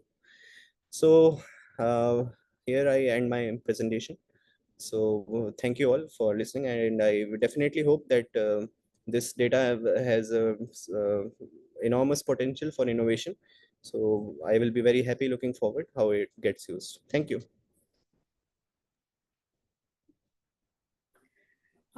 Thank you, Sri Akhilji, for talking about the relevance of LiDAR data and how it is aligned along the vision of Riverathon, how what is the accuracy advancement that has happened with LiDAR technology, how it is captured, and basically the technicality of it, the data, what is the resolution of it, how accurately it can actually map the topography, and based on that, what are the several solutions that can be envisaged. And particularly you also mentioned about its application in river,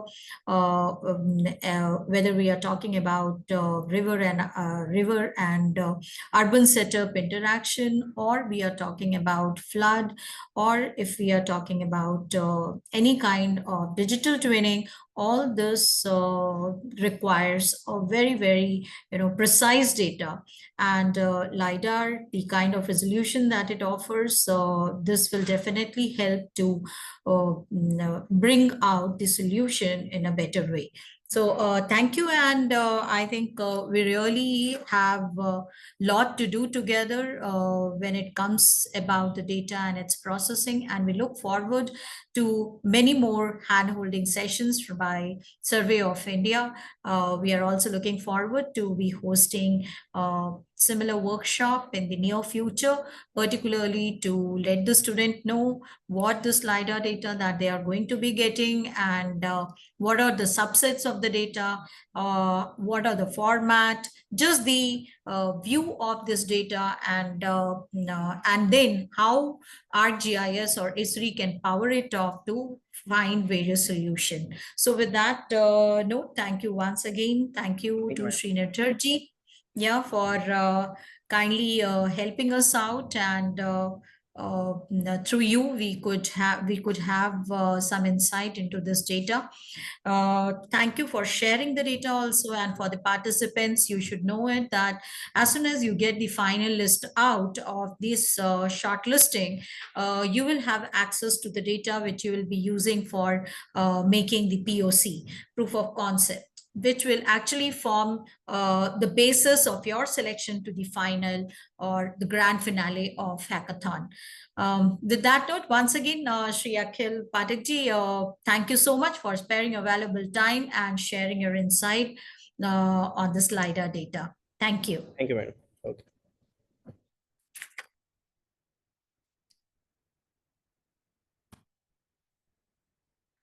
So we'll move forward from here. We have the next speaker for the day, Professor Soumitra Mukherjee ji. I think we have been joined by him. Yes, he is there. He has joined.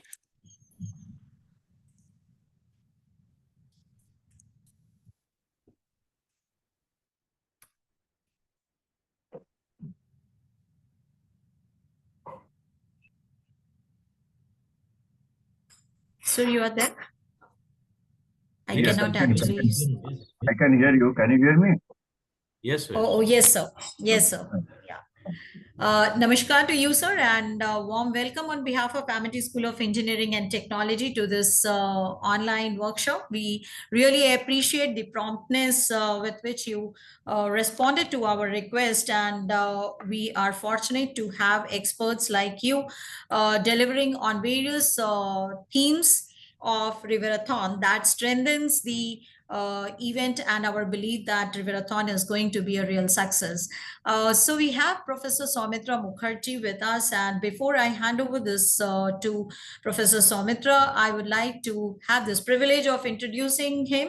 Professor Soumitra Mukherjee is a doctorate in geology from Banaras Hindu University and Commonwealth Fellow at postdoctoral from University of Liverpool, United Kingdom, in remote sensing and water resources. He started his career from Central Groundwater Board, Ministry of Water Resources, Government of India, way back in 1985, and then he extensively has worked in Himalayas, Andaman Nicobar, and Sundarban. He joined Remote Sensing Application Center, UP, in 1989 as scientist and worked there until 1992. In 92, he moved on with the journey and joined in JNU, Jawaharlal Nehru University, to initiate remote sensing application teaching and research, to work as dean and professor for more than 3 decades. He worked there till 2024, and now his expertise we are going to have for Riverathon. He has many PhD students to his accolades, and who are working as senior scientists in ISRO and SAG, and as professor and dean of reputed University of India and abroad. Professor Mukherjee has written more than 150 papers in peer-reviewed journal and dozen of books published through several publishers like Macmillan, Wiley, USA, and so on. Lot of projects he has to his credit, 20 plus project funded by NASA, ISRO, DST, NIC. Presently, he is visiting an adjunct professor in different government university and institutes and actively doing advanced research in climate change modeling. We are happy to have him here with us, who will be sharing his insight on the theme climate and environmental monitoring. Thank you, sir, for joining us, and over to you, sir. Good afternoon. It is my privilege to be with you and the young generation of the science and technology who is the trustee of the environment of the future. So today I'd like to discuss with you about the climate and environmental modeling. So at the outset, I should say that we have enough of terrestrial satellite data, geological and other environmental information system, and we have done lots of modeling with that. But the thing is that till date, we are facing acute problem of the catastrophic changes in the environment. We are not able to exactly do the forewarning, or rather the forecasting of different types of environmental hazards. So it compels me to go forward to a new technology, which is extraterrestrial remote sensing. So in that in 1998, I started working in this field of extraterrestrial remote sensing and climate change. And there was a project of NASA, SOHO EIT, that is, SOHO is a satellite, which is measuring the environmental change in between the sun and the earth. And as you know that there is a change which is taking place within the sun as well as in the extra galactic environment. And when the earth's environment is changing, there are obviously there are some reason for the terrestrial change. That means we human beings are also responsible, but at the same time, there are some extraterrestrial changes, which are now we are able to understand, and it is required that in our modeling, if we incorporate those changes, we can have accurate modeling in future. So a few case study I would like to show you, because the shortage of time, I cannot show you all the case studies which I have done, but one case study I would like to show you, it was on the Kedarnath disaster. So as you know that the unplanned human activities in the Himalayan terrain, coupled with some unusual extraterrestrial events, triggered the massive cloudburst over the Kedarnath, resulting in the catastrophic 2013 floods in Uttarakhand region, according to the research which we have published in the Journal of Geophysics and Remote Sensing.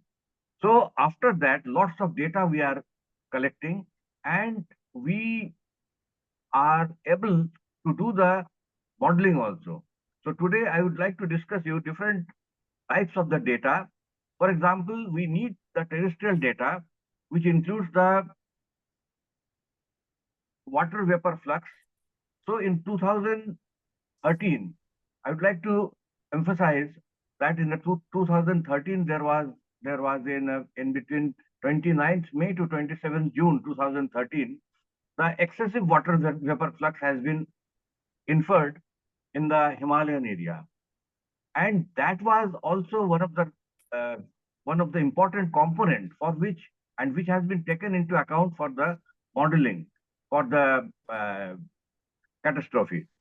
So high evaporation from the reservoir of the dam, which has been increased the water vapor flux, so that is our man-made activity. Then high aerosol concentration, which has, from where the aerosol has come. The aerosol has come from the glaciers. When the glaciers are melting, they are releasing the aerosols. So the aerosols are coming into the atmosphere, and they are also responsible, along with the vapor, they are responsible for seeding the clouds. Then there is one very interesting thing which you observed here, that main crux of the point of our today's discussion of my case study is the extraterrestrial influence. What we found out that from the sun, we have seen the changes in the electron flux, proton flux, and the planetary indices. Along with that, we have seen in one of the instruments that we developed with the funding of the NASA, that is the SEVAN detector, Space Environment Viewing and Analysis Network. So we have identified an unprecedented cosmic ray anomaly. So the rise in the proton flux from 15 May to 26 May was responsible to accumulate the heat in the geomagnetic field line. And the data we downloaded from the SOHO Sun Observatory Heliospheric Observatory satellite of NASA USA as a PI of this SOHO EIT. And then we have done the correlation of this data with one of the most important data, that is the galactic cosmic ray data and the cosmic ray data from the sun. What we observed that during that period, there was an unprecedented rise in the cosmic ray data, and that cosmic ray data we are recording in our cosmic ray detector within our Jawaharlal Nehru University campus.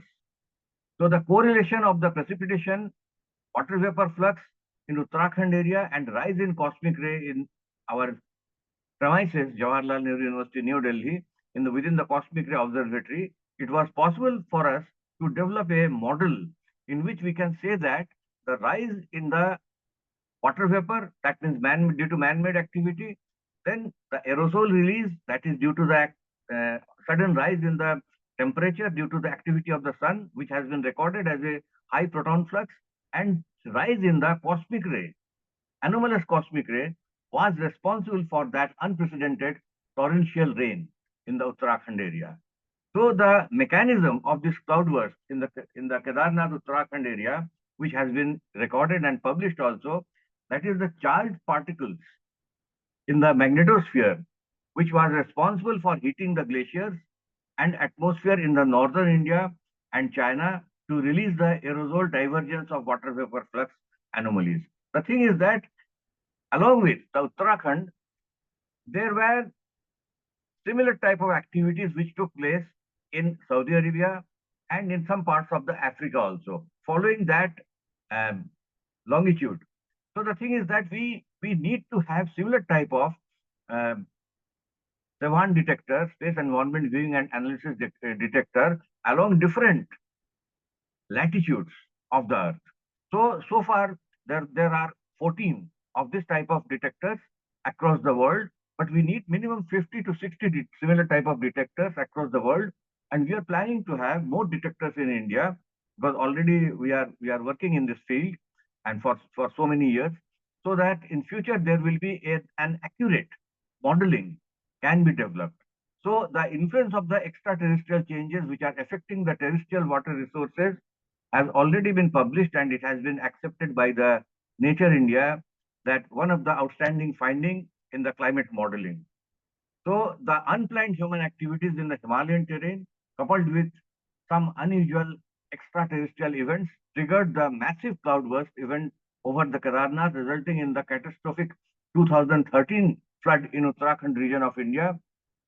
Using NASA satellite data, it was possible for us to suggest that a sudden rise in the proton flux from the sun was responsible for the catastrophe.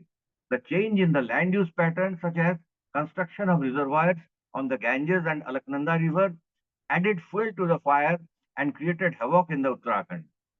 The devastating flood in Uttarakhand was a combined impact of cloudburst in Uttarakhand, then quick melting of the glaciers at high altitude due to beating of ice sheet by raindrops, and breaching of natural embankments of Chorwari Tal, north of Kedarnath, due to accumulation of excess surface runoff.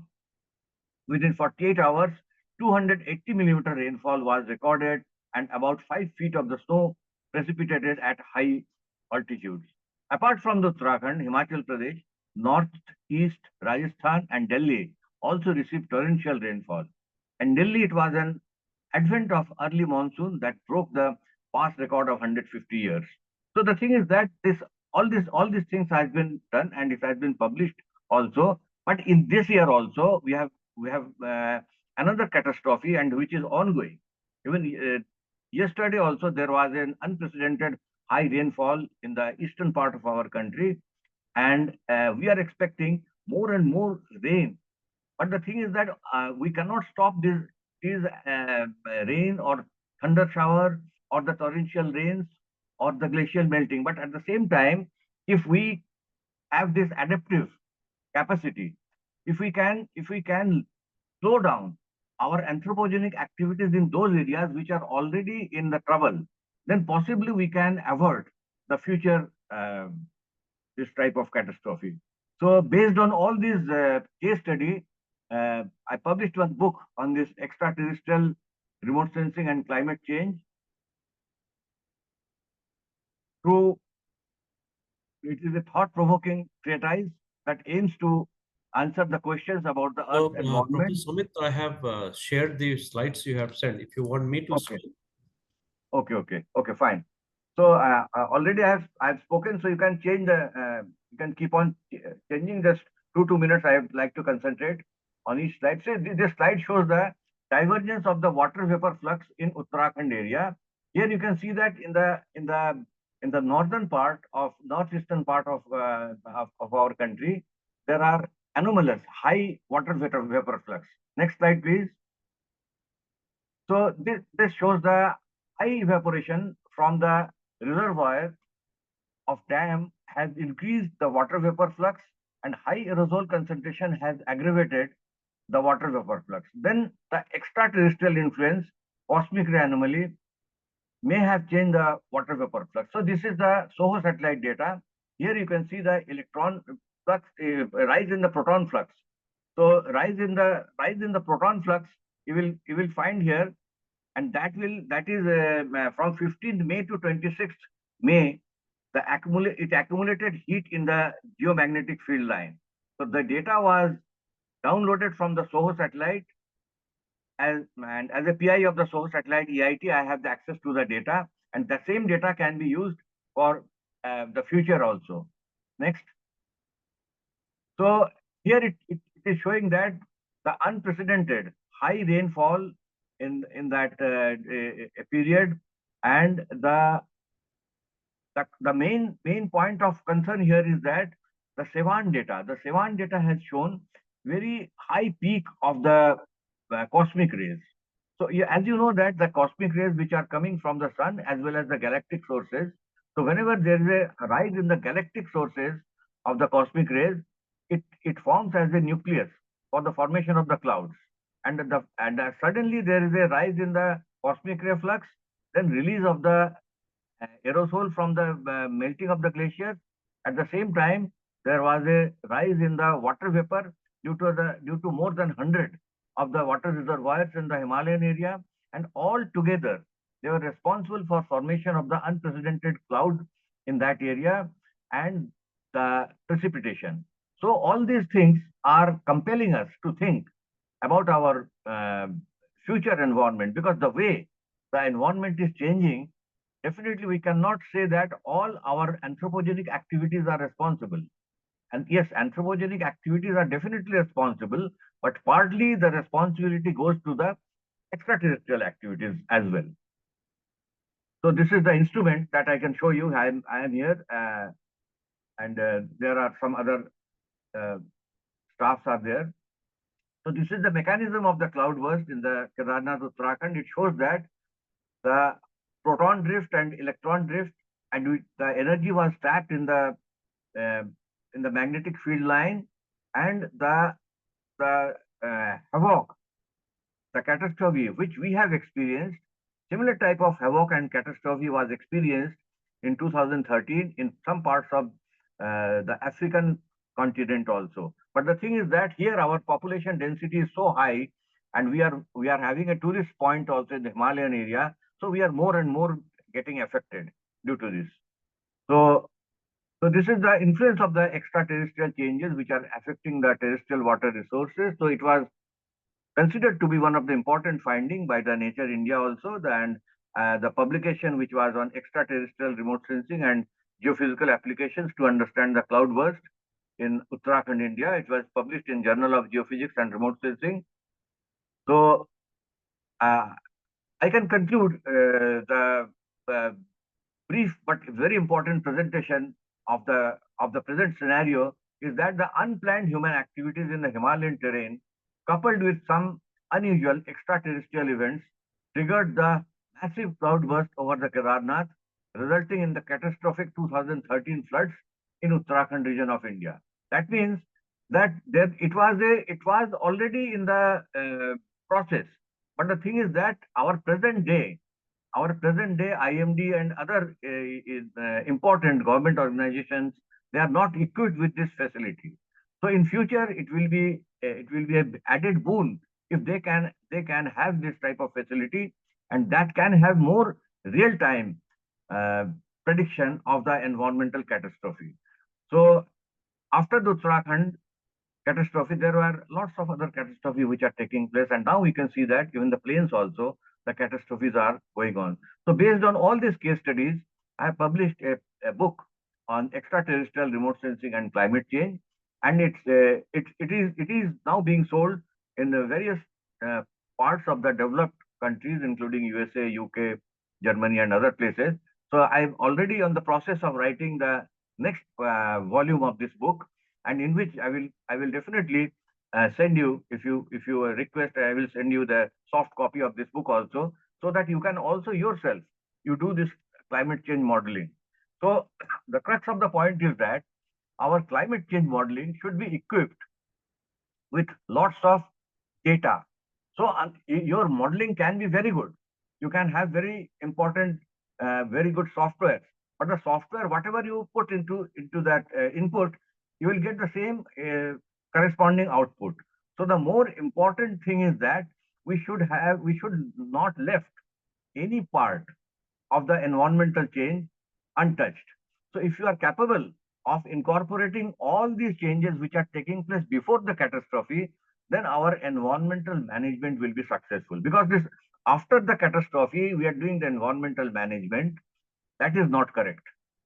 If we should be capable. Our science and technology has now developed so much that we are capable of doing the not exactly prediction, but we can develop the forewarning system so that we can have this better environmental management in future.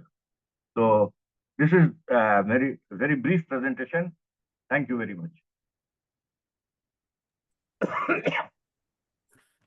Thank you so much, sir, for the insights and laying the stress on the data requirement and the precision and accuracy of the data, how it is going to drive the accuracy of the modeling for climate and environment, and your vast experience in extraterrestrial remote sensing for climate change is definitely telling the participants that how critical the modeling is. Even today, the modeling of environment or climate is not to the extent that we can plan the mitigation of the disaster well in advance. We are getting surprises, and the surprises may be one of the factor that we can actually give to this surprise is the inaccuracy or the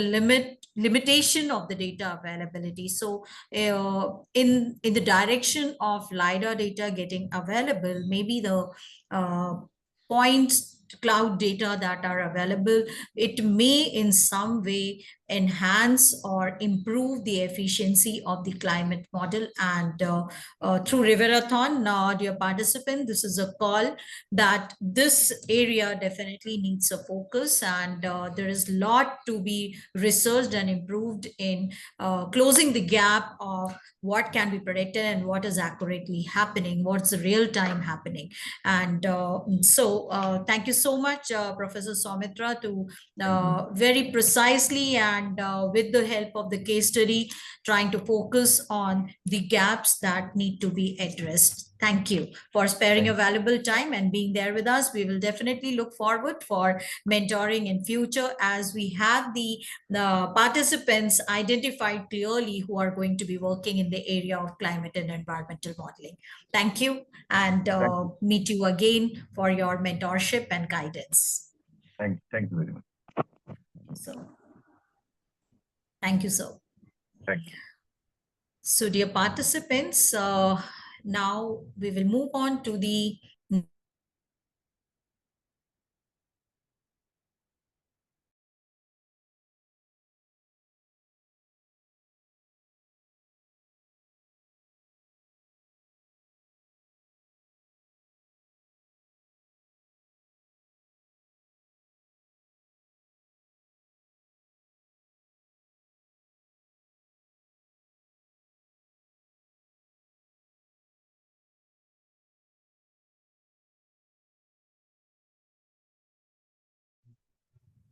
Hello, am I audible?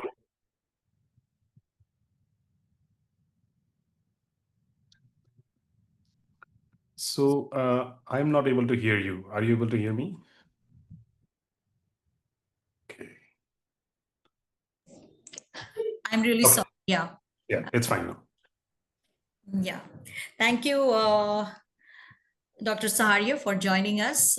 Before I hand over this platform to you, I would like to give a brief introduction to our audience. Dr. Manabendra Saharia is an associate professor in the Department of Civil Engineering at Indian Institute of Technology, Delhi. And he is also an associate faculty in the Yardley School of Artificial Intelligence. Prior to joining the IIT Delhi, Dr. Saharia held positions in the hydrology labs of NASA Goddard Space Flight Center and National Center for Atmospheric Research. At IIT Delhi, his HydroSense Research Lab focuses on developing physics and data-driven techniques to monitor and mitigate natural hazards such as floods and landslides. He has been recognized for his scientific contributions, having received Young Scientist Award from both National Academy of Sciences, India, and International Society for Energy, Environment, and Sustainability, as well as Indian National Geospatial Award.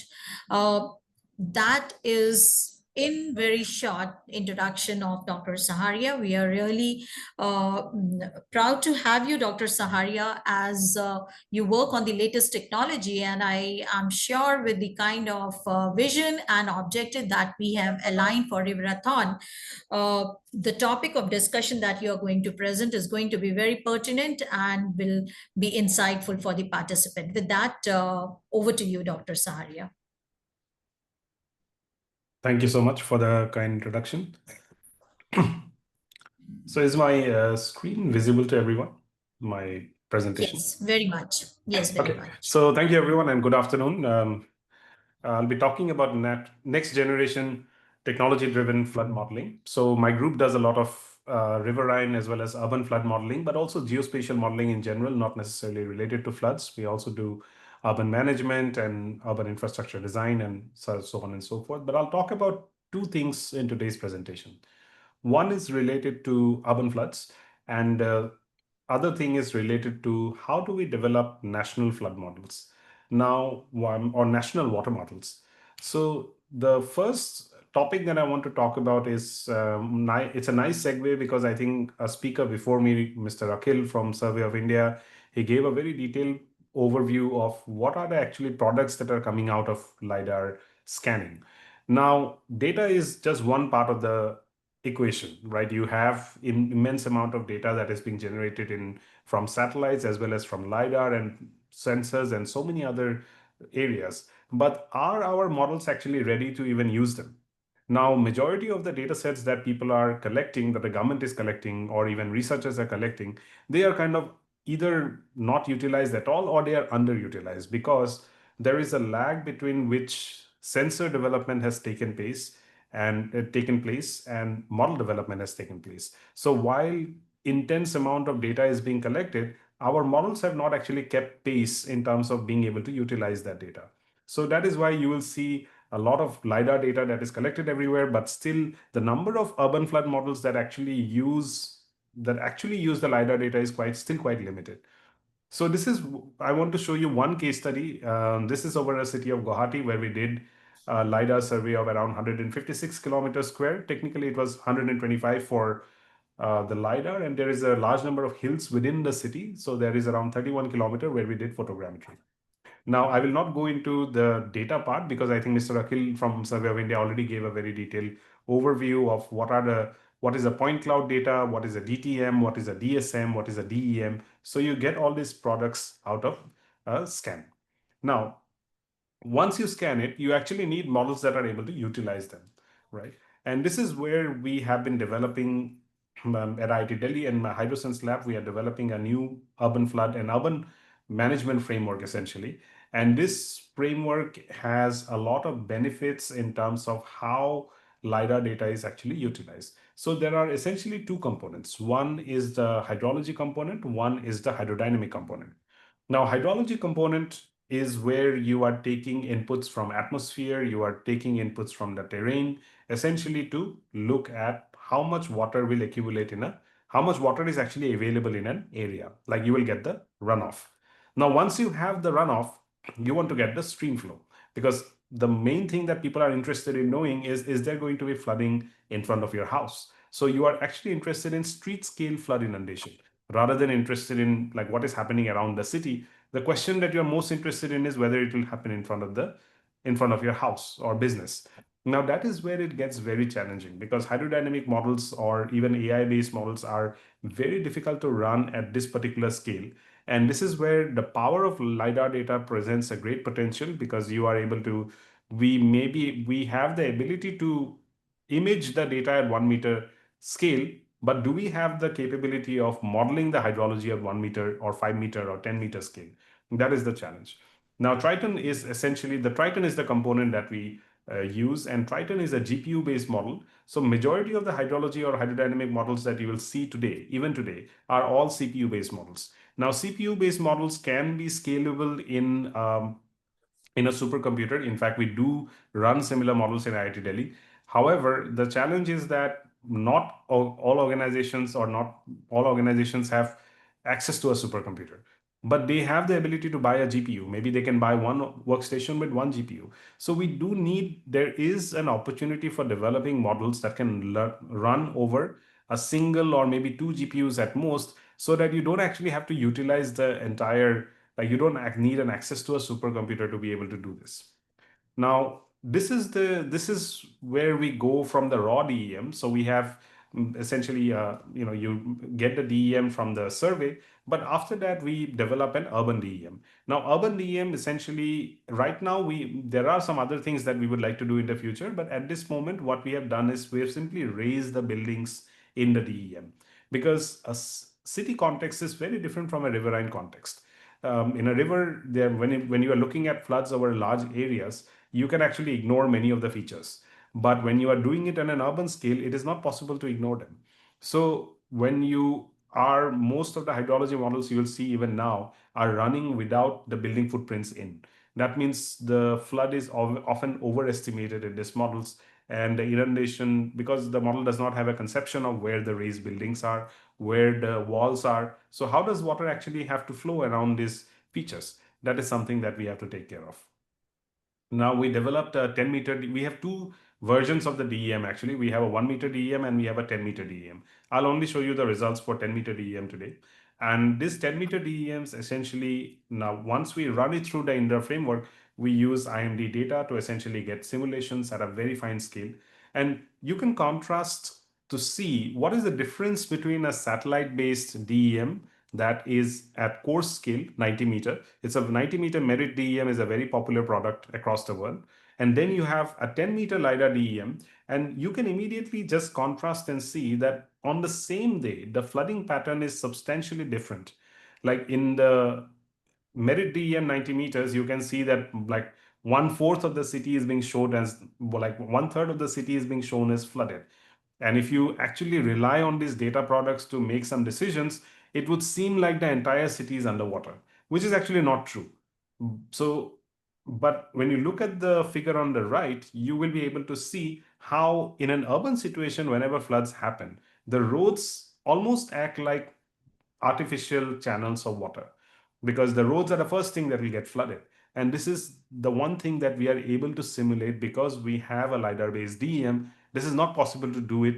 In fact, you will see very clearly that the streets are actually not highlighted in the coast scale DEM of the satellite. So that is the benefit of having a LiDAR-based DEM in hydrology. Now, in terms of computational efficiency, this is more on the modeling perspective, in that if we do it with a 90 meters DEM, we need around, we're taking around 45 minutes. And for a 10-meter DEM, it takes around 6.5 hours to simulate the city for the entire city, for the entire year, the 365 days. Now, this is a big jump from traditional models, because essentially it is using a GPU to accelerate this kind of computation. This is just giving you, thanks to the State Disaster Management Authority, we have some scans from the ground, optical scans from the ground whenever there were floods on the ground. So based on that, we actually make comparisons, we do validation of our model and see that are we able to pick up the exact streets where it is flooded. And you will see that this area, this is actually flooded right now. It may not be that visible to you, but this area is flooded. And in our model, this area is also shown as the flooded area. The channels are getting flooded. So these are ways in which we compare our model to things that are happening on the ground. Now, this is just, I think what the representative earlier from Survey of India made a good point, that there is way more applications that are not related to floods in terms of like the diversity of applications that are possible from LiDAR is actually way more. So our vision is actually to develop a 3D city model where we have all kinds of sensors incorporated in the city, and we have an open source digital twin that is accessible to a district manager or like a district municipality office. They have access to everything on in one single platform. Now, these are actually simulations. As you can see, you can actually play with it, and this is developed in this is all in-house developed in my lab. But there is a lot more things that we can do in the future. And these are the kind of things that we would love to see the participants actually doing, not just this, but maybe there is some innovative things that you can come up as a part of the Riverathon. Now, the second presentation, part of the presentation was how do we develop a national water model in India? Now, there has been multiple Niti Aayog reports actually which talk about right now in hydrology in India, models are actually run for one basin or another basin, maybe for a region at most. So there is no national water model in India at this moment, at least not operationally. There are some research-based products, but there is no operational model. Now, in the US, they started working on this around 2015, 2016, when they established the National Water Center in Alabama at the time. Now, there is a need for developing such a model in India. Now, for developing such a model, we actually need a very different approach, right? And this is something that we have been developing in our lab for the past 4 or 5 years. And on the right, you can actually see a simulation from those results where we have all kinds of weather and topography and the land and the hydrography results that are going through multiple land surface models. These are all open source land surface models, no IMP. No IMP is also the model that US uses for their operational water management. Then CLSM and EF5. EF5 is a flash flood model. So we have some diversity of models in terms of the use case. Certain models are good for agriculture management, water management. Certain models are better for flash floods. So we keep those into account. And the most important part is data assimilation. So we get tremendous amount of satellite data now, and very little of it is actually used in hydrology models in real time. As far as I know, at this moment in India, none of the real-time hydrology models do any data assimilation at all. So all of the remote sensing benefits that we are getting, we are only using it for validation. So there is a lot of work that has gone in the atmospheric community. However, in hydrology community, we are a little bit behind. So how can we do this kind of assimilation of satellite data? So we can assimilate satellite soil moisture, water level from gauge stations, total water storage anomalies from GRACE, dynamic vegetation from MODIS. So all of these can be assimilated into the model real time instead of doing it on an ad hoc, like piecemeal or validation purposes. So this is a national Indian land data assimilation system that we have been developing for 4 to 5 years now. And this is a 12-meter flood model, 12-meter river model around the country, including all the transboundary rivers of Ganga, Brahmaputra, and the Indus.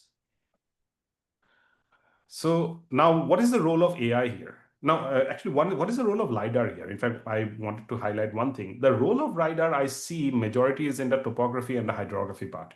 Now, topography, of course, because of large number of scanning that NMCG has facilitated, now can we actually use this to kind of update this kind of big models that are running over large basins, or can we update the parameters of the model? Now, of course, the biggest improvement is the hydrography part, the river width and the depth and the reservoir bathymetry. Now, even right now, most of the reservoirs, we don't actually have bathymetry available easily. Many of them have started doing it in the past 1 or 2 years, but it will take some time for all the reservoirs to get properly with proper bathymetry estimates then. And we need to put this data out in public so that people are able to utilize them for developing better models. So we use this 12-meter transboundary model. Essentially, it has 5 lakh streams around the country, and we developed reanalysis, saying that to know something about the future, we must know our past very well. So the hydrology of the past from 1948 to 2024 now, we did all these simulations every day for the past 75 years. And once we have this now, of course, we do a lot of analysis on top of it, like, are there any changes in the hydrology? And if there are any changes in the floods or the water, like what exactly are the causes of those reasons, either at the basin scale or a sub-basin scale. So we look at all those things. And the final thing that I would like to highlight is what is the role of AI here?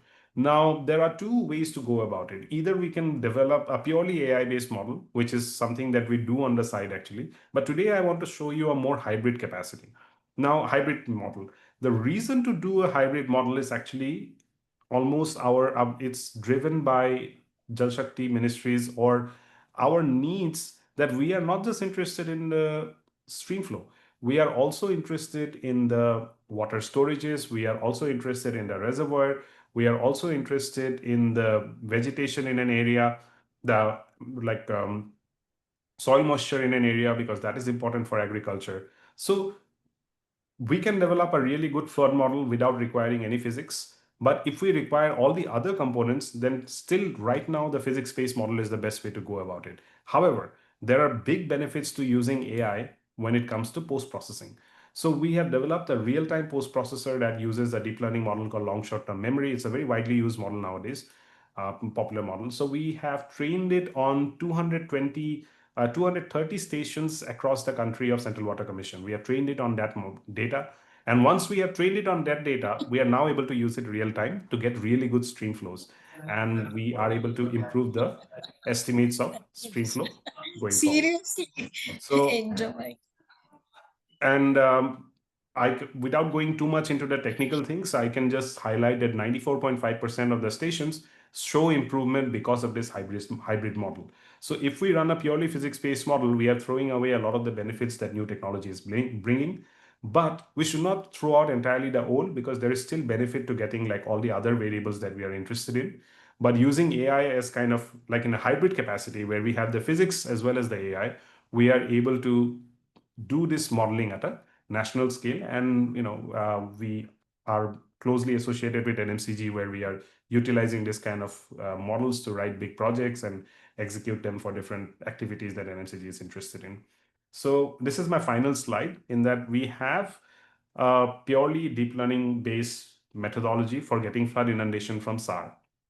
Now, most of the flood inundation techniques are basically index-based techniques. They look at satellite data and they will do, some additions on, like they will use the bands to get the information on the flood inundation. Now, that is good, but at the same time, that is throwing away a lot of the information that is available now. And this is where LiDAR can play a big role, because one of the inputs to our model actually is the DEM, where we are using NASA DEM. But there is a potential that wherever we have fine DEM, right now we don't have a national DEM of the entire country unless it is from ISRO. So, but if we have this kind of finer DEM, we should be able to get really fine scale, sub-meter scale flood inundation at the banks of Ganga throughout the basin. And this entire model can run in less than 5 minutes, because it is already fully trained and it's a published paper, published work as well. So there are a lot of opportunities. I encourage all the students who are attending, hopefully, to kind of think innovative, that there is a lot of new things that are happening in computer vision. Now, LiDAR is just the data part, right? But how do you actually use the techniques that are coming in from computer vision, from deep learning, from machine learning, from physics-based modeling? How do you utilize that efficiently to get really innovative work out of it? That is where I think the Riverathon is going to kind of initiate the work and encourage all of you to look at it. So, and these are just some snapshots, and I would like to end it here, that our lab develops a physics AI digital twin, leveraging supercomputing data assimilation AI for transboundary water modeling and forecasting. So thank you very much. And I'm happy to have any questions, or I don't know how you are taking questions. Thank you. Thank you, Dr. Saharia. Yeah, we are not taking questions at the moment. We have asked students to just type in chat if there is anything that they would like to clarify. So we will do that in the physical workshop, which is now going to be planned very soon. So thank you so much for the insight that you have brought in, the sub-meter scale data, which is going to really bring in more accuracy to the modeling that we are doing. A very classic example of what you showed, how 10 meter versus a LiDAR data, which is again a finer resolution, is going to give an accurate mapping of flood and similar kind of events, hydrological events, particularly if we have to talk about. So yes, and you also threw some insight and questions to the students of deep thinking that they have to do about this next gen technology, of how it is going to really enable them.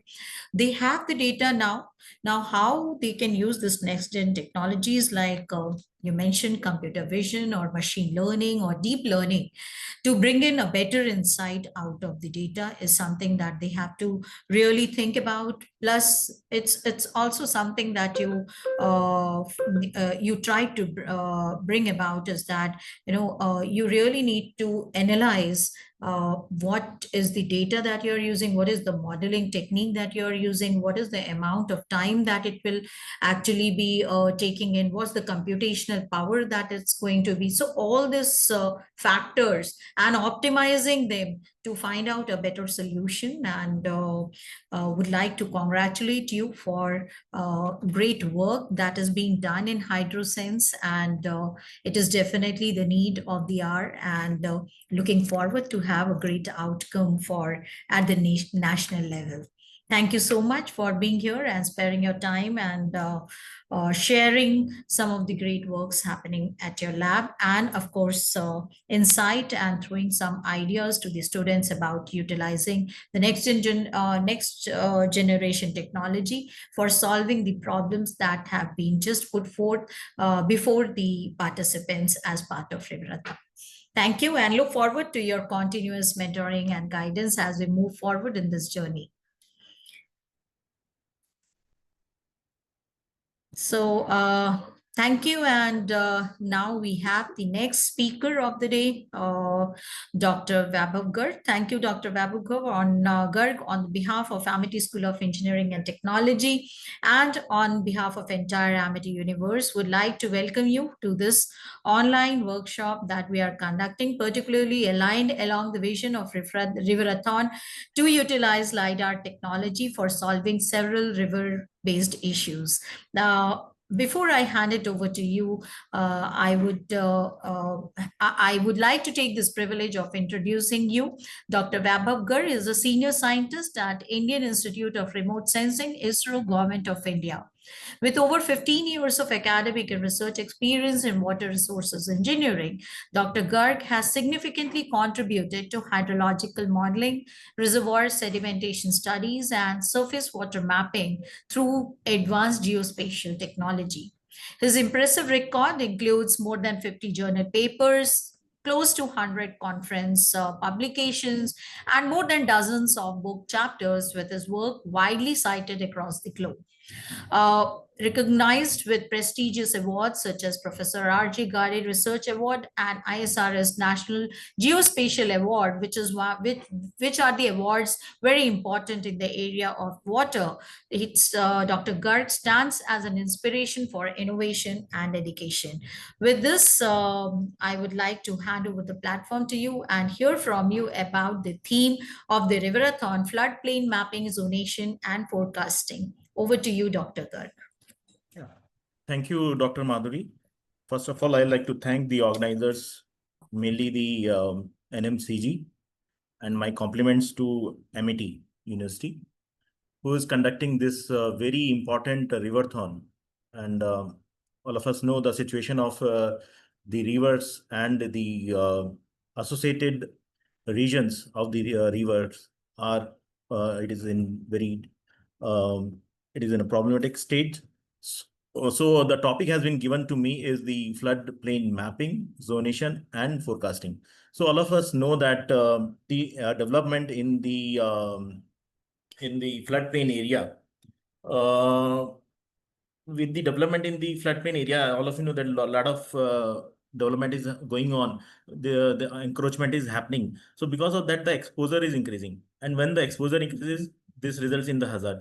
So that is why the flood zone mapping, zonation, and forecasting is important. So I'll show you some case studies, what we have done, how we can do the floodplain mapping, zonation, and forecasting. So first, I would like to define what is flood plain to the students. That floodplain is an area of, it's a flat area or low-lying area adjacent to the river or stream that becomes inundated with water during periods of high discharge or flooding. So whenever the flood happens or there is a high discharge in a river system, if it goes to a certain extent, that area is called as floodplain. As Dr. Marmendra has shown you that in his animation, as the rainfall is increasing, the spread is increasing. So there is a defined area which we call as a floodplain. So what are the key characteristics of the floodplain? Floodplain is a flat terrain. It should be a flat terrain or gently sloped land, and there should be some sedimentary deposit in the region as well. And in this region, there should be some periodic flooding. And based on the flooding, we can identify the active floodplain and the older floodplain. And now, if you see what are the parts of the floodplain, there are two parts of the floodplain. One is flood way and the flood fringe. So, as you can see in this figure, the main channel of the river itself, where the water flows, most of the time is called your flood way, and the land between the bank and the floodway is called your flood fringes. And if you see the significance of the floodplain, the region, as you can see here, that a lot of sedimentation is happening in the bank region and the flood fringes region. So the soil available is very fertile. So we can utilize this water for different this land for different kind of cultivation or something. And this region also or the significance is there with respect to the natural hazards, as there isn't the natural hazard for human development due to their vulnerability to the flooding. As I told you in the initially, that if we develop in something, we are going on we are developing something in the floodplain, the exposure increases. So because of that, the hazard may happen, and then it is important for the flora and fauna or the entire ecosystem. So why we need to have the floodplain zoning? So all of you know that in India, around 40 million hectare out of total 3,000 something lakh hectares is flood prone area. So, and if you see that every year we have a lot of economic and the other losses due to this kind of floods and this kind of hazard. So in view of this, the floodplain zoning is a very important topic. So if you see, there are different zones itself in the flood plain. So one is high risk zone, moderate risk zone, and low risk zone. So if you can see here, I'll come back to this again, because it is a generalized definition of high risk zone, moderate risk zone, and a low risk zone. In India, CWC has its technical guideline, which we call is which region is high risk zone or moderate risk zone and low risk zone. So I'll come again to that particular slide. I'll touch upon how we can do the floodplain mapping. So the initially that GSI and ISRO in collaboration, they have generated this floodplain map using the satellite data and the field knowledge. And GSI, the geologists, they visited different places through the field surveys they have identified, and through visual interpretation of the satellite data, they have identified the floodplain, or they have mapped the floodplain. And for this exercise, they have utilized mostly the list 3 data. And if you see, the data which has been used was for the year of 2005-2006, which is relatively old data. And this floodplain data is available at 1:50,000 scale. We can say that it is one of the reliable source of floodplain, and it is also available for entire country on both Bhuvan portal of ISRO and the Bhukosh portal of GSI. So you can, the students, those are interested in this particular field, they can visit these portals, and they can understand much better how they have done this analysis and how they have mapped the floodplain through geological aspects. Another is topographic based approaches. We can use the digital elevation model. The way you'll be getting the LiDAR data. If you have the digital elevation model using this technique, height above nearest drainage. Hand is height above nearest drainage approach if you apply, which is just simply the cell's elevation, the difference between the cell elevation and the elevation of the nearest drainage cell.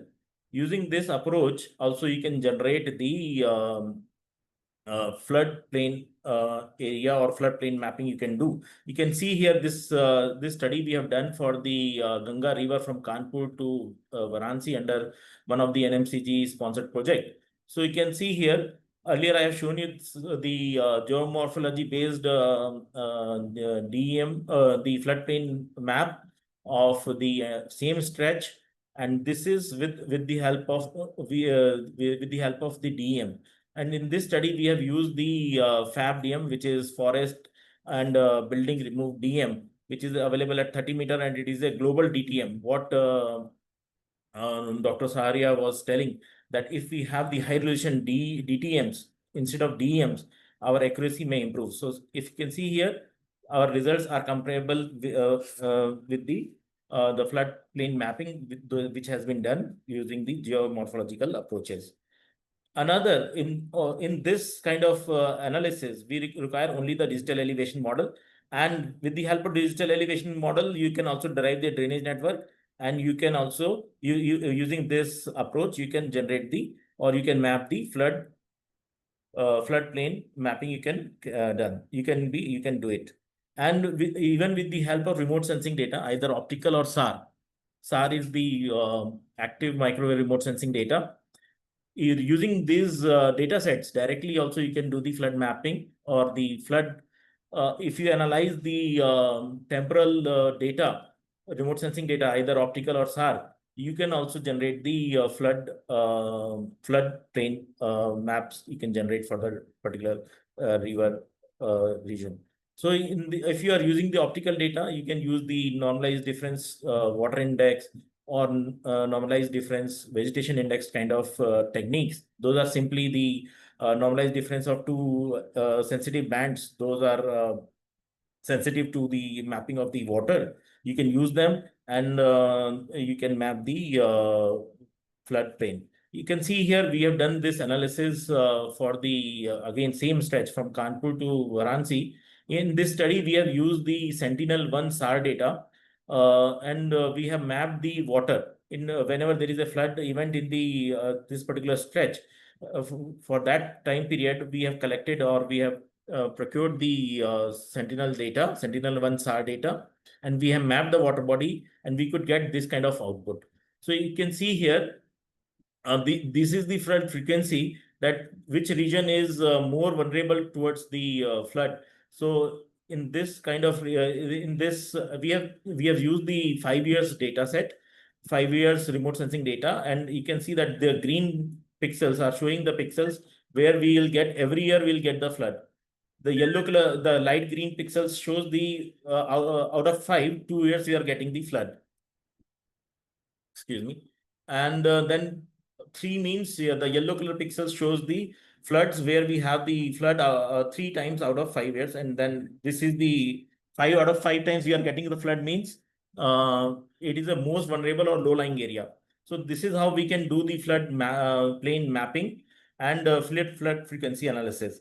And here we have used this kind of band ratio techniques or the thresholding methods to map the water body. The students can also use the AI ML to identify the water pixels during the flood season, and they can do the flood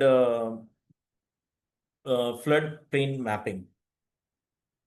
Apart from this, you can see here, this is the recent result of the flood which has happened in the Ganga River in the near to mainly in the Prayagraj region. You can see here, this is the permanent water. Dark blue shows the permanent water, which always remains there. And this light blue is showing the flooded region. And if you can compare these results with the what we have mapped using the temporal remote sensing data or the hand in this Prayagraj region, the flood is going on in the same whatever floodplain map has been developed or mapped using the different techniques. So I would like to emphasize here that you can use any of these techniques and you can see that either the results are consistent either if you use the DEM or the satellite data or geomorphological techniques. Apart from this, for flood plain mapping, we can use the hydrodynamic modeling approach, as Dr. Saria has also shown you. So there are number of hydrodynamic models available like HackRes, MikeSuite, TUFlow, and Anuga. So if you can see, the HackRes is the open source model, or it is available publicly, and the TUFlow and the Mike are the commercial softwares. Even our CDEC, they have also developed an Anuga hydrodynamic model. So students can utilize these kind of tools, and they can do the floodplain mapping. And in this floodplain mapping analysis through this hydrodynamic modeling approach, DM is the most crucial input in this kind of models. So in this, we have to identify the flood frequency analysis we have to carry out, and for a particular return period, we can identify the magnitude of the flood, and then for a particular magnitude of the flood, we can run this kind of hydrodynamic models, and we can simulate the flood plain zones, or the flood plain. We can do the flood plain mapping. So this I'll show you here. This is the one of the stretch in these one of the stream here in Dehradun. So we have simulated this flood for these different return periods like 7, 10-year, 20-year, 50-year, and 100-year return period. And you can see that how the water inundation is changing with the magnitude of the flood. So if we have these kind of models, we can map the flood plain. Now, again, the point here is the accuracy of the DM. And if you have the LIDAR DM, you will get much better results or more accurate results. And you have seen the difference what Dr. Saria has shown you, that if you use this the coarser resolution DM and the high resolution LIDAR DM, there is entirely the picture has changed. So if the students can, you are getting the opportunity to have this kind of LIDAR DM, and you can do this kind of analysis. In India, if you talk about the floodplain zoning, what I was telling you earlier, we have different nomenclature than high risk, low risk, or moderate risk. We have protected, regulatory, and warning. So in this protected area, we can have the we will have the regions though for which we can run this kind of model for the 1 to 5 years of return period, and whatever this kind of simulation we are getting for that particular return period comes under the protected area. If we run the model for 5 to 25 years, whatever inundation area is coming, flood inundation area is coming, which comes under the regulatory floodplain zone. And then from 25 to 100, it comes under the warning. So this is how the zonation can be done using either the geomorphology approach, or the using the hand where we require only the DEM, or the hydrodynamic modeling approach, or the remote sensing data based approaches, and we can do the floodplain mapping, and then we can perform the analysis, and we can zone it into different protected, regulatory, and warning. These zones are very important from the planning point of view, because there are certain rules. Those are available in this particular technical guideline on floodplain zoning, which has been released by the Central Water Commission very recently in July 2025. So those participants or the students, those are planning to utilize this LIDAR data under this River-a-thon, under this particular topic of flood plain mapping, monitoring, and forecasting. They must read this particular guidelines. It will help them to understand this topic and utilize the LIDAR data in an effective manner. So now I'll show you. So if you have the LIDAR based or high resolution DEM or DTM data, you can see that it is very important or crucial input for the flood modeling and the hazard zonation. And as a concluding mark, I would like to say that these kind of studies will help us in the dam break, GLOF, and flood inundation scenario generations, flood hazard zoning. And if you have the LIDAR data, mainly the cloud data, if it is available with you, you can even also identify the elements at the risk. So you can identify what kind of elements are under risk, and appropriate the policies maybe implemented to reduce the risk or reduce the loss due to the flood. Even this kind of floodplain mapping are very important from the riverfront development. We are now a lot of discussion and the activities in our country is going on for the riverfront development. So in this kind of analysis, the floodplain mapping is the most crucial element. Even with the help of this kind of flood plain mapping and zonation, we'll also come to know the river embankment overtopping analysis can be performed if you have the high resolution DTM or DEM, such as LIDAR based DEM or DTM. The accuracy of your this riverbank overtopping analysis will be very high. So if there are any chances of overtopping in any stretch of the river, we can also propose the mitigation plans, such as some structural measures we can propose, or any other measures the students can propose through this river front. Apart from this, even with the help of this flood plain mapping, the students can also propose the nature-based solutions, such as somewhere we are getting too much of water or the flood in a particular piece of or the stretch of the river. And if there is a opportunity to divert that water to the open land or any wetland, it will serve two purpose, that it will control the flood, and it will also improve the economy, or the recreation facilities may be generated. So with the help of this kind of data sets, these kind of activities can be performed, which will improve the floodplain mapping. It will also help to generate the revenue. It will also help us to reduce the losses. So this is all what I like to talk about on this particular topic. Thank you. Thank you so much.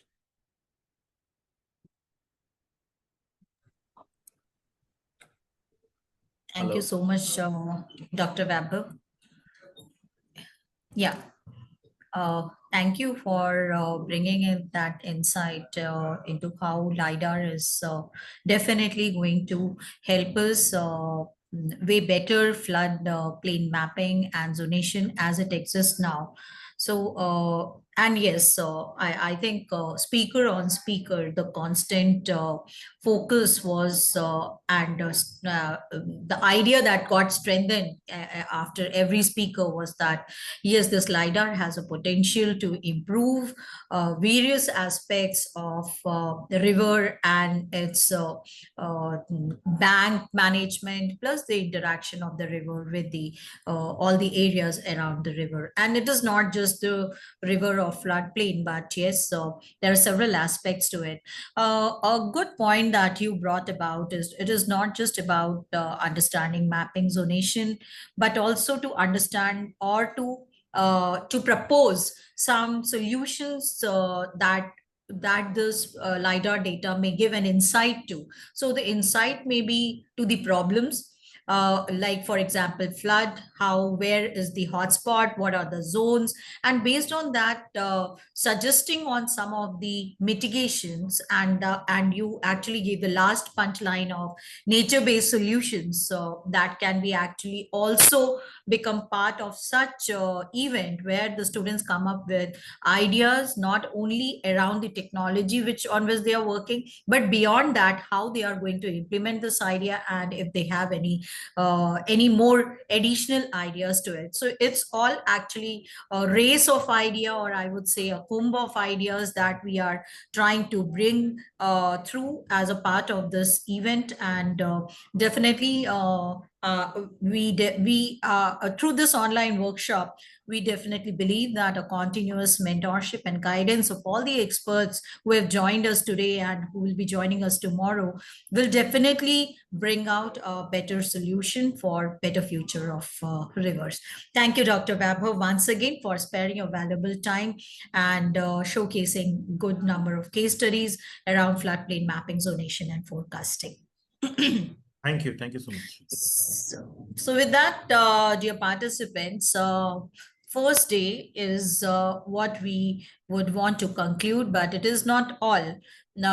It is just that we have begun to mentor you through the journey of how to convert your idea into the solution which can be implemented on the ground, could be made into a real-time solutions. So we are going to be continuing with this workshop tomorrow, and tomorrow is going to be and totally insightful for you, as we have partnered with solution provider of this particular event, ISRI India, and they are going to be talking more on the product that can ease, or as I mentioned, can put wings to your idea. So you have idea, you may be struggling through finding the platform, finding the models, finding the software, right software, and tomorrow's session would give you an insight and a better direction. So with that hope, we request you to join us tomorrow once again. But before we conclude, may I request Professor Dr. Manoj Kumar Pandey, sir, Director of Amity School of Engineering and Technology, to present a concluding note for first day of our online workshop. So over to you. Thank you. Thank you, Dr. Madhuri. And thank you all for a very insightful and attending the informative session whole day today.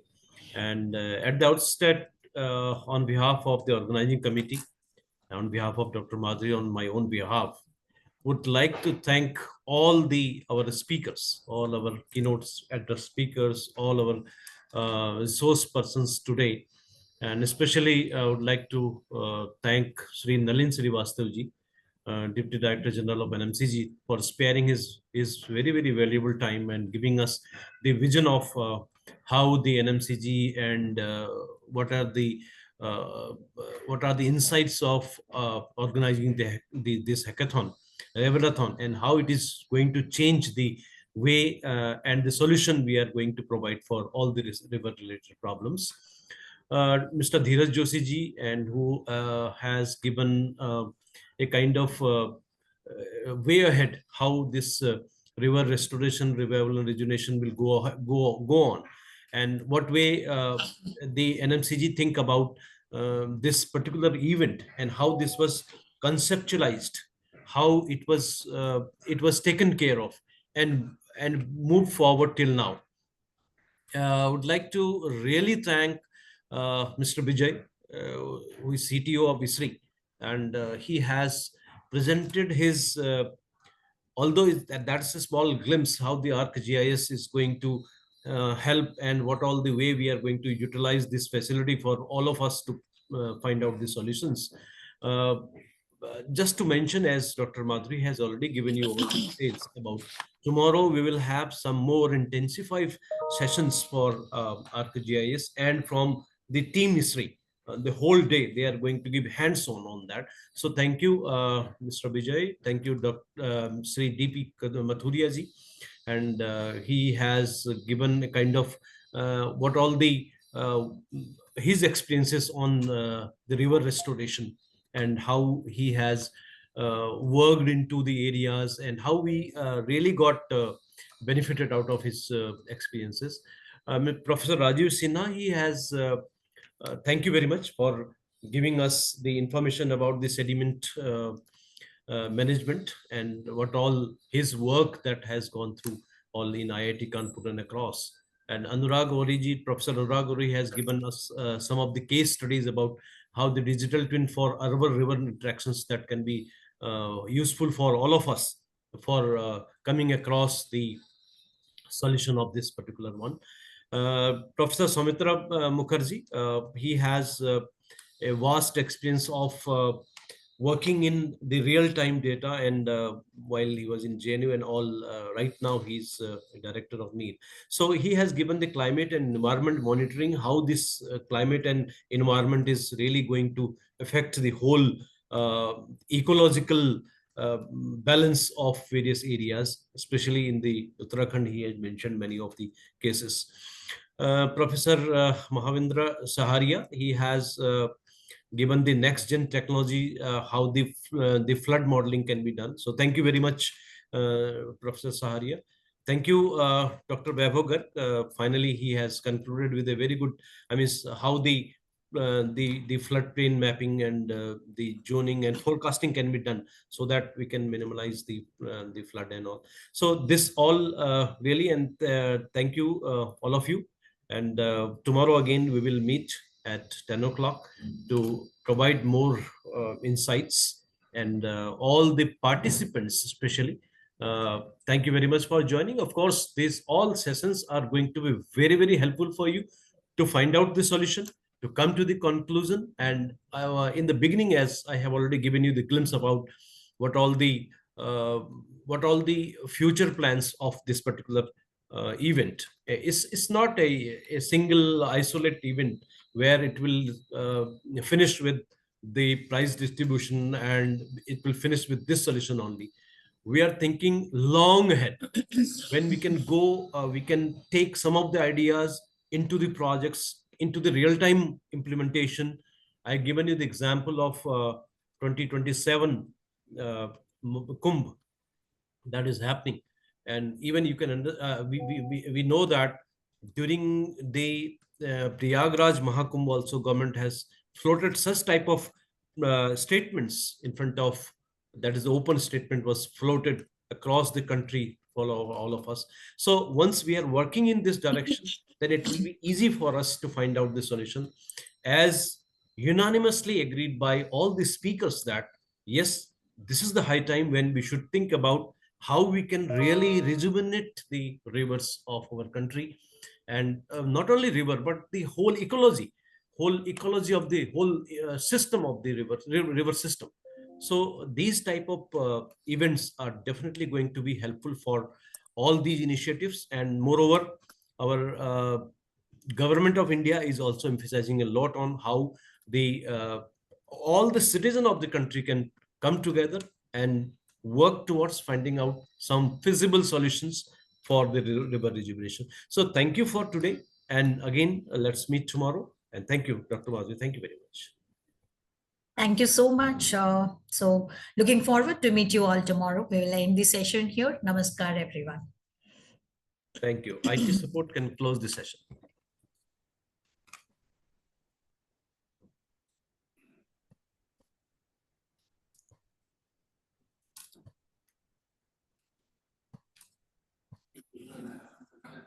IT support, request you to close the session. Please end the session.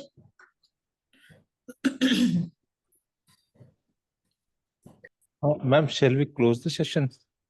Yes, please. We are waiting for that. Yes, please. Okay.